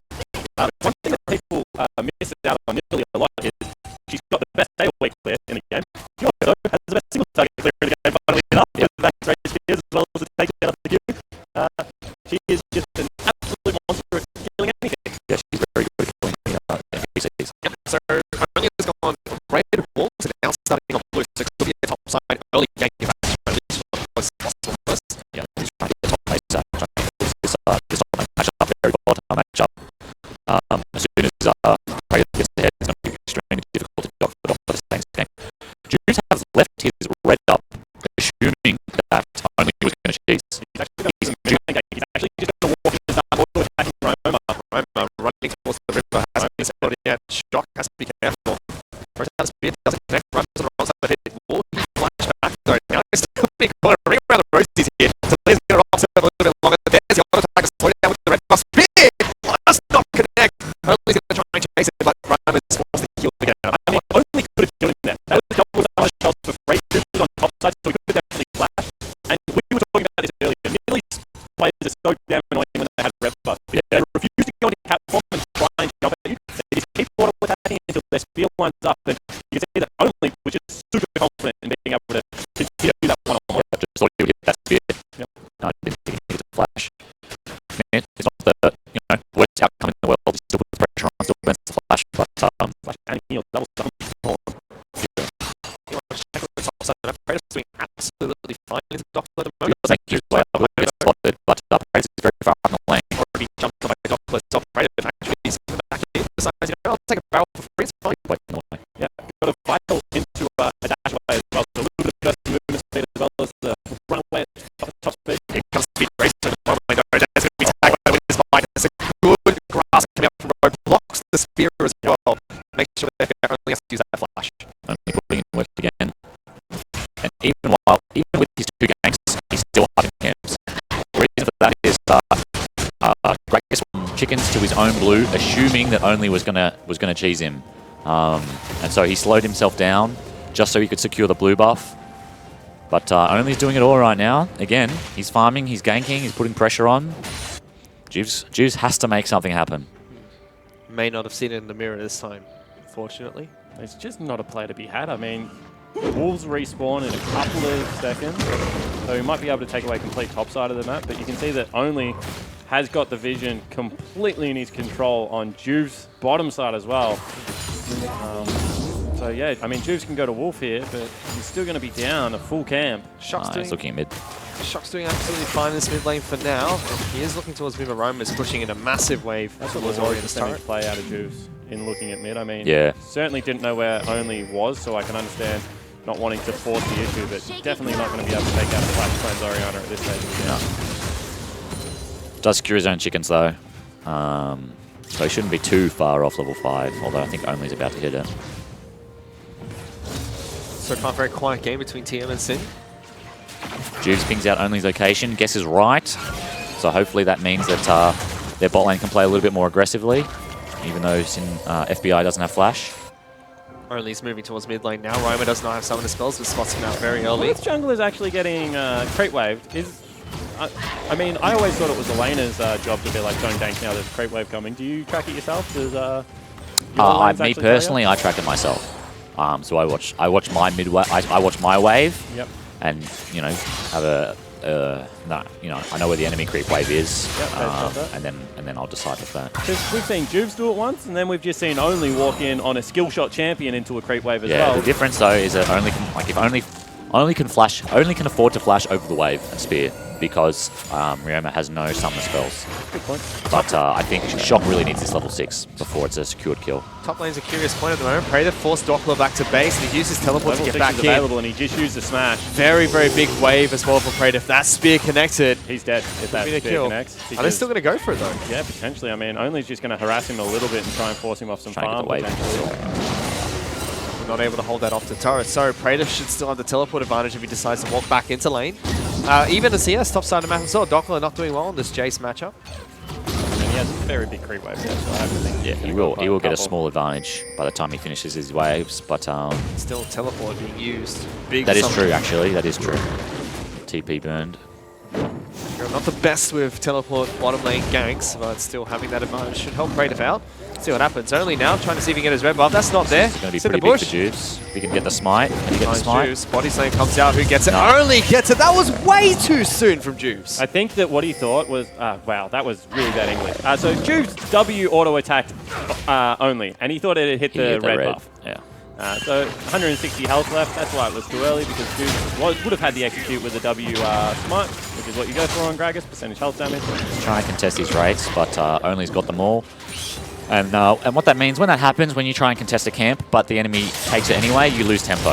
And he's going to fall behind because Nidalee going to pounce away to a next camp, and he's doing nothing. He's just standing there. Praetor just spent his ultimate on Doppler in the top lane. He was forced to be knocked back, but Doppler low on health. Praetor still very healthy and a health potion in his back pocket. Still dancing the tango down here.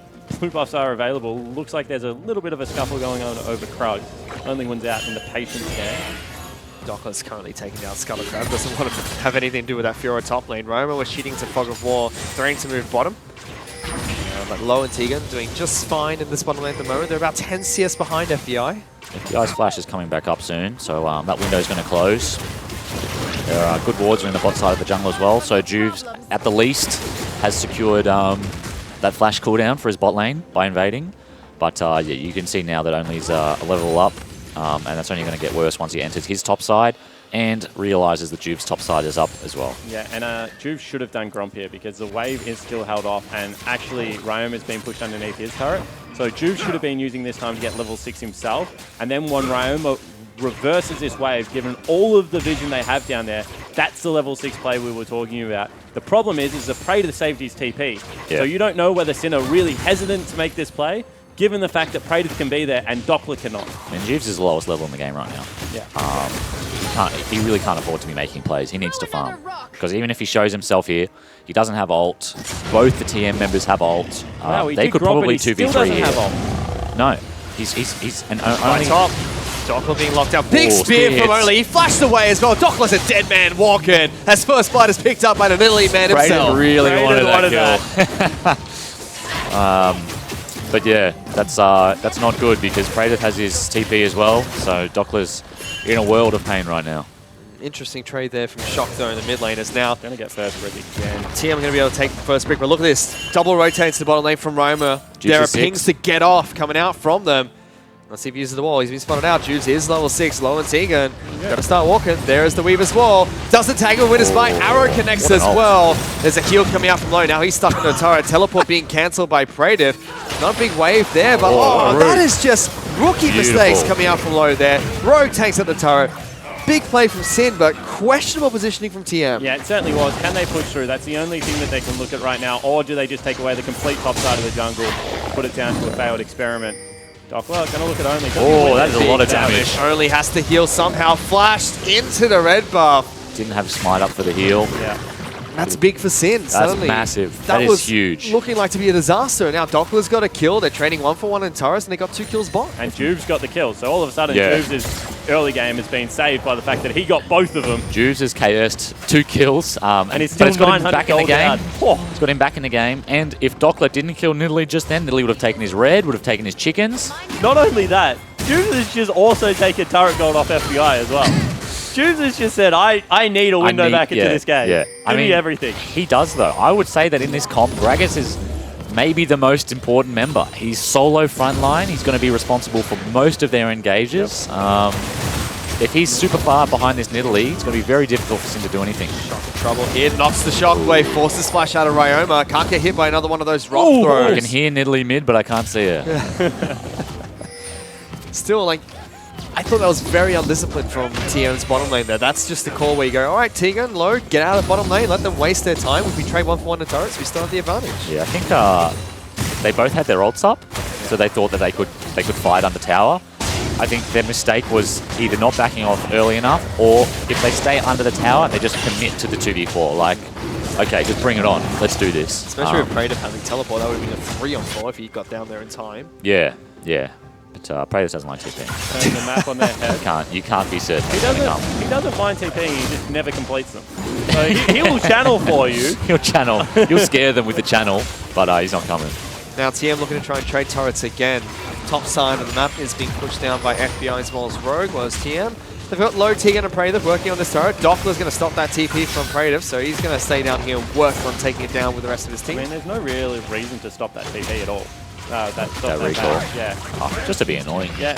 Sometimes you just got to be annoying. Just be that guy, you reckon? Yeah, sometimes you just got to cancel a base. I do it. If you're basing anywhere near me, why would you let him go back? You know? That's true. Screw I mean, he him. has nothing He else can to wait. do. I mean, I was trying to see whether there was like a wolf camp up or something for him to be able to do in the meantime. Like, Yeah. Now, where does Singh go from here? They're posturing around top side River. There is Rift Herald available to be contested. And don't want to start. So the thing, Rift Herald has done two things for Orianna. It's made her very difficult to play because if you ever get Rift Herald against an Orianna, you just use it and she can't defend her turret anymore, which Ori was known for. But the other thing is, if Ori's ever neutral in a way, it makes it very hard to... But there's 4 people down here. Big body bop combo coming out from Juice. Shock flashes back towards Rift Herald pick and groups up with his team. Safe defense though. It's going to be pretty handy if they try and shoot an arrow at this flashless Ori. So TM are going to be able to take down Rift Herald for themselves. Only picks that one up. Hopefully he uses it this game. Old mate Harold. Overrated. Hasn't seen... he doesn't know what everyone else sees in it. Oh boy. If you think about how this game has been flowing since those actions that we had a few minutes ago, definitely seems like Sin is back in a little bit of control, right? Whereas before that, it looked like they did not have a way in the game. Big combo there. Shock getting a heal. There's a shockwave though, locking FBI back in. Doppler gets a snipe in the back line, so they trade 1-for-1. Low gets a kill onto Rogue at the start of that, and that was a 3-on-4. We start Praetor still pushing the bottom lane. But just to continue on from what I was saying before, is that oh, he's get out. He hits him. Get back to base. He hits him. But what I was saying is that it seems like Sin is back in control, and the big part of that was the Nidalee dying. Stopped her tempo, stopped the flow of the game. They had to wait for Nidalee to come back alive, and she wanted to clear her own camps before getting back aggressively on the map. And during all that time, Sin has managed to trade some towers, push their waves back out. Juice has managed to catch up a little bit. I mean, he's still a level behind, but he's not the lowest level in the game anymore. Yep. So you have to give a bit of credit to Dockler for the solo kill, because I think he's really kind of turned the tides in this one. Certainly has, and in game 1 when he went down in the laning phase, wasn't really able to get anything else going this time around. Ooh, are we going to see another one? Doppler looking for the one-on-one. Pops here as Ghostblade. Smite coming out from Only, gets some health back from the blue buff. He's pouncing around. Praetor is here though. Does Doppler know this yet? Slides over the wall. Here you go. That's another one-on-one for you, buddy. Jumps over with the flash. Spear just goes right through Doppler. Now Only's in trouble. He picks up a kill. Juice is trying to stop the Fiora. Ryoma's down here as well. Praetor gonna get taken down by 2 members. Yeah, and I think Only's going to ask the same question. How the heck did that spear not hit Doppler? Looked like it was right on point, would have hit him on the button, given them a way out. Instead, little bit of an unlucky play there, bummer. Micro interactions, you know. You can say what you want about mechanics, mistakes, whatever, but you know, when something like that goes the wrong way, spell disaster. Now Tiga's in trouble. The wall from Grom keeps him alive for a little bit longer, but Shock pays the price as the arrow connects. Sin taking over this game very quickly. Yeah, I mean, the young team is just losing touch with what the tempo is being played at. They're not being able to, you know, count where members are. Ultimates are being missed here, and then all of a sudden you're an Orianna without cleanse or flash, and you're found in the middle of nowhere. Just get hit with the arrow. Only's Herald is due to expire soon, I think. Come on, Only. Press. It'd be nice to see him use it this game. Press number 4. It's Summoned Herald. I mean, is number 4 his trinket T, you reckon? No. What do you use, T? I use T, yeah. T for trinket. Makes sense to me. T for taunt. I don't know what you're talking about. Who taunts? Everyone. It's BM. You're a rider, dude. You can't taunt. It's in the game for a reason. So is Inting. Not allowed to do that either. Competitive. There's a difference between BM and competitive banter. We're all about the competitive banter in this office. Sportsmanlike. You know, I got on it the other day. Did you really? I got like an icon from Riot, and they said, "Keep being sportsmanlike." Nice. And I said, "Right on. I will." Thanks for the icon, Riot. That's another kill potential. Oh, you're going to take quite a bit of damage. Roma is going to try and flash away from Low, who is here we go. down the arrows. That's a good use of Here it, he comes actually. out of the They've void. chunked it out. They've got rid of the creep wave. And Weaver's How's this going to work? He's going to hit the turret. No, he's still going to just charge into the turret, chunk it out. Not going to get enough auto attacks down onto it, but he doing? still, good damage. Just looking at Gragas. Had a good whole There game, you go, didn't man. he? What are you doing? So, ultimately, that will probably save that turret's life. Yeah. A couple auto attacks away from being taken down. TM just need to organize one swift push. Shock can take it here if he map hacks the Wraiths and sees that Talia's basing. No, he doesn't have to map hack. There's a ward on there. They can take the mid tower right now. So he is map hacking with the ward. Ward. Now TMR pushing for that. See, Blader King has been picked up by Low as well. Big purchase from him. FBI's got it with triple daggers in his back pocket as well. Only needs to recalibrate here. Yeah. He is thrown 2 spears about a second too late. Yep. I think he's been shook. Yeah. Been shook a little bit. The young player just needs to have the big reset. Yep. There we go. He got it. Actually, I'm going to back this up. I am nowhere near as good as Only, so I'm not going to say that I... You reckon? But clearing camps on Nidalee gets you back in the rhythm very, very quickly because you actually have to like go through the proper combos with Nidalee to be able to hop around on them. So it's generally not a bad idea after you miss a couple of hits. You just go back and follow the wall, clear out a few chickens and maybe a red buff, and then go back onto the map reinvigorated. Yep. Sin now call for a dragon attempt. They pick up a cloud dragon for themselves. 1-1 in dragon. Still 1,000 gold separates these two teams. It's 2-7 and kills Small in favor of Sin. I always get nervous when I try and, put personal experience into the game. Especially with you sitting next to me. Yes, it's a dangerous game. But, I think I'm not as good as Only. I mean, I'm not as good as Faker. Not as good as... a lot of people you're not as good as. You're Rose Faker. That's why you're on this side. So you are Rose Faker. I was pretending to be Jake, though. I'm definitely as good as Faker. No doubt. If only you were a mid laner, so we could see that in action. Talent's wasted in the jungle. I play a mean Ori. I've been learning Vlad, actually. Have you? Yeah. I'm a fan of Vlad. Played him for the first time. Took Fervor by accident. Solo killed Claire. Really? Yeah. I auto-attacked him to death. He had no idea. Ultimate Cheeselord mid laner. Okay, a bit of pressure into the bot lane here. Looks like they're trying to play towards the Fiora. Generally, you don't want to play near your split pusher. You want to let them do their own thing. Dropper has no flash. No flash available. Winter's Bite misses. Spear. Just one. Doesn't juke two, but it doesn't matter. Only's flanking. Got a ward there. Doppler is going to get spotted out. Only's angry. Only's upset. They Solo might get killed a him turret for twice. This is going to be turret taken for TM. Closest thing that they have to respond to this is topside map, but that's just FBI pushing alone. I mean, that's actually a really nice play out of TM. I will say, though, that FBI has a 2-level lead now on low. And this Ashe is going to be pretty big in team fights. Yeah, that's a 42 CS lead in favor of FBI as well. Low's kind of turned into an ult bot. Might be worth picking up the Essence Reaver with a CDR. Ooh, and at the same time, I mean, we said it was a good trade, but they've been slow on the rotation. Kratos had teleport. I thought they could make something happen here, but instead he's just taking 90% of the turret's health. Yep. Sets it up to be knocked down later. TM now have to work with the goal they've gotten from that last turret. Try and equalize this game against Sin. Oh, it's going to be a Trinity Force Fiora again. Not a big fan of this. We've got Tegan, puts up the wall, jumps back to a minion. I'm not sure about the Triforce Fiora. I haven't seen it very often.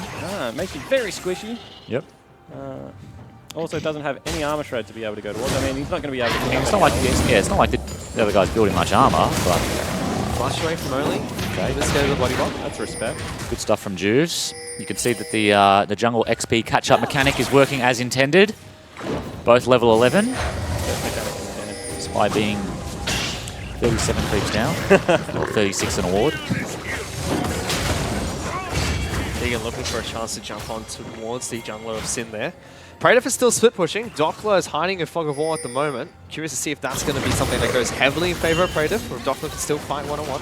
Well, I feel like the lack of Ninja Tabis from Doppler means that Fiora should still win an all-in. But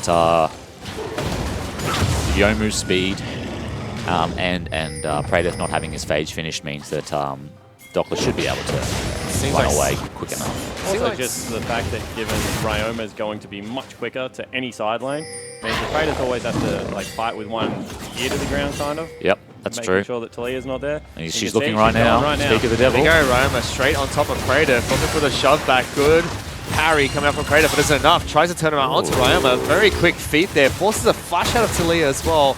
Try and continue the chase. Actually, not bad played out of Praetor there. Yeah, the fact that Ryoma flashed at the end, I like it. Spooks him with the ult. Get some movement speed off the Vital Proc. All the way. Flash is down for Predator, so the flash for Doppler is going to be useful in these next few one-on-ones. That's true. Take some of the pressure off. Although he does have his phage finish now, which means with the move speed, Doppler's going to have a little bit harder time getting away. About 1k in it at the moment. Curious to see who makes the next big play. Not really much happening, just kind of trading the waves back and forth. Yep. TM didn't get anything out of the Ryoma rotation into the bottom lane. Still a 1,000 gold lead in favor of Sin. Any time, however, the Ryoma moves and they can actually get some golden experience onto Shock as well as low, it's not nothing. I mean, it's not a fantastic trade. You're still like not getting priority around the map, but really what's happening is whenever Ryoma runs into Shock, he's bullying him out. And whenever anyone runs into low, they're bullying him away from late as well. So if they can have advantage on one side of the map and just farm up, I mean, still Varus is very strong if he has items. Doesn't have it at the moment, so probably just going to be relegated to ults. But Orianna's a big one. Even if she is relegated to ults, she does not do all that much. You need the Shockwave to be impactful and to really be able to scare the backline. Yep. Ryoma's got his 2-item spike now. So he's going to start doing some real damage in team fights. I haven't seen Shock base in a while, so I think he's probably sitting on a little bit of money. But a Banshee's Veil he's working towards? Yeah, we're assuming so. Yep. Low happily farming at the moment. Praetor is starting to split push on his side of the map. Move back towards Grom's. Going to take, Krug's going to take that down. You can see Ryoma one more time is looking for the play again. Praetor has let the wave come to him. So it's certainly not going to be as easy with the turret that close. But I don't know if you can actually hop over the wall, so maybe it will be. Ryoma's Here we still go. moving. There's a blast curve for Doppler. Praetor's going to move slightly back. They've scattered out completely. Praetor gives it respect. That is very disciplined play for Praetor. There's a reason why he's known for his split pushing as well. Next team fight, who wins, Jake? At the moment, team fight goes heavily in favor of Sin. Yep. I mean, completed items from the Loungeries, as well as a Hurricane, although Phantom Dancer as Here we well. go. Here we go. Ryoma trying to jump on towards Praetor. He's already gone back towards his turret. Doppler still Praetor, going no for the flash. dive. Does he go in? Uses the parry there. Doppler Can't get him. still taking the turret. Goes back in. Doppler may fall for this one. It is going to fall. Shutdown picked up. Ryma's in trouble. Double kill for TM. They turn around that dive. There is a fight top side of the map though as Juice flashes in. Gets both with the kill. Throws it back into FBI. Alley-oop in the top lane as that's a double kill. And all of a sudden, Jukes just saves that little skirmish of events that happens, because otherwise would have been in big trouble. You see now Shock without Shockwave has to try and defend this turret. Grabs the first part of the way. He's not going to be able to. Uses the cleanser. He's been ignited. He's dead. Praetor, only is off taking Dragon at the moment. He does nothing. He was there. What's he? Just spear the cannon creep, that's about it. No, look, I'm not sure what happened in the top lane. I don't know how they got caught. My suspicion is they just got arrowed in the wave. TM commit people to bottom to counter the Sin dive. Big play here. T-Gun is actually looking for the flank only. The teleport has already been completed. Teleport for Doppler though to try and protect the 3 minutes of Kicks out. Did the rest come up? Tigo taking quite a bit of damage. Praetor, as you mentioned, disengaged. Doppler now looking to try and re-engage. Only's even flanking around the backside, but everyone's already backed off. T-Gun's not happy with his top laner. He had a couple of choice words that I'll let you guys at home do the lip reading. Massive play there from the bot lane of Sin, as well as Juves. That was a fantastic ult, picked up the double. Yeah, Phoebe, split pushing, doing big things. Big things. I mean, what that means is now they've got access into the top. The split push of Praetor kind of is a little bit nullified because they're always going to at least have one wave that comes back into them. And Baron is all about getting vision. And with top wave shoving up always, you're going to be able to see what side of the forest they access from. Now they just have to push up mid. The one problem with that, of course, is that top lane inhib is the closest lane to the Baron. So, one-on-one. Against Doppler. Here comes Ryoma for the fight. Oh, he flashes in. He got the proc. Can he kill Doppler before he goes down? He can't. Executioner calling pickup out of Doppler. All of a sudden means that you don't get that big burst of healing. He's already been able to whittle him down and certainly saves the 1v2 attempt there. He dies on the tower bases, finally buys the Tabis, buys an Executioner's. Great itemization there. Saves his life. Yep.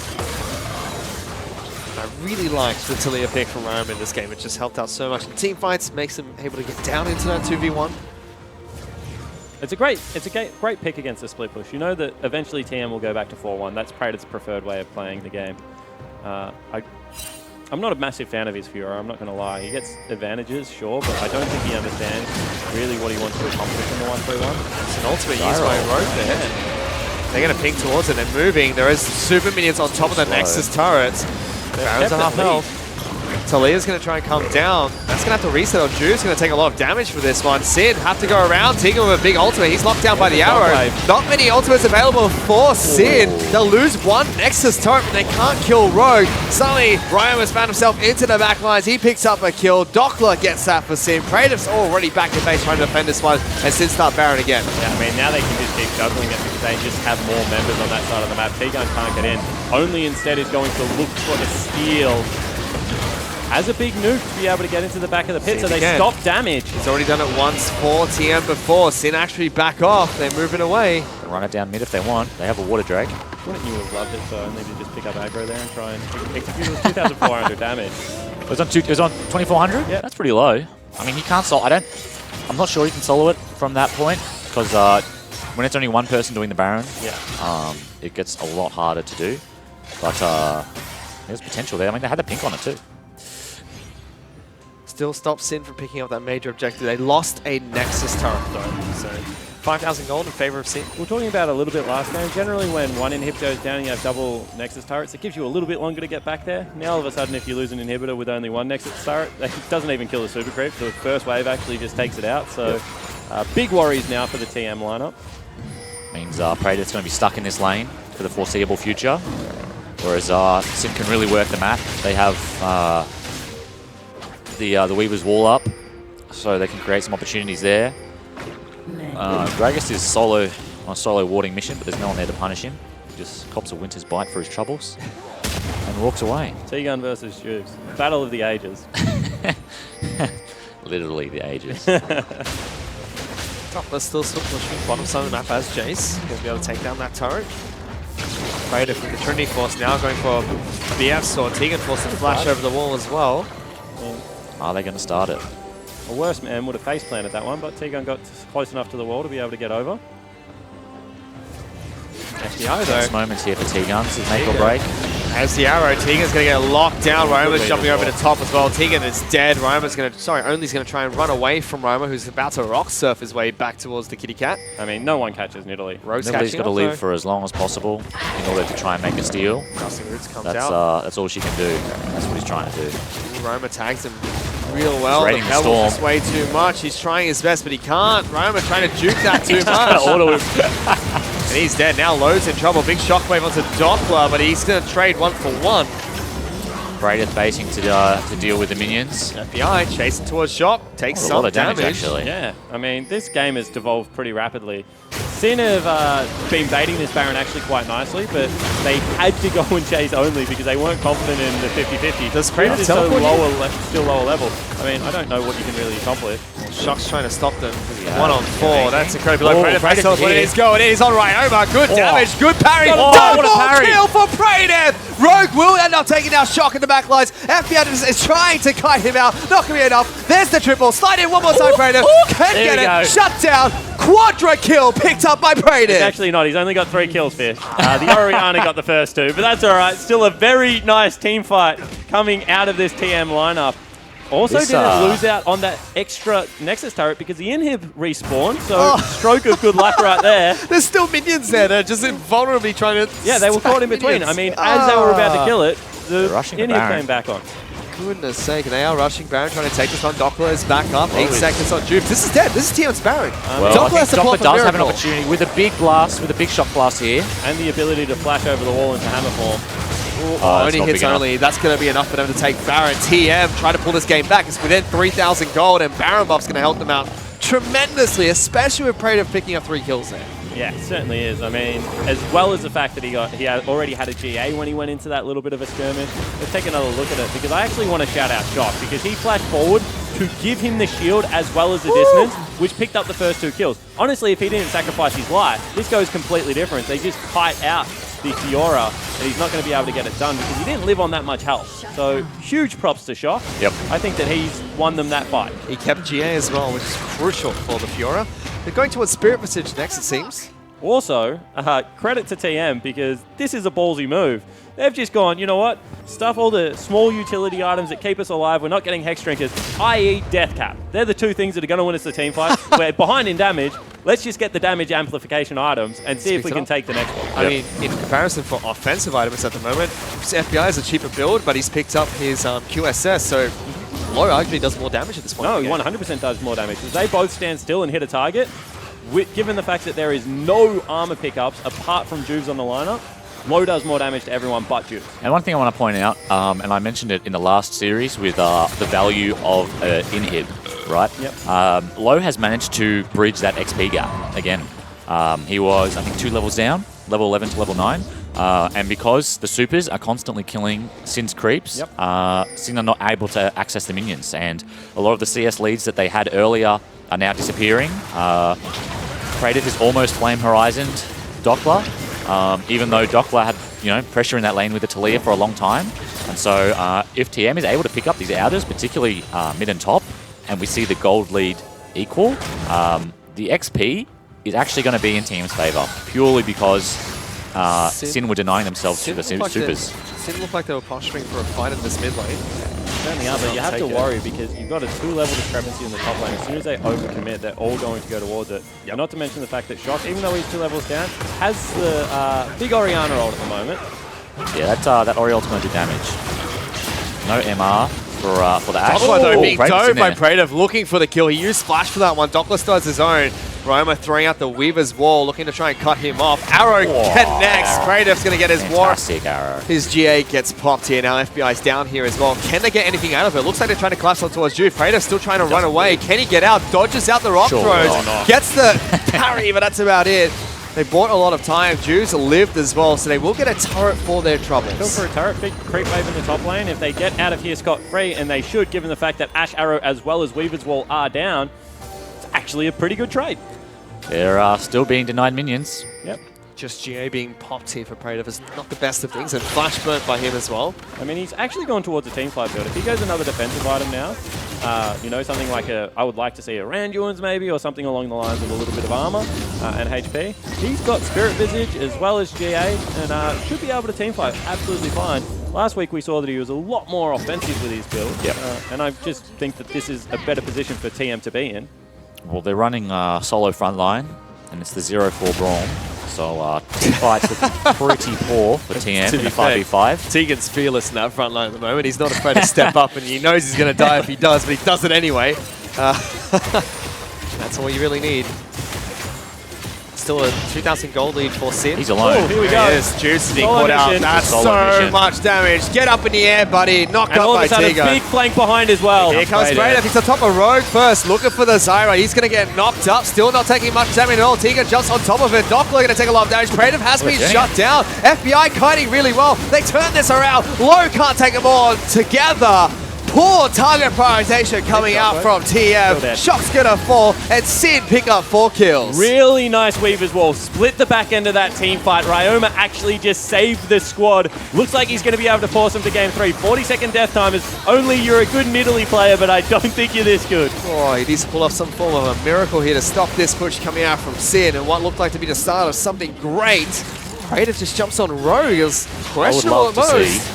I would love to see how much damage Orianna did in that last team fight. Up with that. Because I would wager that it is near to north. Yeah. Nexus is going to force Sin, tie the game back up 1-1 and send us to the game number 3. And you're exactly right, because what happened is Ori got caught behind the wall, didn't want to flash over it, didn't want to lend anything really, and got the big shockwave at the end. But really, when everyone's dead and you take 2 people to low health, they don't care. They're just going to march forward and continue to kill you. Master stroke by Juves. Baited out. Baited and outsmarted. Forced them into the late game team fight. Knew they had the better team fighting comp. No, fantastic wall by Ryoma. I thought that was actually huge. A really great use of a utility spell. Talia, of course, doesn't have a damage ult, but I would say that his ult was far more effective than that of the Orianna. Yeah, completely agree with that. And the other thing that you mentioned is dove onto the Zyra for the ultimate, wanted to get the quick vital procs, but then also didn't manage to parry the root. Yeah. Actually got hit by the root and then parried the start of the ultimate parry, got knocked up in the air and just went absolutely nowhere. So some mechanical misplays out of Praetor as well really cost TM big because that was a 5v4. Yeah. Looked like he was going to try and pincer them towards the entire team as well. That might have helped them out, but instead you move moved them towards the river. It's like, oh, great, Ryoma's wall's going to separate everyone. We're just going to sit here and fight everyone. Looked good, but it wasn't good. Yeah, it wasn't for great for them, but it does start the series 1-1, so we are going to go to the third and final game of today and this week. But before that, let's send it back to the analyst desk. Thank you, Fish, Spawn, and Carbon. Well, we've got Jake and Destiny here at the analyst desk rounding out this day, but we're not going home because they're taking it to Game 3. Sin clawing back in the series over TM 1-1. And much better showing from them, despite the fact that it was still very shaky, Jay. Yeah, I think both teams had a chance to win this game. Obviously, Sin almost threw a Baron, but then they luckily picked Praetus Fiora on the setup. Yeah. Well, I will say, I just passed Destiny. I just passed Rogue in the hall as he was coming out of the studio, and he goes, "Please don't roast us too hard." But like, I mean, I've got two supports here, so I do want to ask. I mean, what did you think of the bot lane play of this Destiny? I think the bot lane went alright. I actually think T-Gun should have been punished a little bit more. I think that's the only roast I can give out to the Sin bot lane. Picking Braum into an Ashe Zyra lane should be punished, but they sort of got away scot-free a little bit because Low was only down about 8 CS, 10 CS throughout that lane, which is pretty good, I think. Doran Shield. Doran Shield is OP. Yeah. It's getting nerfed. It's costing Next more match. money, but you know, is it still going to be viable in 7-12? I think in certain matchups, I reckon, okay. can still be used. All right. Well, let's get to our first replay, shall we? Destiny, let's take a look at this. Is this a misplay from Dockler in the bot lane? Because it feels like he should be able to get out of this as we bring it up. Yeah, definitely. I feel like Dockler should have definitely lived here, but instead he takes the tower aggro, and then he pretty much just trades his life 1-for-1, but it doesn't matter because in the top side, look at how overextended Low and T-Gun are. This is like a basic concept in competitive League of Legends. It's called trading sides. When you're making a play on the opposite side of the map, you should back off because you've got less amount of teammates to back you up, so you're going to lose the fight. But in this instance, TM was still pushing out despite the fact that they were taking a trade. Yeah, they were fighting in the bot lane. They sent Orianna and Nidalee, while in the top side there was Jubes, so it was a 3v2. So they just needed to respect that they didn't have the numbers and back off. But Jake, TM were able to fight their way back into the game. Let's take a look at the second replay in the Baron, or near the Baron, sorry, where Predator is able to pop off. Yeah, this started with really good by Sin. They obviously needed to pressure around the Baron because Praetus Fiora is going to win the split push.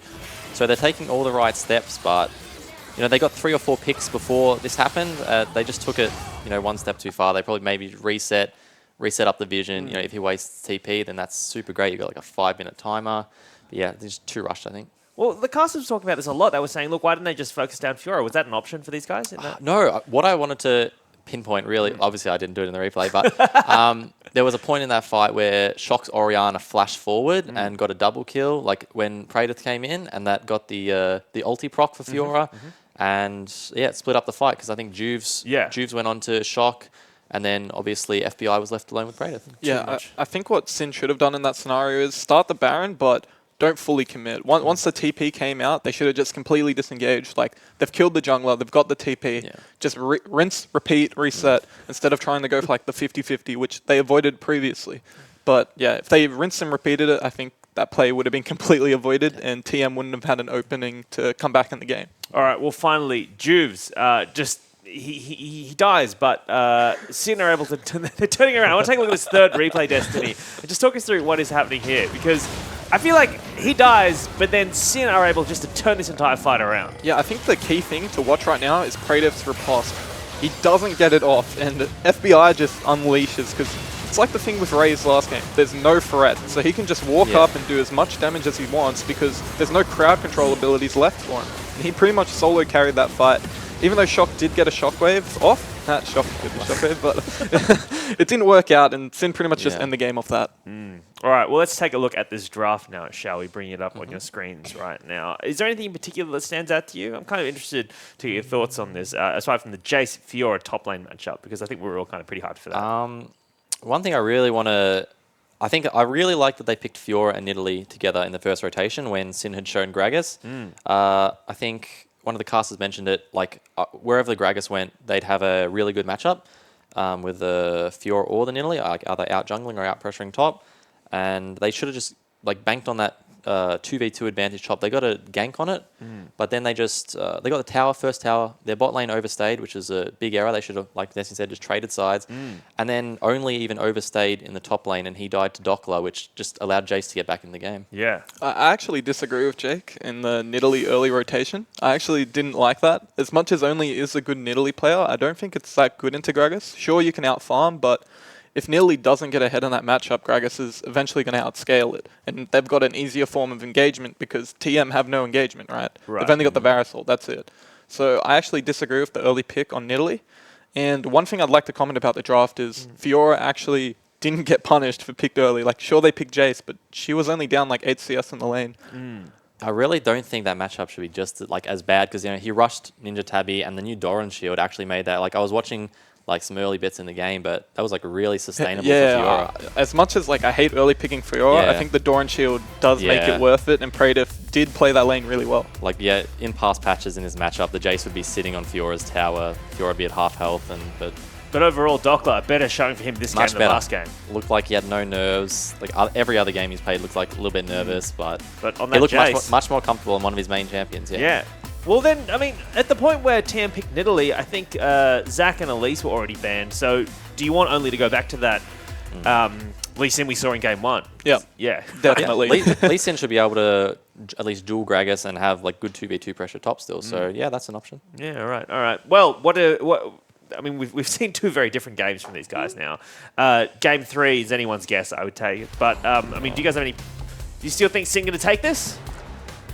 It's hard to tell now. It is. TM even looked like decent in that losing, like in parts of that game when they were losing. They had also like they had a really great opener there. Yeah, I honestly could go either way. Like Juves did some questionable invades that game, like missing out on the red buff smite, and he wasted a lot of time. Like anything can happen in the next game. It's literally a guessing game.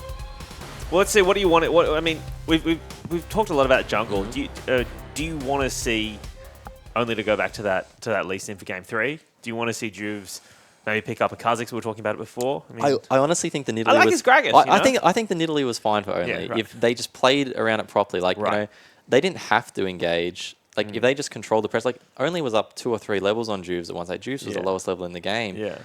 I think they just, like, overreached instead of just scaling the Fiora and the Orianna into the mid-game. Destiny, what do you want to see different? Yeah, just basic mistakes, like the trading sides thing, pretty much lost them the game.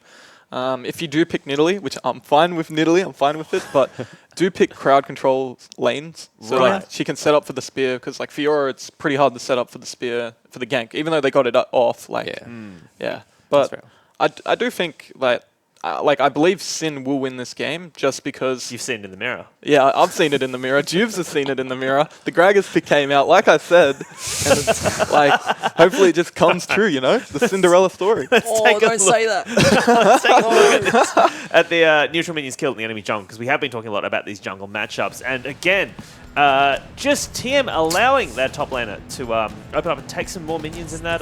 Looks like the same as last game. They've just opened up Juves' jungle and... So does that mean, if he picks like a Kha'Zix or something, does that solve this problem for them potentially, or not really? It's not... I'm not 100% sure how jungle matchups go, but a lot of it has to do with lane matchups and what priority they can get. So, like, in that game, the Taliyah, we saw in the previous series, Taliyah had priority over Orianna early, so they should have used that priority. Like, their bot lane had priority as well, so Juve should have just sat bot side. Their mid lane has priority, their bot lane has priority, and if Only ever tries to contest his bottom jungle, they should easily just be able to collapse and fight on it. Yeah, I agree with Jake right there. When they've had mid and bot priority, he did walk into the bot jungle, but he just misplayed, I guess. And yeah, I think keep Ryoma on Talia. I think it just makes their team play a lot easier because he pushes in early, Juves can do his thing, and then keep bot lane in the Ashe Zyra or like a Varus Thresh lane where they can just kill the opponent or just have that kill threat so that they can, use Juve's crowd control, hopefully. I'm also kind of interested to think about the picks for T-Gun as well, right? We saw him in the Thresh. He had a couple of good hooks. We saw them, instantly in that second rotation, go to the Blitzcrank ban then to take him off that.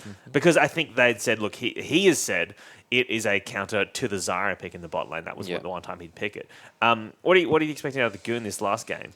He's got to muster them, surely. He's got to bring the troops together. There's been a lot of support bans in this series, so I think they should definitely look to pick their support in the first rotation, because in this game there was 2 support bans in the second rotation from Sin, and TM banned 2 supports in their first ban rotation. So by the end of it, there's so not a lot the left. pool gets really shallow. So I really think they should look to get a priority Do you support think pick. all teams should prioritize support picks to make your life easier as well? I don't know. I mean, I really like picking support in the last rotation, because I believe like a support pick can like counter an entire team comp, like a Lulu ulti, a Tahm Kench, but it just matters if the players' The rest of pool the team goes can deep play enough. around No, that. if the players' pool goes deep Oh, enough. I see. So right.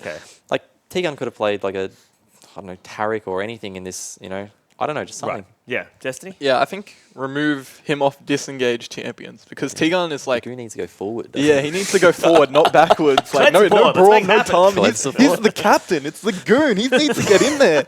He needs to hit the crowd control like he did in game 1. Yeah. So put him on the Blitzcrank, put him on the Thresh. If that doesn't work, just do the goon. Just be the captain that they need. Just blind pick I feel like Blitzcrank. we've inflated his character to be something that Yeah. may not even represent who he is as a person. He's got this mythical beast who strides around Summoner's Wrist. I am the goon. It's great stuff. All right, let's take a look at total damage done to champions overall in that game. And, I mean, not a whole lot of surprises there, but like we said, Jace, a very good pick for the North American import, and he's got to feel very comfortable after that performance. Yeah, definitely very big. Just like the whole across the board, except for the jungle, obviously. Sin have just out-damaged them. Obviously, TM weren't really looking for team fights with their Fiora split push, but yeah, that is the game that Dockler needs to repeat. To possibly, in that game 3. It'll settle his nerves, hopefully, and just... Yeah, I think the reason that Sin have so much damage is because they have pretty much all lanes that trade heavily. So when they've got like a double ranged bot lane and then Talia into Orianna, which pushes in early, even in top lane Jace into Fiora, like you're constantly auto attacking them, and that's why they have so much high damage charts. And I think if they keep getting these priority lanes, it will really benefit them as a team, because if TM don't have these priority lanes, then only can't invade, and he can't hard carry them. Hard carry the game. All right. Well, the current series is tied up 1-1. Before we get into game 3, let's check out some highlights from game number 2. Locked up. Big spear from Oli. He flashed away as well. Dockler's a dead man walking. As first blood is picked up by the Little man himself. There is the Weaver's Wall. Doesn't tangle Winner's Bite. Arrow connects as well. There's a heal coming out from low. Now he's stuck in the turret. Teleport being cancelled by Brayden. Not a big wave there, but that is just rookie mistakes coming out from low there. Rogue tanks at the turret. A big combo there. Shock getting a heal. There's a shockwave though, locking FBI back in. Doppler gets a snipe in the back line, so they trade 1-for-1. Slides over the wall. Here you go. That's another 1-on-1 for you, buddy. Jumps over with the flash. Spear just goes right through Doppler. Now Oli's in trouble. He picks up a kill. Juice is trying to stop the Fiora. Ryoma's down here as well. Brayden gonna get taken down by 2 members. Yeah, there you go. Here we go. Ryoma trying to jump on towards Brayden. He's already going back towards his turret. Doppler still going for the dive. Does he go in? Uses the parry there with Doppler. Can't get him. Still taking the turret. Goes back in. Doppler may fall for this one. It is going to fall. Shutdown picked up. Ryoma's in trouble. Double kill for TM. They turn around that dive. There is a fight top side of the map though, as Juice flashes in. Gets both with the kill. Throws it back into FBI. Alley-oop in the top lane as that's a double kill. That's incredibly low. That's what it is going in. He's on Ryoma. Good damage. Good parry. What a Double parry. kill for Brayden. Rogue will end up taking out Shock in the back lines. FBI is trying to kite him out. Not going to be enough. There's the triple. Slide in one more time, Brayden. Can't get it. Shut down. Quadra kill picked up by Brayden. Actually not. He's only got 3 kills, Fish.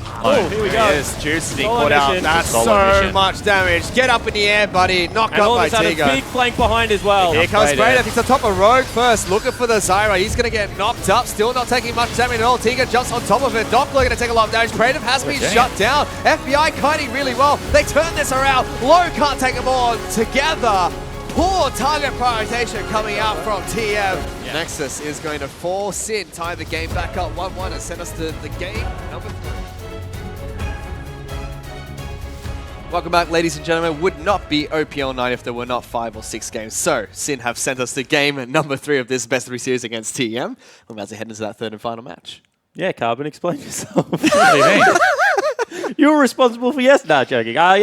So we have another long night of League of Legends. But at the same time, this series has been so intriguing for me because game 1, it looked like TM had everything rolling. Their young players were firing. And we're like, okay, this is what their maximum potential looks like. And then all of a sudden, game 2, Dockler brings Sin back into it almost single-handedly with a couple of sneaky kills on the top side and winning the split push. And all of a sudden we're going to a Game 3 where arguably, you know, we've just had a couple of sloppy games out of Tubes. T-Gun's had not so good of a game too. The veterans are the ones that are letting their teams down right now. They just need the young mechanical kids to take over. Yeah, it's a pretty stark contrast. If you look at TM from Game 1 and 2, although I will say that I think at the start of that game, for the first 10 minutes or however long it was, that TM looked like the game was going to go in much the same fashion as the first. And then a fantastic solo effort by Dockler, both at top with a solo kill and at bot when they tried to commit to him there, really opened the game up for them. Really curious to see if TM are going to give away Zach again. They did the last time they were on red side, but instead Sin are like, no. That's a blue side Zach ban. Only's good Zach. Sin, they don't want to deal with it, but Juice didn't have a good performance. Galio Thresh. Ooh, they ban away the Galio, leave them both open. T-Gun had a great Thresh game. Well, here we come. Rogue Thresh first pick. What do you reckon? Has to be. What do you reckon? There is a saying Melburnians have. What's that? I will bear my ass in Burke Street if he doesn't pick this. I won't actually, but come on. Yeah, he does. Yeah, there we go. I reckon that's a pretty safe bet, actually. I think he could have stuck with that one. Could have stuck with it? Yeah, you just... all right, yeah, getting back to it anyway, yeah. There's certainly the power picks that have been taken away, and the thing now is that TM is actually the ones that down the Tar Kench, so you can see Rogue looks pretty happy with himself, nodding along with it. Yeah, they kind of banned out the counter to Thresh. Most people are picking time into Thresh, and that's Graves. They've banned it and let them take Thresh, and they're not really taking anything for themselves. So Sin banning out 2 junglers and Praetus Fiora. That means Only's going to pick up Graves still. Plenty of junglers to pick from. I know exactly the mindset Only is in. Only is thinking right now, I actually can just outpass. Oh! Sorry to cut you off, but that's a beep boop in the bottom lane. Yeah, don't care. It's been picked everywhere. He's just saying, I can outpath, I can outfarm. I'm going to, instead of being in Italy where I have to land skill shots to be relevant, give me a 50 CS advantage on Graves. I will win team fights. Like, just give me the power right now. Actually, this is an interesting hover right now that TM didn't take the Zillion. Shock, known... Bensel said it in his coach interview during the second game, I think, that he's known for playing Zillion. Wonder whether he'll bring it out. Zed Hover. We do have the Ash pick coming out for FBI again, 3 games in a row. The final pick for TM in the first draft phase is going to be Jarvan for Praetor from the top side. Okay. Decent matchup into Gragas, I think. So if you're Sin now, do you just ban Caitlyn Varus and see what they pick next? I mean, no, I think you ban Oriana because you don't want to give away the Oriana-Jarvan combo that again. Is true, that is true. That is pretty devastating on them. Yeah, they put in work together in that first game. I think the Ashe lock-in is good. I think FBI's been pretty good on Ashe all day. We see the Zillion ban, not surprising. Renekton ban from TM. Be curious to see whether they follow up with the Jace. I think Dockler looked a lot better on the Jace than he looked on any champ so far in the OPL. You want the Jarvan into tank matchup right now if you are the TM lineup, or better yet, Jarvan into Rumble matchup, which looked absolutely in favor. Echo ban from TM instead. I think Dockler, you have to throw the gauntlet here. You have to show that you can play Jason to more than just the Fiora and continue to play a carry. That's a Syndra ban in response from Sin. So all Eddie carries left open for low. Oriana's up. What he wants to play against with the Blitzcrank, and they can prioritize their mid lane pick here if they choose, as you mentioned. Although they might be scared of the Oriana-Talia matchup. Although the thing is if they don't pick Ori here and Sin takes Ori, is Shock gonna play Talia? You know what I mean? I completely agree with the sentiment, and I also think that what the difference is last game, the reason that it was working is they were playing 1-4. We've already said that Praetors should probably more often than not be grouping with the Jarvan, and you're not really scared of a Talia in a 5v5. Talia. And that's going to be a Dockler top lane Gragas as Kha'Zix's been picked up. Move away from the Jace. Not a huge fan of this, to be honest. Kha'Zix for the first 4 levels is fine jungling, and then Graves runs away with the jungling speed significantly after that portion. Hello. Yeah, I feel like, they've locked in the Jhin. We've seen that once today to some success. That's with Xayah, Varus, Caitlyn all left open. Last time we saw that was because Drak thought that those were going to be all the champs that were banned away, and Jhin was the last one to pick. Instead, this time, Low very confident with that pickup. Opting to stay away from the Varus. I mean, Yeah, interesting to pick Jin over Varus, really, in almost any circumstance. I mean, is this the combo with Blitzcrank in the bottom lane? I mean, maybe that's it. Maybe that's a little bit extra crit burst damage with Ignite. That's true, actually. But at the same time, Varus, as far as AD carries goes, has one of the highest front-loaded damage as well. That is true. 2 auto attacks into ability generally chunks out most things down there. But I like TM's lineup, honestly. They've got a good 5v5 teamfight. I like the fact they've given teamfight priority this time to only. Yep. And I think that pressure is on Juves because as a Gragas, you can afford to have a low damage game. As a Kha'Zix, you cannot afford to have a low damage game. Absolutely. Because you don't do much else. I don't really agree. I mean, okay, because like let's think about it from their perspective during the draft. They're thinking like, oh, okay, we have the Gragas already. They've picked Graves. Like, is this Gragas into Graves matchup? Like, what's it like, Juves? And Juves is saying like, oh, you know, it's pretty hard. Like, yeah, I have CC, but like, you know, he's going to have priority pretty much everywhere. They're like, okay, well, like, what's better? Like, what's a better matchup? Let's put Gragas top. It's like, yeah, Kha'Zix, I guess.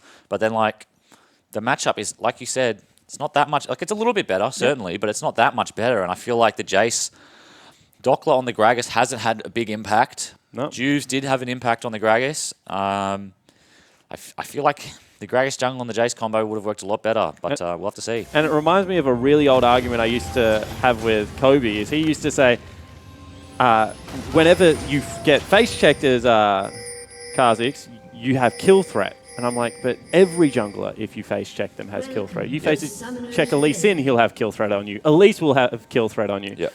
That's not how jungle really works. No, Amumu does not, which is why he's not saying that is the sole thing keeping Amumu out of competitive play at the moment. I disagree. If you go AP Amumu, they face check you. You do auto E, save the Q combo for the last. Like, that is still a lot of damage. It certainly is. It's funny that you bring that up. Jungle is one of the few roles where who face checks who is really the winner, determines the winner of the fight, as opposed to every other lane where you constantly can see the guy. Yeah, 100% agree. And the big thing for me is just that if the counter pick, and the reason I bring it up is the rationale behind Kha'Zix into Graves is legitimately that. I can fight him early if he walks in and tries to invade on me. It's like, well, I honestly think if you have good enough vision control on anyone they walk into their jungle, you can fight them. Yeah, agreed. Look at this. I mean, you chased out a Graves with a Nunu yesterday. This is cheeky though. Cena trying to see if Only comes in for the collapse here a little bit late. They're both going to walk at the same time. Praetor finds a good damage.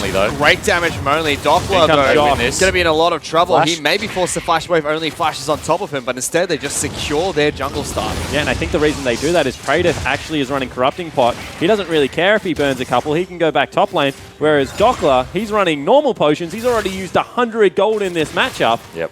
He's going to go back to base as well. Praetor said, he's going to burn teleport. Praetor, he's such a funny top laner. He will do anything to win top lane fifth. Going back to base. I mean, a tweet coming in about Rogues, Thresh, and T-Guns Blitzcrank all in one game. It's Hook City bot lane today. Sin against TM. This is a decisive game as well. Really like that jungle re-entry though from TM. Only waited for Jarvan to get there to face check. Didn't face check himself. Graves has huge AoE burst at level 1, probably one of the best in the game. Manages to trade back really effectively. Not sure about this, to stretch his advantage. Seems that Wolfcraft's been taken. He wants to dive top lane. If Juve saw him take that cone, I don't think Rioma has. I think they're expecting him to go to blue. I think that's why Rioma went there. There is a ward on Tribrush though, but I think it's on the other side. So if he sneaks through Grom, that could be a dive top lane. Doppler is healing up back up through his passive, but massive CS lead top lane already. Praetor is 12 CS to 3. TP advantage though, still in favor of Doppler. I mean, Juves is dying to red buff. I don't really see this Doppler spending TP anytime soon. Juves' smite charge is coming back up. Not sure why he's basing. He can stay on the map if he wants. Yep. Especially with Rockets into Raptors actually gives you a lot of health back. Almost full if you fight them. So Rockets into Raptors plus a smite charge would have allowed him to at least stay on bottom side of the map. Well, we've got sword versus machete in the jungle matchup. Kha'Zix wins 1v1. Graves clears a little quicker. I'm a fan of the machete. I don't know about yourself. I actually haven't seen what you do, but I think the machete is 99% of the time a better purchase. Depends on the plan, right? Like if Juves buys sword, runs straight into the river, tries to all in, like, yeah, okay, sword's going to be better. But if you're playing Graves and you have your entire bot side jungle to clear, might be a better idea. Not to mention Raptor respawn probably after the 3 camps are up as well, so he can once again just put his jungle on full farm rotation. Especially if only he's happy to just free farm at the moment. He's got pressure topside in that because of Dockler burning double potions early. You don't want to really turret dive go anywhere near a turret when it's a Blitzcrank. We spoke about this. Blitzcrank get pushed in, but if they can freeze well, which T-Gun is a veteran Blitzcrank player. You kind of get the wave at that perfect position where it's not quite bouncing into the tower, but it's not quite frozen that there are so many minions. Blitzcrank absolutely thrives in that position. When you push in bottom lane, the whole point is to push in so you could nice CS and harass underneath the turret without any response. But Blitzcrank's just like, sure, you want to come close to me? I will hook you, and you are pretty much going to die. Yeah, it's one of the few champions who likes being pushed in the bot lane. Jhin doesn't do too badly farming underneath the turret. Top side though, Dockler, no mana whatsoever going in for a body I'm surprised that Praedyth didn't just combo him there, because Dockler's completely He's going to have to go back to base. Yeah, this will be burn the TP. Praedyth is almost... Because what's going to happen here is he's going to burn the TP. Praedyth's TP is going to come up around the same time that he hits level 6. They have a Blitzcrank into Ashe Thresh. Expect a big bot play. There's a hook going down towards low, but it's from the Thresh itself. Juice gets caught in as well. Everyone flashing on forward. Flashes on the tower. Really close. Low. There's the hook. Doesn't connect. Low escapes. 2 summoner spells burnt by both teams. Yeah, actually it's 3 burnt because all of a sudden the flash on Juves was also there. He really wanted to pick up low. Actually was pretty much not taking no for an answer. And because of this, we talked about the fact that, you know, Raptors would be respawning, the pathing that only would be able to go for. Actually looks to take away Gromp as well as... He's just rang him around the rosy. Hook onto Tegan. Good hook. Plays him back. Good damage. Minions there to block the hook in return. He's still got potions left. Isn't this annoying? Like, people forget about it when they're playing against melee champions in the support position, but Targan's health regeneration as well as all the potions they get. Pretty significant. Very hard to put damage into a Blitzcrank. Yep. Shouldn't be, but it is. Yeah. Has given FBI a small CS advantage. You can see now they're freezing it just out of the range where Blitzcrank can get a good hook off. So good play for Sin. TM still have the gold advantage though, thanks to the farming that's top lane. 42 to 25. It's going to be pretty spooky though. He's got it up. I think it's coming up right about now. He's just come up. He's got ult. Just use it to he's going to base. He's going to have a buy off. Ash is still in lane with no flash. Watch him just use it top lane, Carmen. Oh, okay. Yeah, well, I guess you can do that too. The win more strategy. Here we go. Gangster's coming in. He's got no E. He's got no E. You're level 6. That was a flash if he chose. But anyway, the point is that imagine if you TP bot lane with the ult. Talia's now down bottom lane. I bet you they wish they had the teleport available right now. T-Gun's going to go for the cheeky hook. You watch.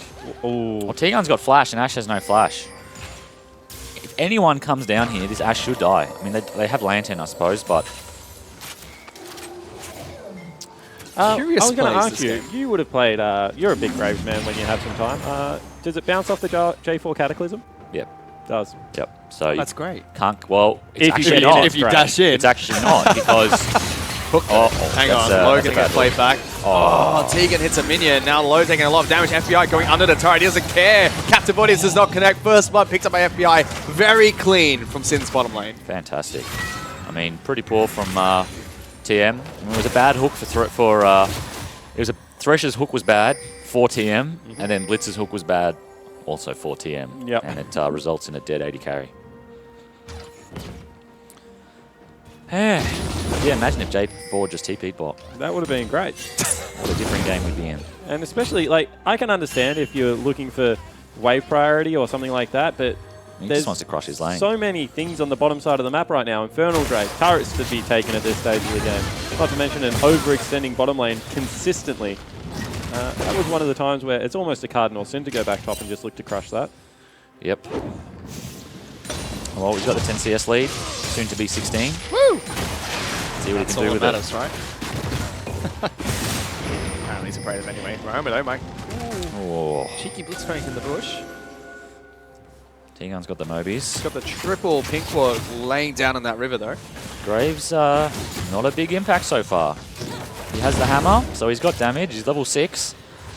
Hasn't managed to find an opportunity yet. Yeah, and you know, isn't farming all that quickly. He does take off at, you know, 1.5 items plus boost grade. Once he finishes his enchantment and he can start just burning his mana to clear the camps, because at this point he still loses mana if he just keeps spamming Q.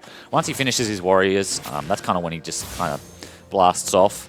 But yeah, this bot lane flash window slowly shrinking. Ash is up in about 30 seconds. Same with Kha'Zix.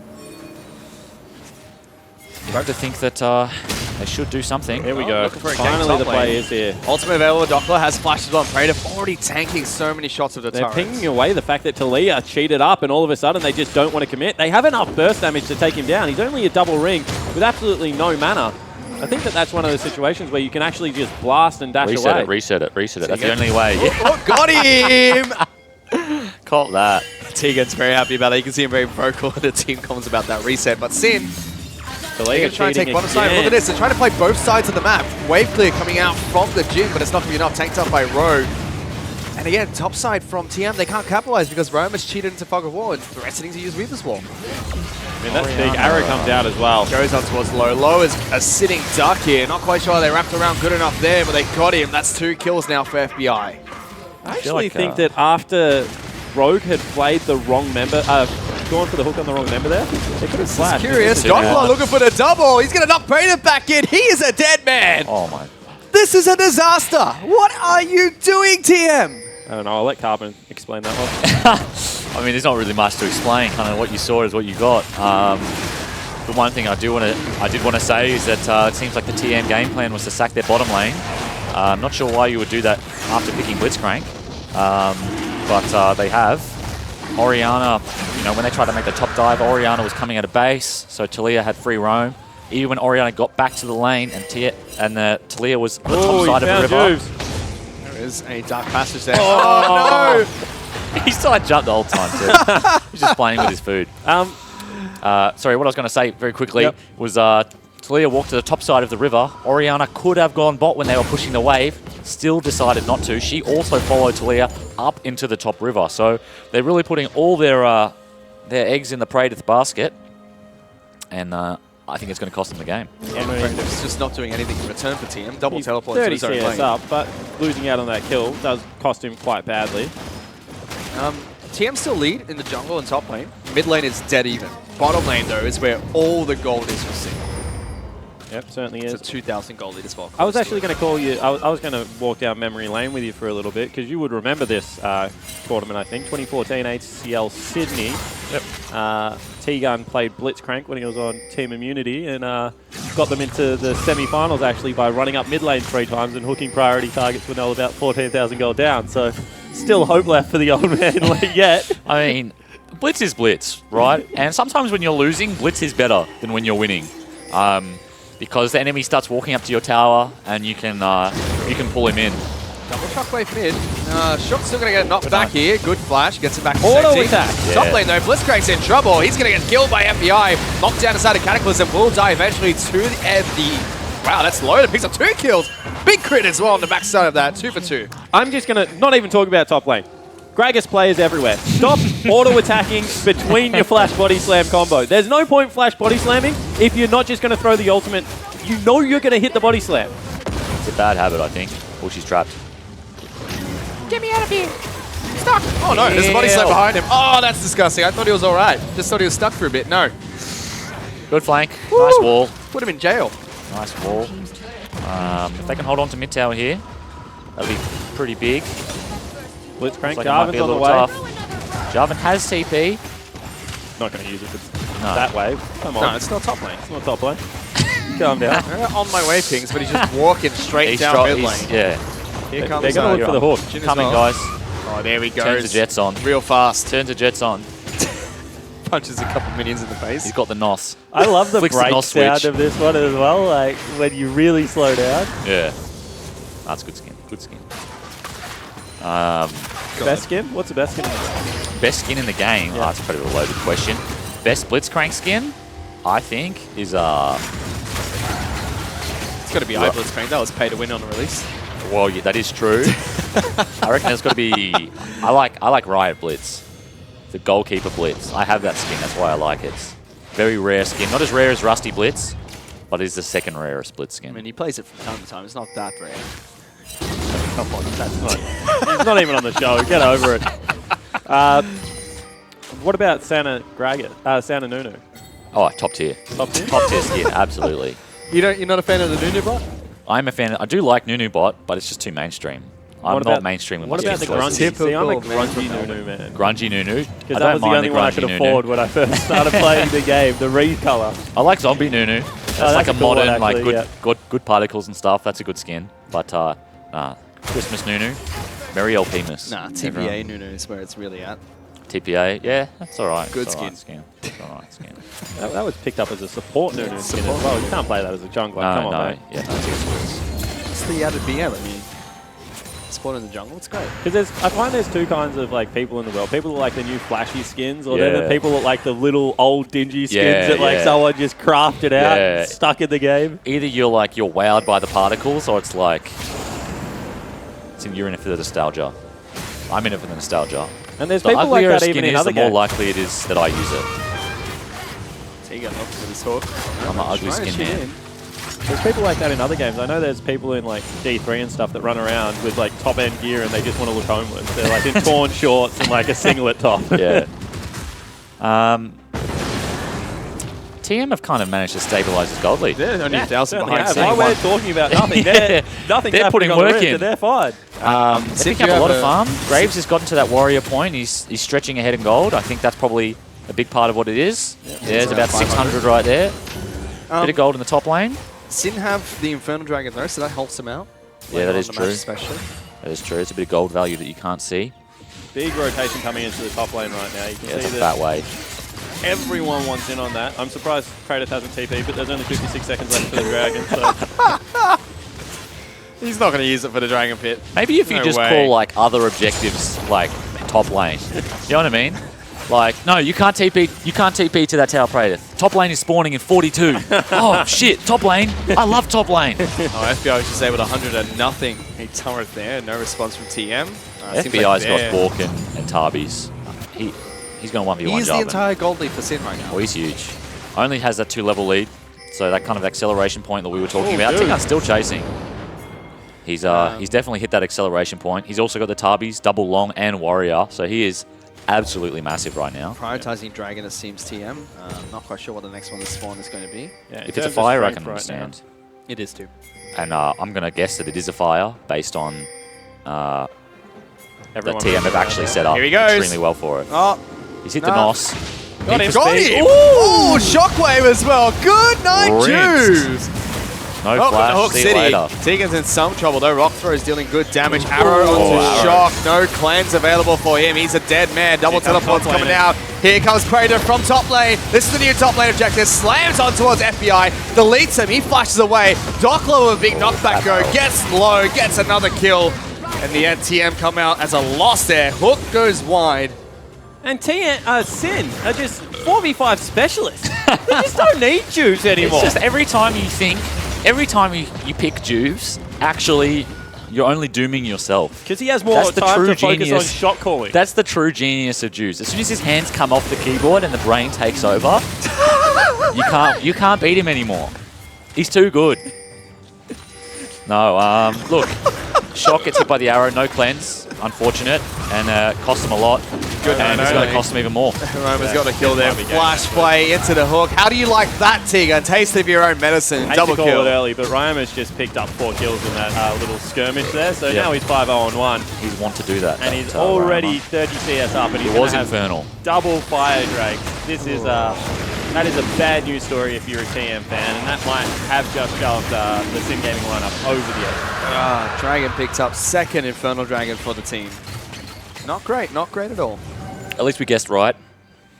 Only a fire drag attracts that many people. If it was any other dragon, they'd be doing all sorts of other things before it spawned. Yeah, Fire Red dragons, Barrel. no, we have to be prepared for this. Imagine if they just turned for the drag Imagine. after killing. They just Juves. had left that brush, gone Yep. back towards the Dragon. They would have. a different game. Yeah, it's funny how many small things could completely change a game. You know, but that's the difference between a gauntlet team and a non-gauntlet team. So is Sin a gauntlet team at the moment? Right now, I'm not sure. Direwolf's Chief's Legacy, I assume. Are you brave at the Yeah, moment? yeah. So you've got the top three, Javor, Old Guard, Yep. and then you have last year's gauntlet was Sin and AV. I think AV have looked okay. They had a 2-0 in the first week, 2-1 against us yesterday. I think they're a gauntlet team. But, well, we can count out Regicide probably. Yeah. I mean, they did have For now. signs of life against Dire Wolves, but you know, we'll have to see what happens for the rest of the split. Obviously, it's a long season, but I think that, you know, TM and Sin, if this series is anything to go by, look pretty even at the moment. Abyss, I think, would also rank in that kind of group. So I think you can kind of maybe split it into 4s, where top 4 is Legacy Direwolves Chiefs plus, you know, maybe AV.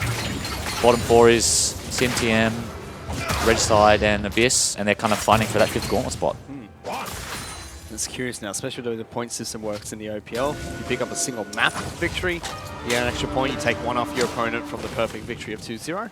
Every game counts. Yep. And that's Moving big into for gauntlets, teams big too. like TM especially, because, you know, Sin, they've got the same core group. They're trying to work Dockler in, but you can't really give that many excuses to them. At the same time, TM have got 3 brand new players on their lineup right now, and they had a very disruptive split 1. So I think that the more sneaks they get in the first 4 weeks before we go towards that Rift Rivals break, where they're going to have a big chance to be able to scrim, the better off they are. And the thing about all the teams, like the teams that go over, they're going to have great scrim sets in yourself and Direwolves as well as Sin because of all the internationals.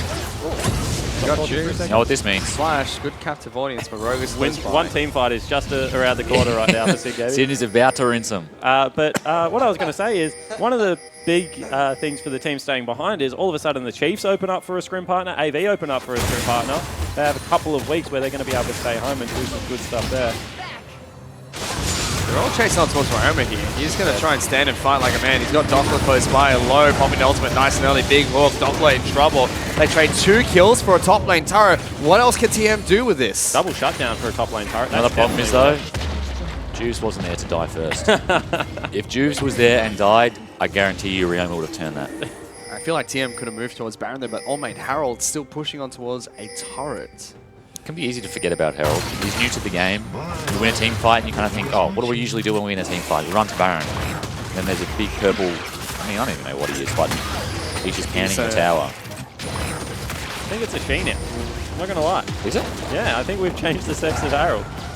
How do you determine gender on a void monster? I mean, he only does harm to so Voidologist. it's a little obvious. Ooh, teleport play coming in, and Praedyth is actually caught out here. They're going forwards though, so they're going to let them out. He's going for shock. Shock, no sums. Flash. No, only has clones available. Doesn't matter. He's dead. Dockler takes up a few turret shots. That's all that gets for it. T-Gun had to hook him out of his body slam there. That was the MLG play. Unfortunately, it didn't come through, so T-Gun cost Shock his life. No, I mean, that's a bit, that's the mad life. You can't expect him to hit that. Let's see if they can hold this tower. Roma's trying to sneak in behind. Get a good Weaver's Wall out. Praedyth actually goes in. Good damage.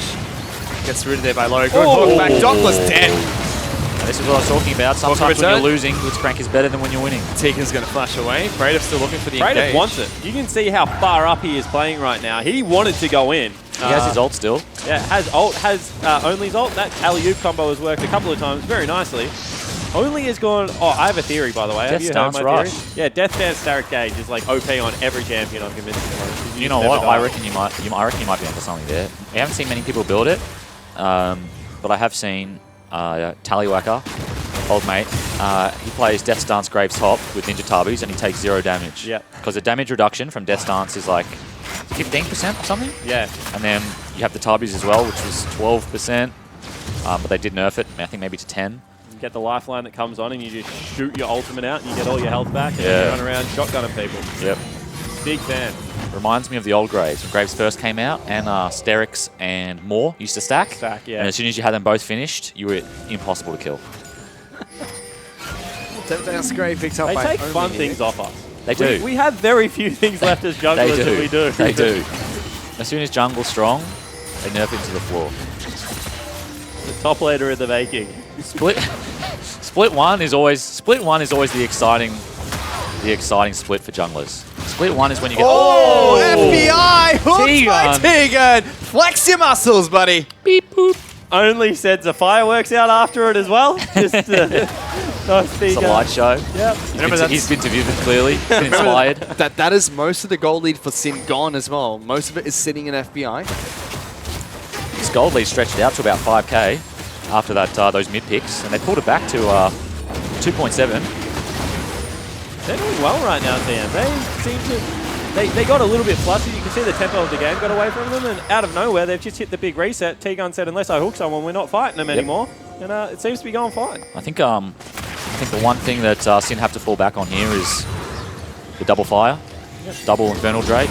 That's going to scale really well into the late game. They can probably afford to lose a bit of tempo through picks here and there because they know, the longer this goes, the more value they're going to get out of those fires. I completely agree with that, but at the same time, Jin late game is just such a monster to be able to deal with. And then Graves is, in my opinion, just better than Charzix. Solo mission. Oh, wait, no, he's got teammates. Is this a 4-on-5? It's going to be a 4-on-4 to kick things off. Big shockwave. Stu's going to take a lot of damage. Oh, Almost goes down, but not quite. Hook onto low. He's going to flash away. Almost going to take it down. Barrel from Dockler snipes him off. That's actually a double kill picked up by him. Big Cataclysm coming out from Prater, but it's not going to do too much. He's just being knocked back left and right. FBI almost falling. Just look at the low health bars on Sin. TM just can't find a way to kill them. They just needed to claw that a little bit more at the same time. The Unifitson wasn't there out of the engage. And if the teleport was a little bit earlier, or if only hadn't have given the fireworks away for the last engage, that would have been a completely different team fight instead. Sin run away with it in the end. Very nice Weaver's Wall. League is a game of 1%ers, Small thing here or there, small micro change here or there, and you have a totally different game. And like you said, you went full Vivid on the Ash Cook and had nothing left for the Orianna or the Kha'Zix. He would have killed either of them. Oh boy, this time around doesn't work out for him though. FBI still holding onto a nice lead. He's got 3 items completed, double crit Zeal item done. You can see on the flip side, Low's gone for the Infinity Edge into Rapid Fire Cannon for Jin. No Essence Reaver pickup. T-Gun does have the aimbot on though. And I think if he hits a couple more... No, don't do it. No. Don't do it. Silence. Oh, tries to get a mid-Dark Passage. Doesn't work. Low now in trouble. Used his flash last fight. Hook a little bit too wide to reach. They need to stop trying to catch Juves. They're not listening. Nah, They're trying to catch the wrong person. It goes... Low gets traded out. FBI, Ryoma, then Juve. Instead they're going to catch the catcher. Tiga caught out. He's dead. Catch the catcher. Again, able to get him with that death sentence. Obviously, big Sakura fan, card captain. Oh, you didn't watch that, I don't know. Hang on, Low. No, it's only to get caught out here. Captain Bodies doesn't connect. Ryoma going to tank that with the Banshee's Veil. No flash on Ryoma. They're doing Baron at the same time. Only just threw out his ultimate. He's incredibly low. Praetor gets locked down. Big shockwave will kill Juve. Jungler dead. Will be a redemption to keep the rest of Sin alive. Goodness gracious me. That is a shockwave and a half. The young man has absolutely just saved this mid game. Because that was a turnaround into Baron. There was no smite available on only. He had no flash either. Had no health. Yeah, that's not the situation you want to be going into a steal with. And Shock has just absolutely plucked one out of nowhere. Yep. Huge. I think it was 4-man shockwave. Yep. It's a shame he has no items. He didn't really do much damage, but he managed to pick up the Juve's kill. Which denies him the Baron. It's pretty big. T-Gun's back on the map now. Hopefully he turns his aimbot back on. I mean, it was on. Just he was on loan. That's he true. Used it. And also he hooked Juves, which we know is a mistake. But at the same time, they've got a little bit of control around this area. I think that they're like maybe a Leandry's or potentially a Death Cap away from Shock being very relevant again in this game. You look at the rest of the items. Mendez almost compete for only. That's a big pickup for him, reducing more damage. Praetor almost has Gargoyle Stoneplate. Yep. I actually don't mind the situation that TM is in, just given the fact that Juves is completely AD at the moment, very squishy, 2 levels behind, and still not having a great series. Doctor's also pure resistance. Very little health from the Gragas at the moment. That's also true, actually. He needs to get some health in that build for it to be more effective.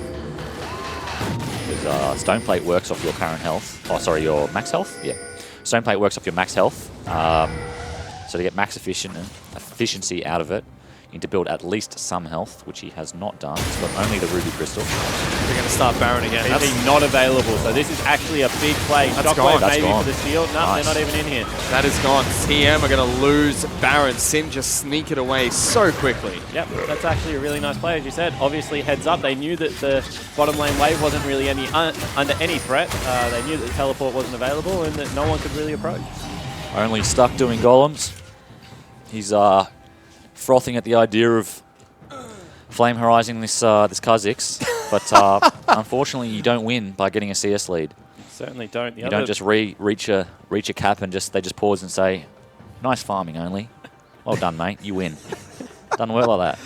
Oh, now there's a 3,000 gold lead in the mid lane and bottom lane. That man on your screen is actually who I wanted to talk about quickly. Rogue has been able to pick up Thresh. We said that they would go towards it.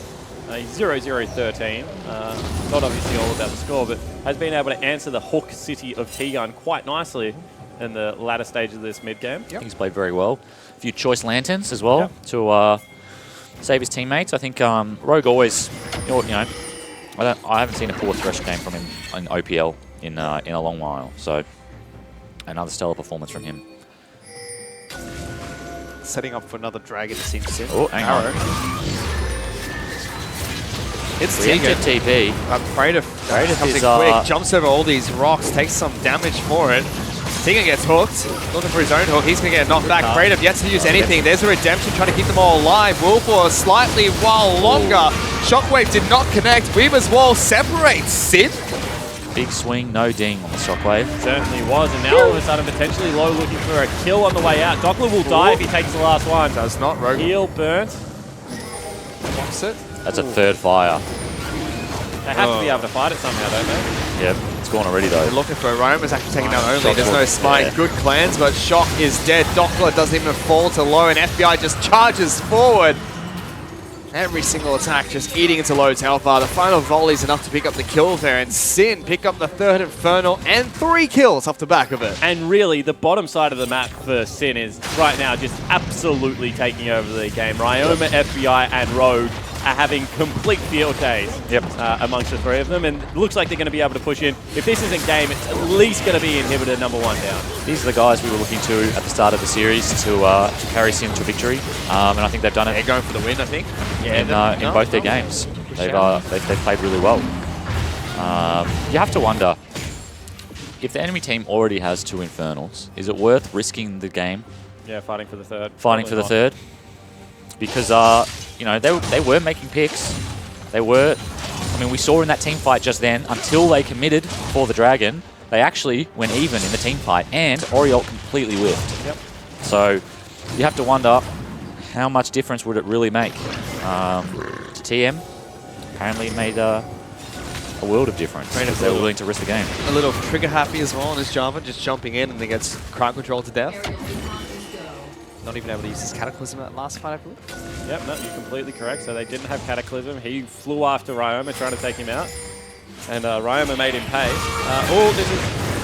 Tegan looking for a hook. T-Gun's got the CC. Body slam comes lightning through though. hands. Only is here. Hook does not connect from Rogue. Shock is close by. No Ryoma just yet to help out the rest of Sin. But look at the respect they're giving each other. I mean, right now, you're completely right. Sin don't want to run into them. They know that the Phantom Dancer Graves, who's about to turn level 16, is very strong at the moment. They know that Shockwave is a big target that they have to look out for. Ooh. Good shoot, anyway. Arrow. Arrow down. Splits the wickets. The rest of the team still scrambling to find some form of defense. I think it hit Blinky somewhere in the Oh! Straight past TM into the AV lineup, and Blinky's copped it square in the face. At long off. Yep. Blinky took it. Safe hands. Thank you. Poor guy. I'm sorry, I couldn't resist that one. I had planned to get that set up for the whole time. But as soon as they picked Ash, you thought, Blinky's got a cop at this game. I didn't give it to him hard enough yesterday. He's a good sport though, Blinky. Nah, he's a good bloke. Good bloke, man. Sin though, just slowly trying to close out this game against Almost TM. at 10k now. Yeah, I mean, this one looks like it's actually becoming a little bit academic. Looking for poke with Kratos, thinking there's no threat. Shot in. Johnson looks to the body slam back out. Hook a little bit wide from Tegan there. Shock can get to 16 before the Nexus dies, maybe we can see something or two. 16 and a death cap is what he needs. Death Yeah. cap accomplished. That's part 1. Now he clears these supers on the bottom tower. He is 16. He's 16. All right, so here we go. Flag, drag. Let's go, Thank boys. you. This is it. They're going for the fight. The underway ping's Yeah, coming that's through. not how you start Tegan it. hooks a minion. Baron's out. One more clear. Go back, clear bottom. I actually think that Sin should recognize this and not continue this seed. I think that they should just say, you know, we took the bottom lane inhibitor. Baron's now run out. Ash 130 from the next one. It's not Tegan. long. Woohoo! So 0 for 3 on Dockler. Here we Solo go. flash. Jarvan's in the Builds base. it. Tegan's been hooked up. He's They're all locked down. behind. He's dead. Redemption being used as well. Dockler very still healthy. go. I really They're going in. Yeah, Raiden FBI looking for flash. it on FBI. Shockwave only hits one. Barely missing FBI, who picks up the double kill and turns into an immobile close, turret. Low now, getting a double body box. He's going to fall next. Hook onto Only as well on the back lines. Low gets a kill on Dockler. That's a triple being picked up by the Ash. Sin pick up 4 kills against TM. Only Low left alive. They're looking to end the game. Yeah, they certainly should be. I mean, FBI's still up. It's only against Low. Here we go. They're looking for it. Low tries to do what he can. He's got a Guardian Angel. Will come back to life shortly. FBI and Rogue looking for the kill. Death Center's a little bit too slow, but Aces picked up by FBI. Sin are able to pick up the reverse sweep here against TM. Looking for that final Nexus turret. Tegan wants a constellation prize. Just gets a minion. And he gets hooked in return. Rogue says, I can do it too, Tegan. I can hook you back. Aces picked up. And TM, they're going to fall here as Sin picks up the 2-1.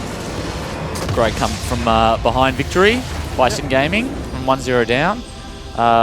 I thought much better play in the second 2 games, particularly that last one. The early game looked really strong out of them, especially their bot lane. Obviously, a lot of things to work on still, but look, win's a win. Certainly is. I mean, it's certainly not the way that they would have wanted to grab it. They definitely wanted all the points today. But I think what they have to acknowledge, they're still a young side, and they're flipping the map on its head. They used to play a lot around flares. Now they're playing around Rogue and FBI, and that's not a bad thing. Rogue and FBI, both stellar players at the moment, but it's going to take a while for them to relearn how to play around that side of the map. Well, we said that after the first game, when was the last time he won a series? Yeah. Right, and it's been a long time for T-Gun. So that's got to sting, because that first game was so good from him. It was so clean. And I mean, when you have a look at the advantage in Game 2, not able to trade half of the map, and then even Game 3 when they started generating picks, it's always going to be at the edge of your mind. It's a big elephant in the room, and unfortunately can't shake it. Yeah, still gets a single point for their troubles here today. TM played a lot better this week, that's for sure, and they were almost able to pick it up against Sin. But that was the last game that we had for today and this week in the OPL. But to break down that game a little bit further, let's send it back to the analyst desk. Thank you very much, gentlemen. Sin there, completing the reverse sweep 2-1 over TM, and it looks like, I didn't say this on camera, so like Carbon said, it doesn't count, but it looks like I had perfect tips this week, so congratulations to me. Congrats. Just didn't say it on camera. I know I did, so it doesn't count. But TM putting up perhaps more of a fight than certainly you guys maybe thought, especially in that first game, but the last 2 games looked a little bit better from Sin. Give us your initial thoughts on this game and also the broad series, Jack. I think if you're comparing this split to last split, TM are the real winners here. Like in game 1, obviously they didn't win the series, but they showed a really clean game. You know, they took Baron, ended the game really cleanly. Sin's wins were pretty scrappy. Although they got the wins, they were very scrappy, and they won't be happy with that performance compared to what they did last split. Yep, agree with Jake. Good to see, good signs from TM. They've got a lot of room to improve. Like, they learn from their mistakes. It's just small macro and micro interactions is why they failed to take the win today. And same with Sin. I think they'll be disappointed that these games weren't clean and a lot of their faults were exploited. So I feel like there's both learning to be taken from both sides, and moving into the next weeks, they really need to use these losses and wins to clean up their play. I want to start by going to a first replay, Destiny. I want to get you with this one. Juves gets caught out in this mid lane, I think, again. But TM kind of allowed things to fall apart, and Sin really turned this one around. Let's take a look at it now. Yeah, so a beautiful hit from T-Gun. Juves just gets exploded. Just doesn't have a chance to do anything. But Ryoma on the Talia, which I really like to see. Good hook, good arrow. And it just looks like that Sin have just coordinated a lot better than TM are. Like, as you can see, Pradev just dives into the backline, but with not much follow-up. And then Dockler just, no one's touching him, so he can do whatever he wants. I felt like Ryoma and Dockler actually had a pretty good performance. If T-Gun hit that hook at the end, then would that have changed things or anything, or is it already too far gone? I think it was too far gone. There was no damage follow-up, even if he hit the hook. Well, the turret gives a couple of turret shots. And then Maybe if he Talia, but I don't think it was enough. Like, you don't want a team fight with Blitzcrank. You want to play with picks, and that open area does not suit Blitzcrank at all. Yeah, you want to be playing through the jungle and just sneaking people or on the sides of... Around pink wards, yeah. Yeah, pink. Oh, interesting. All right. All right, let's go to our second replay then. This is Sin really taking control of the game, Jake. And look, it's a fight in the red topside jungle, and they take some really nice kills here. Yeah, so this is very good by Sin. They obviously understand that TM have the TP advantage, so they're looking for the fight. Set up a good wall, and yeah, it's a really scrappy split fight. I think it really could have gone either way. I think the casters mentioned it only didn't have his ulti from the pick on Ashe just a minute prior, and you see they're all running out right now with blinking red health bars. They couldn't transition it into Baron. That's a close one. A close one. To maybe get some more information on that close one and in the close series, Jake, Spawn Tiberius is currently standing by right now. I just have to mention it because you're here as well. Anyway, we're standing by right now with Juves with the interview. Thanks so much, Hingers. Standing next to the victorious Juves after a pretty grueling 2-1 set there against TM. Yes. I want to talk to you about the changes that you guys have had in your lineups because obviously in the past, Flair's big in the top lane for you guys. Now bringing over Dockler, who had a very good Game 2 performance, but playing a little bit more around FBI and Rogue. Is that a conscious thing or is it just a flexibility that you now have? I just think that our bot lane's been playing really well. So it's like our bot lane has always been good, and our top lane in Flares was always good. So it made sense to just play around like what was working for us. And I guess through practice we found that holy shit we can play around our bot lane too because they're actually really good. So I wouldn't say that we're just playing around bot lane now, but we've definitely got the options to go both ways. And yeah, I guess that kind of showed. We played Jace in Game 2, and he did really well. And then the last game, Game 3, we just played around bot. All right, talk to me about Dockler. He comes over. He's a young player from what I know, big Jace player, big carry top laner. What do you like about him? What are you guys still working on as a team? So what I like about him is he's a carry top laner, so he's notorious for like Fiora Jace only in NA solo queue. He hit like top 15 challenger. He's just got a lot of solo queue habits, like obviously that's expected. Yep. So we're just like working on communication, teleports, and like just like what you see in like team play, if that makes sense. So like, I don't know, he's good to work with, like he's good in lane, and yeah, I think later in the split will be a lot better. All right, cool. And I know that you guys felt that you, at the end of the last split, were so close with everyone. I mean, could be able to take it to a Direwolves or Legacy or a Chiefs, as you were able to during that gauntlet. First 2 weeks, it has been a little bit up and down, flashes of brilliance, but then moments where you're kind of looking a little bit wanting. I mean, is this just a time thing for Sin? Do you guys have to reset, or is it, I mean, is the personnel still there? Are you guys still confident that you can end towards the top of the table? I feel like I say this every split. I say that we need time. Like we're gonna get better towards the end of the gauntlet. But Flair's played like he was an integral part of our team, and to lose someone like that, like it's kind of a big shock to the system. And not only that, we haven't been screaming for that long because we had visa issues for Dockler to come down. So we've probably the most under-practiced OPL team to date. So we're just trying to like pick up points and improve. Like each week we're improving. Like in scrims we're improving, but it's going to take us some time. And like I'm happy with where we're at the moment. I would have liked a 2-0 today, but I think by the end of the season we should be up there with contenders again. All right. Well, I hope that certainly comes true, mate. Because I love seeing you play best of fives. Thanks. Let's throw it back to Hingers to round out the night. There we have it. Juves there saying that he's happy with where they are, but they need a lot of time to get better. And he's right. I mean, last split, I think Sin also lost to TM early on in the split, I believe. Yeah, they did. Yeah, they did. That was when Freydeth brought out Jarvan. Yeah. The randomly just Jarvan. Yeah, that game. Quinn 80 carry as well, I think that was. Yeah, that was. All right, let's take a look at the draft phase from that Game 3 then as well, because speaking of Jarvan, he's there with Freydeth as well. What in particular stands out to you when you look at this, Jake? Graves Blitzcrank first rotation from TM. I mean, Sin left Gragas up. They left Thresh up. I mean, well, they didn't is this comfort? Is this like yeah, that's. I mean, I wanted to bring this up. It seemed like the series kind of devolved. Like I think the first game, really clean win by TM, but then like in the end, we just devolved to first picking hook champions and just going for picks.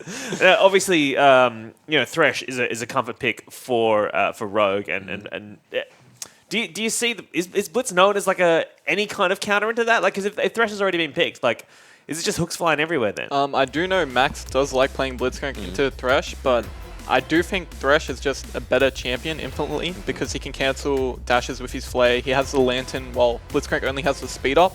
And the ultimate difference, like a silence for like an 80% slow, they both do different things, but I do think Thresh is a better champion at the moment. It's just... I'm sorry. Oh, yep. Okay.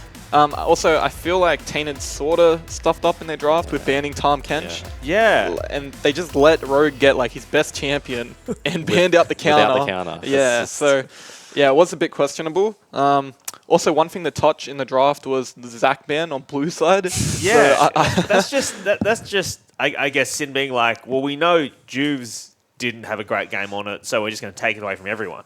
It's like, well, if I can't have it, no one can. Yeah, exactly. If I can't play with it well, we'll take it away from everyone. There's no point risking it on their behalf. Exactly. Especially given that only had been shown to be a threat. So if you put him on something like Zac, potentially he could pop off again. Yeah. All right. Well, I actually, I want to go back to Juvs' Kha'Zix pick. How do you think that played out this time around? Because when this happened, we were talking about it a bit backstage. We weren't really sure, but what did you guys think? Well, there was a lot of junglers banned out, wasn't there? There was I think we were discussing, and like the only other Elise option... is gone, Zac is gone, Lee Sin's gone. Yeah, it was just the way the draft went that like the next best jungler was Kha'Zix and Kha'Zix, Olaf, something like that. Yeah, they're all like lower he tier could have junglers. picked the Nunu, the carbon cosplay. I won't mention Nunu, sorry, but even like the nerfed Ivern. It was. But it was good to see Juves match aggression with aggression. So it was good to see that. But I also want to look at mid laners because we know the Roam has been popping off lately. Yeah. But going up against Shock, who we've talked about, he has a kind of a relatively limited champion pool, but he just played Orianna today, so didn't really affect him that badly. I think we saw this same matchup about 3 times today. Yeah. And it went pretty much the same way each time. You know, the Orianna gets a little bit of 1v1 pressure, but the Talia just goes to the side lane. I'm shocked at that Shock pick Orianna. Boo, I'm shocked. All right. Avoid the puns. But Ryoma's Talia is really good. Is really good. Like, you have to give credit. Yeah. I felt like he played really well, and even FBI on the Ashe popped off today. Yeah, it was sick. Finally, I want to just do. We've been doing it all throughout this series. I just want to look at enemy minions. Neutral minions killed in the enemy jungle again, just to see things popping off. And it's the same. It's always the same with TM. Just only is allowing Praedyth to sneak away some enemy minions there. I don't really know if there was much of an excuse this game. This just seems like, I don't know if it's poor pathing, because Juve's lanes seem to be winning, and they didn't. Like, he didn't really influence the lanes that much. Yeah. So I don't know what it was. Maybe Only is just a thief. He's a thief. Yeah. Shots fired here on the desk. Jack calling Only a thief. Let's take a look at the standings, or the schedule. We're going standings first. Your boys, Direwolves, top of the table. How's it feel? Booyah. Booyah. Legacy, they're in second place, equal place with Chiefs and Avant. So that rounds out the top 4. 5th place is Sin Gaming after their 2-1 win today. Abyss in 6th place, and rounding out 7th and 8th is TM and Regicide, both looking for that first series win. Meanwhile, that looks actually not too dissimilar to how things ended last split. So the top 4 or 5 teams the same, and then kind of throughout the rest of it as well. It doesn't paint a good enough picture. I think all the top 7 teams. Sorry, Regicide, but the top 7 teams, they look really like good contenders, like progressing. Like, this is only the second week, obviously. Could change, but it's looking good for the gauntlet. Good to be, I hate to be one of you guys who has to play all these teams, but as a viewer, it's fantastic. Let's take a look at next week's schedule, shall we, as we bring it up on your screens. Sin are going to be playing your boys AV. Ooh, Jake, you feeling good about that one? Yeah, after watching tonight. Yeah. Regicide take on Chiefs, Tatum Mines Legacy on the Sunday, and then Abyss versus Direwolves. And Abyss were able to take it to Chiefs in a couple of games today. So how Not you feeling? happening, Hingers. Not happening. Not happening? Not happening. Destiny seems very confident. Well, from all of us here at Riot Oceania, we'd like to thank you for watching. I'd like to thank our guests today, Destiny and also Jake, and we will see you all next week. Bye. Play back. Oh, Tegan hits a minion. Now low, taking a lot of damage. FBI going under the turret. He doesn't care. Captive Bodies does not connect. First blood picked up by FBI. Very clean from Sin's bottom lane. Auto with that. Top lane though, Blitzcrank's in trouble. He's going to get killed by FBI. Locked down inside of Cataclysm. Will die eventually to the FD. Wow, that's low. Picks up 2 kills. Big crit as well on the backside of that. 2 for 2. Got him. Oh, Shockwave as well. Good night, Jews. No Oh, flash, the Hook see you City. later. Tegan's in some trouble though. Rock Throw is dealing good damage. Arrow onto Shock. No clans available for him. He's a dead man. Double teleports coming down. Here comes Praetor from top lane. This is the new top lane objective. Slams on towards FBI. Deletes him. He flashes away. Dockler with a big knockback go. Gets low. Gets another kill.